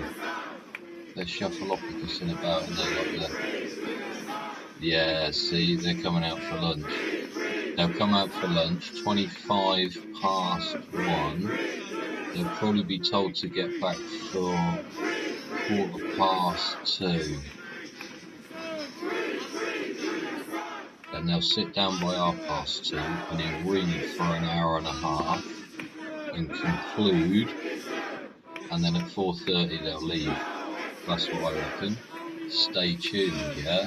Live and direct here at the Dodgy Git Show, covering Stella Assange's coverage of her husband's extradition hearing in the London High Court. Excuse me, what? Yeah, thanks for joining me. We're sharing the love, mate. Sharing the love. All you boys and girls out there. Ladies and gentlemen, yeah? Yeah, share the love, it's free. Yeah, share the freedom, it's love. Yeah, there's the fucking thing, eh? Right, the old pig, they got the bacon in the line, they got the rashers out, they rolled out the rashers. Oh, here we go, cool, here we go. Well done, everybody, tune in, here we go. Let's turn them up a bit, I can see the Croydon Trade Union Council banner there, thanks very much for coming down. Special thanks to the Public and Commercial Services Union Samba Band, fantastic to see you. Really lifted the morning, thanks for coming down. They'll be leading the march later on this afternoon. Now the first speaker I've got to introduce to you is Gabriel Shipton. That's Julian Assange's brother. He's been following this case. He's been leading the campaigning internationally and especially in Australia. Gabriel, tell us what's been going on this morning. Hey everyone, thanks again for coming out and braving the weather. Amazing turnout again. Well, I mean, it's sort of a bit embarrassing watching the prosecutors in there trying to tell us that day was night and night was day, that Chelsea Manning's not a whistleblower and Julian's not a journalist. They really just brought absolute shame to that court and to the United Kingdom justice system. And this case remains a stain on the US, a stain on the UK, and both governments should be absolutely ashamed of it and what they're doing to press freedom and our rights.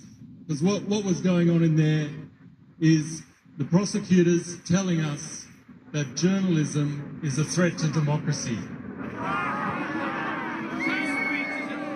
And whistleblowing is a threat to democracy. Our right to know is a threat to democracy. So shame on them and free Julian Assange.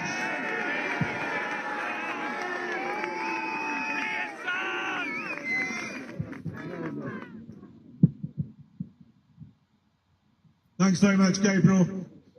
Now, the next speaker really is a pleasure to introduce. I met him a couple of years back when he was the first Australian MP to come across to Britain to visit Julian Assange in Belmarsh. We met with British parliamentarians at that time. But since that visit, he has been central to the transformation of Australian politics on the question of Julian Assange, campaigning relentlessly until there is not only cross-party support for Julian Assange, but the whole of the Australian Parliament saying what the world knows to be true, and that is enough in the case of Julian Assange. Please give a huge London welcome to Andrew Wilkie MP. Who's this fella? Who remembers collateral murder? Who can forget that grainy black and white image of an American attack helicopter gunning down innocent Iraqis and Reuters journalists? Who can remember that?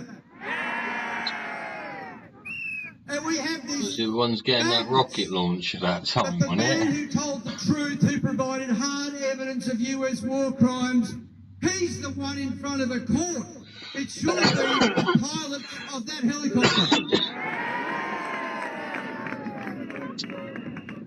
You're clear to But engage. some common sense has broken out. At least now the Australian Parliament has finally voted.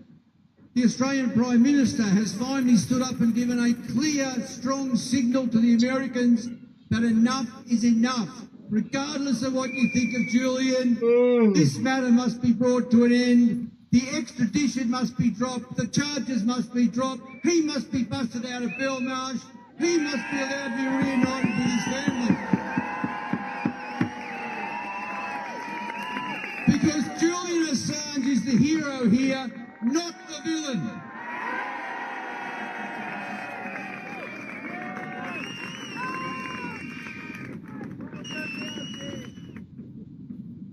Now, astoundingly, through all this time, despite the imprisonment of Julian Assange, WikiLeaks has continued to do its work. And its editor-in-chief is Christian Harfordson. He's been following this case as well as keeping the reporting alive. Please give him a warm welcome.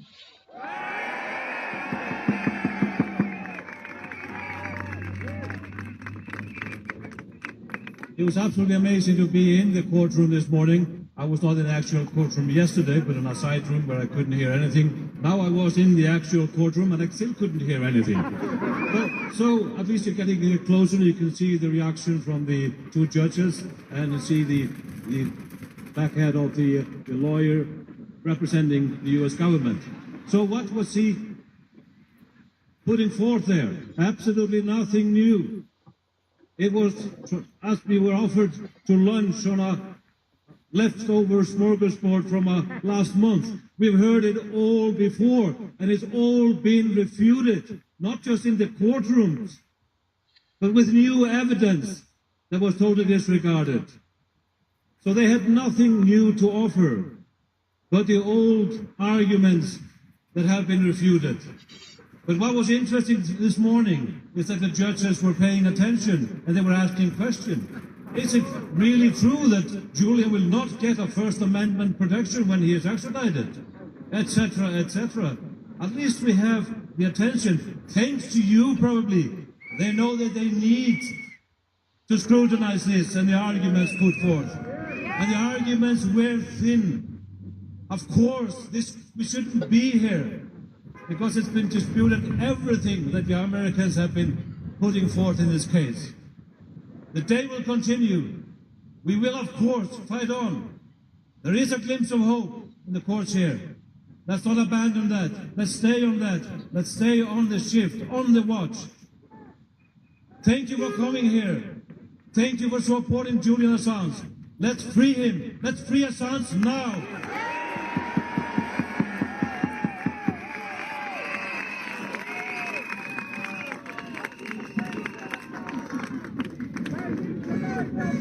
It really is an astounding view from up here. I wish you could all see yourselves. It's a fantastic turnout.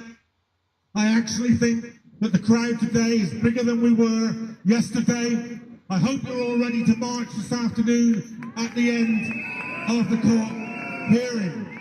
So stay around and get ready to march later this afternoon. And remember, all that's being asked for here is a full hearing in a high court. There has been no full hearing of the Assange case except in a magistrate's court. Now, a magistrate's court in this country is the lowest court.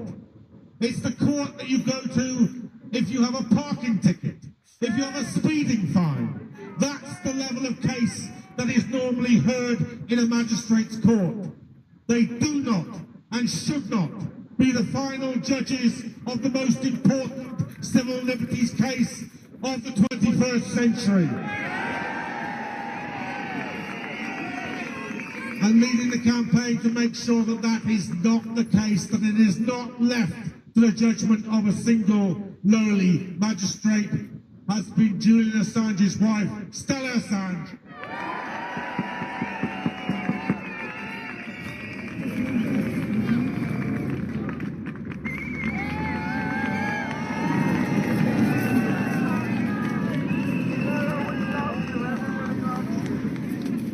How pathetic the US case is. They have to rely on lies. And then the prosecutors say, don't question these lies because that would offend our ally.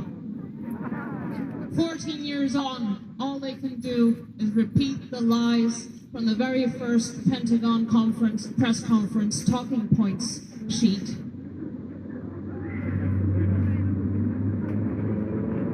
What they're trying to argue is that state secrets trump revealing state crimes. This is the balance they're trying to shift. They want impunity, they don't want to be scrutinized, and journalism stands in the way. And in that courtroom, they are having to make their position increasingly clear. They have to admit that what they're doing is criminalizing journalism, is criminalizing the truth.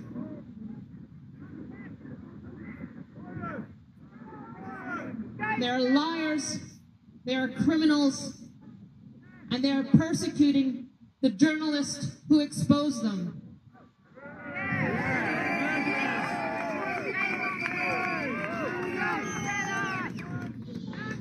Julian is a truth teller, he is a political prisoner, and the world is watching these courts and how they deal with this case. Please be here and come and march to Downing Street after the proceedings are over this afternoon. Thank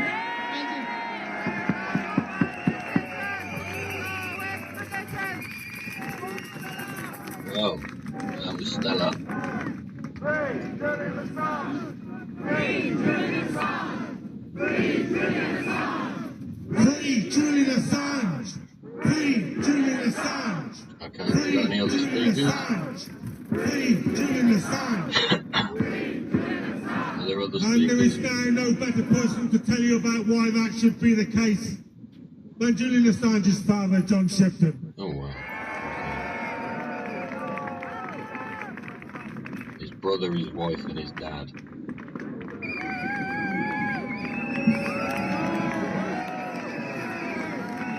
Yeah, I saw that. That was fantastic. Fantastic bloke. Just a few things. Bless him. Sorry? Just a few things. Julian has spent in one form of incarceration and another over 14 years. Julian has spent over 14 years in one form of incarceration or another. Are you good with that? All of Julian's human rights suspended. Are you good with that? Due process abuse after abuse. Are you good with that?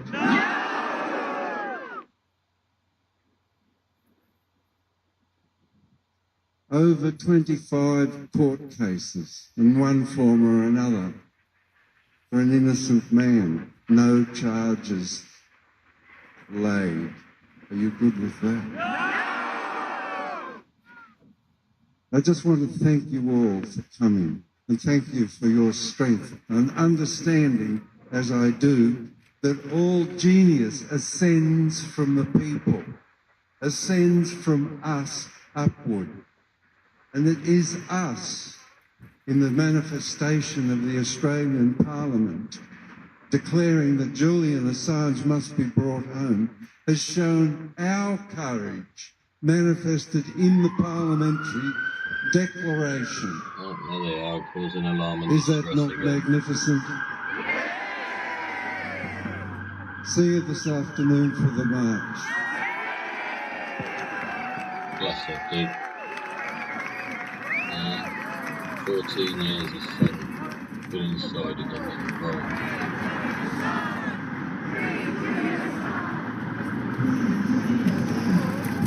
Welcome back to to London, the High Court and the extradition hearing of Julian Assange. I am with Stella Assange, Julian's wife and legal advisor, human rights lawyer. We're gonna discuss what happened today. Stella, your thoughts on today? Hello, Stella. Well, we're in a small courtroom. The technical difficulties are just inexplicable. They've had 2 months to prepare. Half the room can't hear what's going on. And it was the day for the US arguments, which are basically just repeating the US Pentagon talking points from 2010. And their argument is, don't question what the prosecutors say. That's for the US courts to decide. And all the evidence that the defense has brought about plans to kill Julian, plans to kidnap him, spying on his lawyers and so on, you just set that aside because we don't want to offend our allies. But the judges are engaged, I'd say, certainly more engaged than the initial judge who just did a 3-page ruling saying there were no arguable points. Well, these judges are at least looking at the points. They're asking questions. That's basically what's happened. So we've not seen Julian in the hearing. What is happening to Julian? How is he? Well, he's unwell, and he's so unwell that he's not able to assist the hearings. Of course, if he hadn't been in Belmarsh prison, he would be here today in person, attending his hearings, because of course his life hangs in the balance. But consider how severe things are, how bad things are, that this is the final hearing in the UK, unless there's a change of course, and his extradition could come down within the week, and he is so unwell that he is unable to be here. Stella, thank you very much. Thank you. Thanks, Juan. Stella Assange, human rights lawyer and wife of Julian Assange. I believe we have somebody else to be interviewed. No, not yet. We'll come back when we have the next interviewee.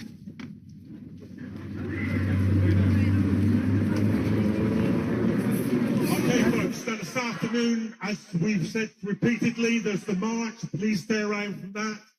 I see many friends here who I know have been campaigning, as I have been, to stop the slaughter in Gaza. And many of you have asked me about the timings of the demonstration this evening, where there's going to be a ceasefire vote in the House of Commons.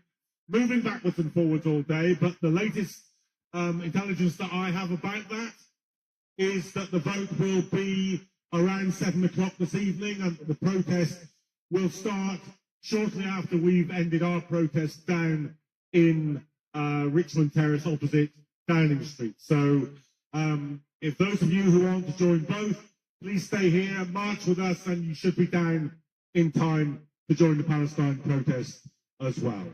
So we'll be meeting here about 4:30. That's when we expect the judge to call an end to the proceedings. We won't necessarily know the verdict today, although we might. But whatever the case, we are determined to take to the seat of government, to the Prime Minister of this country, the message that we stand for freedom of the press, that we stand for freedom of speech, and that people like him and his counterparts in the United States ought to be the ones who are standing trial and not Julian Assange.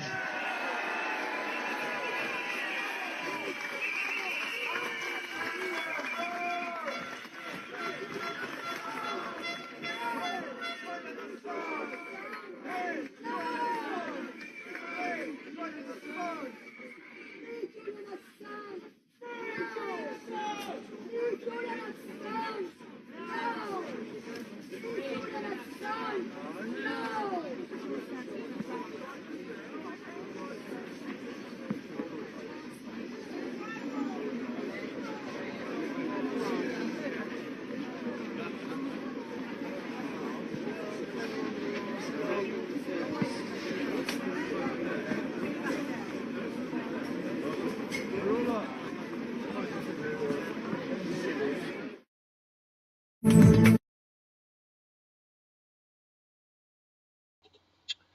Well, ladies and gentlemen, there we go. I think it's going to be... We're just taking a small break from the rain outside the courts in London here, the courts of justice, and we found these coasters on the tables, which they're are gone in for lunch. amazing. They're going to get some lunch, Someone I from think. Belgium had made Yeah, them. there's They ketchup are behind them, so they're going to get genius. lunch. We love them. It just reminds me that we have to share all of our socials, join into the groups, build our community. There's so many communities of Assange supporters here. It's amazing. So follow Stella Assange's YouTube Live. You can get the Assange Defence, Adelaide for Assange, the Assange campaign in Australia for all you Aussies, and let's make Julian Assange and Free Assange trend all over the socials. We're here not only to have a lovely little beverage, but we're also here to tell everybody that we must free Julian Assange. Welcome back to London, the Royal Courts of Justice, where the Julian Assange extradition hearing is taking place. I'm here with John Wilkie, Andrew Wilkie, I'm sorry, MP of Australia, tireless campaigner of Julian. So, Andrew, why are you here in London? I feel it's very important that an Australian parliamentarian is here today to bear witness and also to show support for Stella and for Julian and for WikiLeaks, I would add, and to bring the message that the Australian Parliament now is overwhelmingly supportive of the idea that this matter has gone on far too long and should be brought to an end. Now that might not sound like much to some people, but it's actually a big deal for the whole, for the Australian Parliament now to be of that view. I think that sends a very powerful signal to Washington. So when when people in Washington are thinking about how to resolve this, as it has to be resolved, they know where we stand, and maybe it just adds a little bit of weight to the push for a political resolution. Because let's face it, this has always been an intensely political matter. You've got Chelsea Manning's out of jail.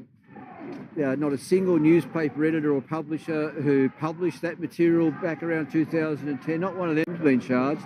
The fact that one man has been singled out, the way Julian is being singled out, it just, I think, goes to show how intensely political this is. And for that reason, how important a political resolution is. There was a landmark resolution passed in Parliament. Can you describe what it is and what can be achieved with that? Yeah. Wednesday last week in the House of Representatives, that's the Australian lower house, where the government is formed, like the House of Commons here, I moved a motion. It was pretty soft, pretty straightforward, although it did refer to shocking evidence of shocking misconduct by the US. So it did have that hard point in it. I successfully pushed it through the House. It was successful, 86 votes yes, 42 votes no. Sadly, almost the whole of the Australian Conservative opposition voted against it, but still, it was the first time a motion in support of Julian has passed the Australian Parliament. And I think that signals a seismic shift in Australia at the political level, that this matter, it's just madness. It's gone on too long, regardless of what you think of Julian. And I'll be straight. Some of the people who voted for that motion don't have much time for Julian, but even they would agree this has gone on far too long and must be brought to an end. Thank you very much, Andrew. That's Andrew Wilkie, MP in Australia and all rock star in the Australian politics. What about that? Thank you. I think next we will have John Rees, head of the Don't Extradite Assange campaign, now called Free Assange campaign. John, what did we see today in court? Well, it's the Americans' attempt to defend the indefensible, and the indefensible is the idea that the American Espionage Act can be used to redefine journalism as spying. not only that it should redefine journalism and spying, but it should have an extraterritorial reach, so that journalists outside the United States, who aren't United States citizens in any country in the world, can be accused of the United States as a spy, and then find themselves extradited to the United States and put on trial under their Espionage Act.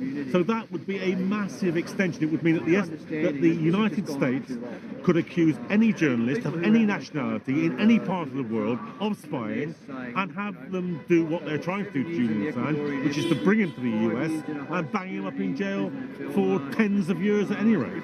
Now this is a hearing to ask for permission to appeal. What is the best outcome for Julian? Is there a best outcome? Because he passed a lot of time inside prison, even if he wins. Yeah, I mean, to be honest, obviously he should be released, but that's something that is only in the gift of the Biden administration in the United States, which could drop the charges, and then he would walk out of prison a free man immediately. But if that isn't the very least that natural justice should demand is that a high court, that is a court that has competent judges, should be able to hear this case. That doesn't happen. The only full hearing that the Assange case has ever had is in a magistrate's court in this country. That's the lowest court in this country. That's where you go if you parked your car in the wrong place or have got a speeding fine. That's what those courts hear. They don't hear the most important freedom of press cases of the 21st century. That should automatically have been the business of a high court. Thank you very much, John. You're welcome. I believe now we have co-founder of Declassified, Matt Kennard, all-round rock star as well in the journalism world. Matt, you were in the court today. What's this eloquent chap from the other day, yeah. Well, firstly, again, I know we talked about this yesterday, but we couldn't hear the proceedings for the first 20 minutes, and they had to stop the whole proceedings again and fix the sound, which is outrageous because the judge even started the proceedings by saying we apologise for the problems yesterday. It's not acceptable, and then it happened again. So that happened, and then the US made their case, or made some of their case, and basically it revolved around trying to separate Assange from a conventional journalist. So her argument was he's not a journalist, he's not protected by all the different legislation that should protect journalists because he's a hacker, he's a computer guy. And it's ridiculous because you have a situation where a journalist exposed more wrongdoing by the world's most powerful country than anyone's ever done in history. So he's more a journalist than anyone. But that is how the US is trying to fight the case. I mean, I didn't find it very convincing, and I know I'm probably a bit biased, but I really didn't find it convincing. But we don't know how it's going to go because the judges, as we've documented a lot of Declassified, are embedded in the British establishment. So they are the same, they're from the same cloth as the ministers who want to get him, they're from the same cloth as the intelligence agencies that want to get him. So I don't know if we're going to get an independent judge to actually decide the case on its merits, because obviously today they're going to decide, or over the next coming weeks, they're going to decide whether Assange has the right to appeal the original ruling. Of course, any justice system worth its name would allow someone who is going to be sent to another country the rest of his life for the crime of journalism should have an appeal against that, but we might not even get that. But so I'm hopeful from what I saw in the court, but I'm not hopeful as well because of what I know about the British justice system and how it's treated Assange from the start. And we've talked about this yesterday, Matt, but it's important to recall you've documented irregularity after irregularity. Please talk to us about that again. I mean, there's just so much irregularity. It's also just so much clear interference in this case by the political system. Now, you know, like one of the tenets of a democratic society is the independent judiciary that operates independent of political control. And you've seen again and again in this case, the political system has had clear influence on the legal system. I mean, one example which I mentioned yesterday was one of the judges is one of the best friends of the minister who orchestrated his arrest. Another one we did was that 15 UK government staff were deployed on the secret operation to seize Julian Assange from the embassy, from the Ecuadorian embassy in London. Now, Can you asylum believe that? is Ecuador's a friendly country, number one. Asylum is a right enshrined in the Universal Declaration of Human Rights. He was clearly being persecuted by the United States, evidence today, and ever since they issued their indictment. So why is the UK government deploying 15 staff on an operation to seize him from the legitimate asylum? It makes no sense, and it's outrageous. But again, that revelations which we published in Declassified has not been covered by a single mainstream media organisation. So no one knows that the government was actively involved in the operation to get Assange. No one knows about it. So in that case, do we live in a democracy? If you have a media which is not informing its citizens about some of the most high-stakes stuff that there possibly is. We're talking about the death of journalism if this guy goes to the United States. If they're not being informed. We don't live in a democratic society. We don't have a democratic media. We don't have a free press. It's all an illusion. And I think that's what this Assange case has shown. It also has shown exposed justice system, because even someone like me, I don't interact with the justice system that much. Sorry, addicted to Gaza debate now. Fair enough, wonky, each to their own. Seeing that they put everyone in a tiny courtroom, so there's not enough space for the press.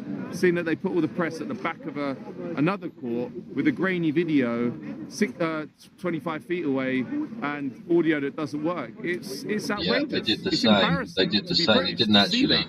You know when you stand up for yourself, and you've got some video evidence to present, they only let it be shown on their video format, and then they keep the remote control. And we need to stop this exhibition. You're not actually allowed to present it as you would like. And protect our freedom. Yeah. Matt, fundamentally important in my case. That was in a magistrate's court in Canterbury as well. Recesses, we'll try to access the court again and keep on trying to bring you the latest stuff, regardless of whether they have a crappy audio or more process abuse. We'll be here to report as much as we can. Good man, well done. Yeah, good on you. I'll buy you a beer. You're going to get lunch. Here we are creating a bit of a respite from the rain of rainy London, but we're all calling on you to go to the YouTube for StellaAssange.com and AssangeDefense.org and watch the live feed while we have a fine libation. Cheers. Chin, Free chin. Assange. Anytime a story runs for a long period of time, there's a kind of inevitable reader. Right, ladies and gentlemen, what we're going to do. Hang on a sec. I have to go studio mode. Put that chat back down the bottom there. Right, what was I going to do? I was going to do that. Doink.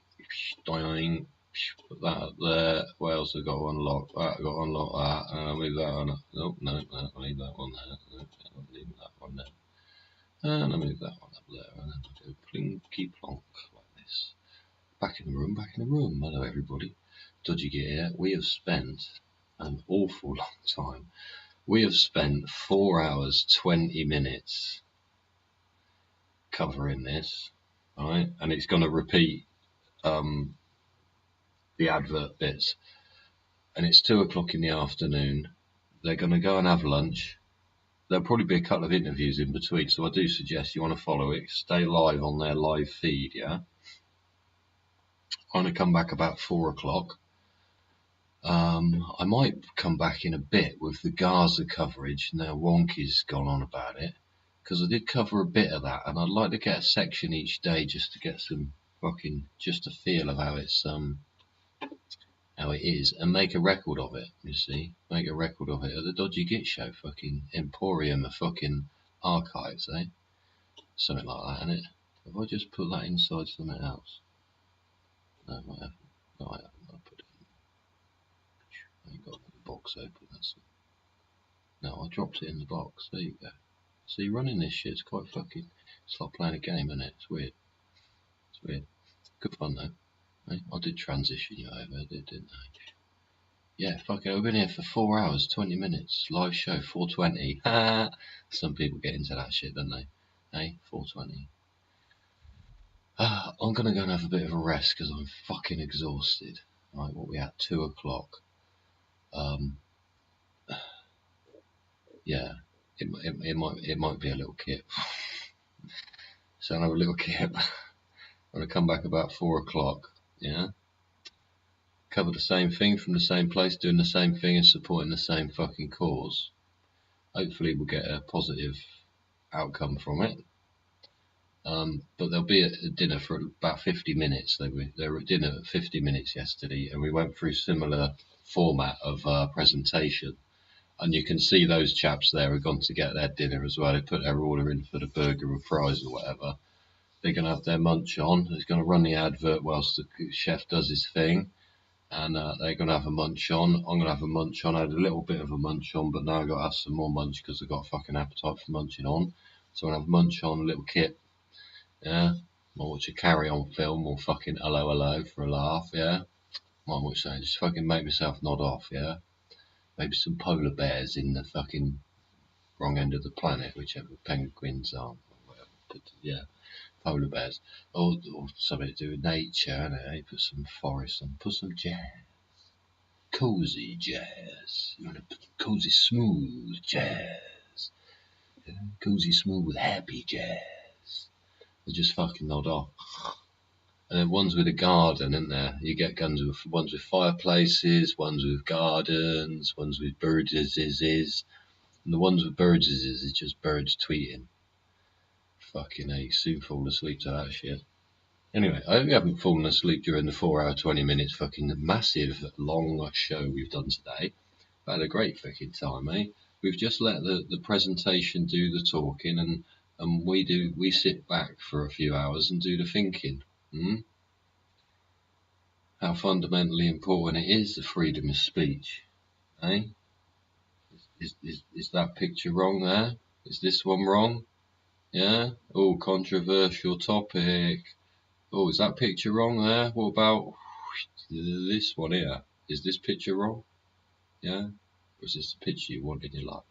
Yeah? If it is, click the subscribe button. Yeah? Come back again. Yeah? When it goes ding ding, you can come back because you know I'm going live. Yeah? You can come back, share the love. You can share your love with us like we're sharing our love with you. Yeah? I'll share my love with you. Why not? It's free. Yeah? Everybody's happy. Yeah? Hope you're happy. Go and have a cup of tea. Yeah? Watch a comedy. Yeah? Maybe listen to Darkness. No, what was it? Soldiers of Darkness by the Sons of Man. Very interesting lyrics. Yeah. Anyway, I'm sharing my love with you. So you got some love in your heart to share around other people that you meet today. Yeah? I'll meet you again later on today, hopefully, when you come back and join me because you ding the bell and all that. Eh? Don't forget, share love, say hello to your neighbour, and what was it? Do a favour to a stranger for nothing. Until next time, which ain't going to be long, is it? Because you're going to come back and join me because you ding the bell. Yeah? Until next time, I'll see you later. Thanks for joining me. Yeah? Fucking record breakers. 4 hours, 24 minutes, 25 seconds, and I'm out. Bye.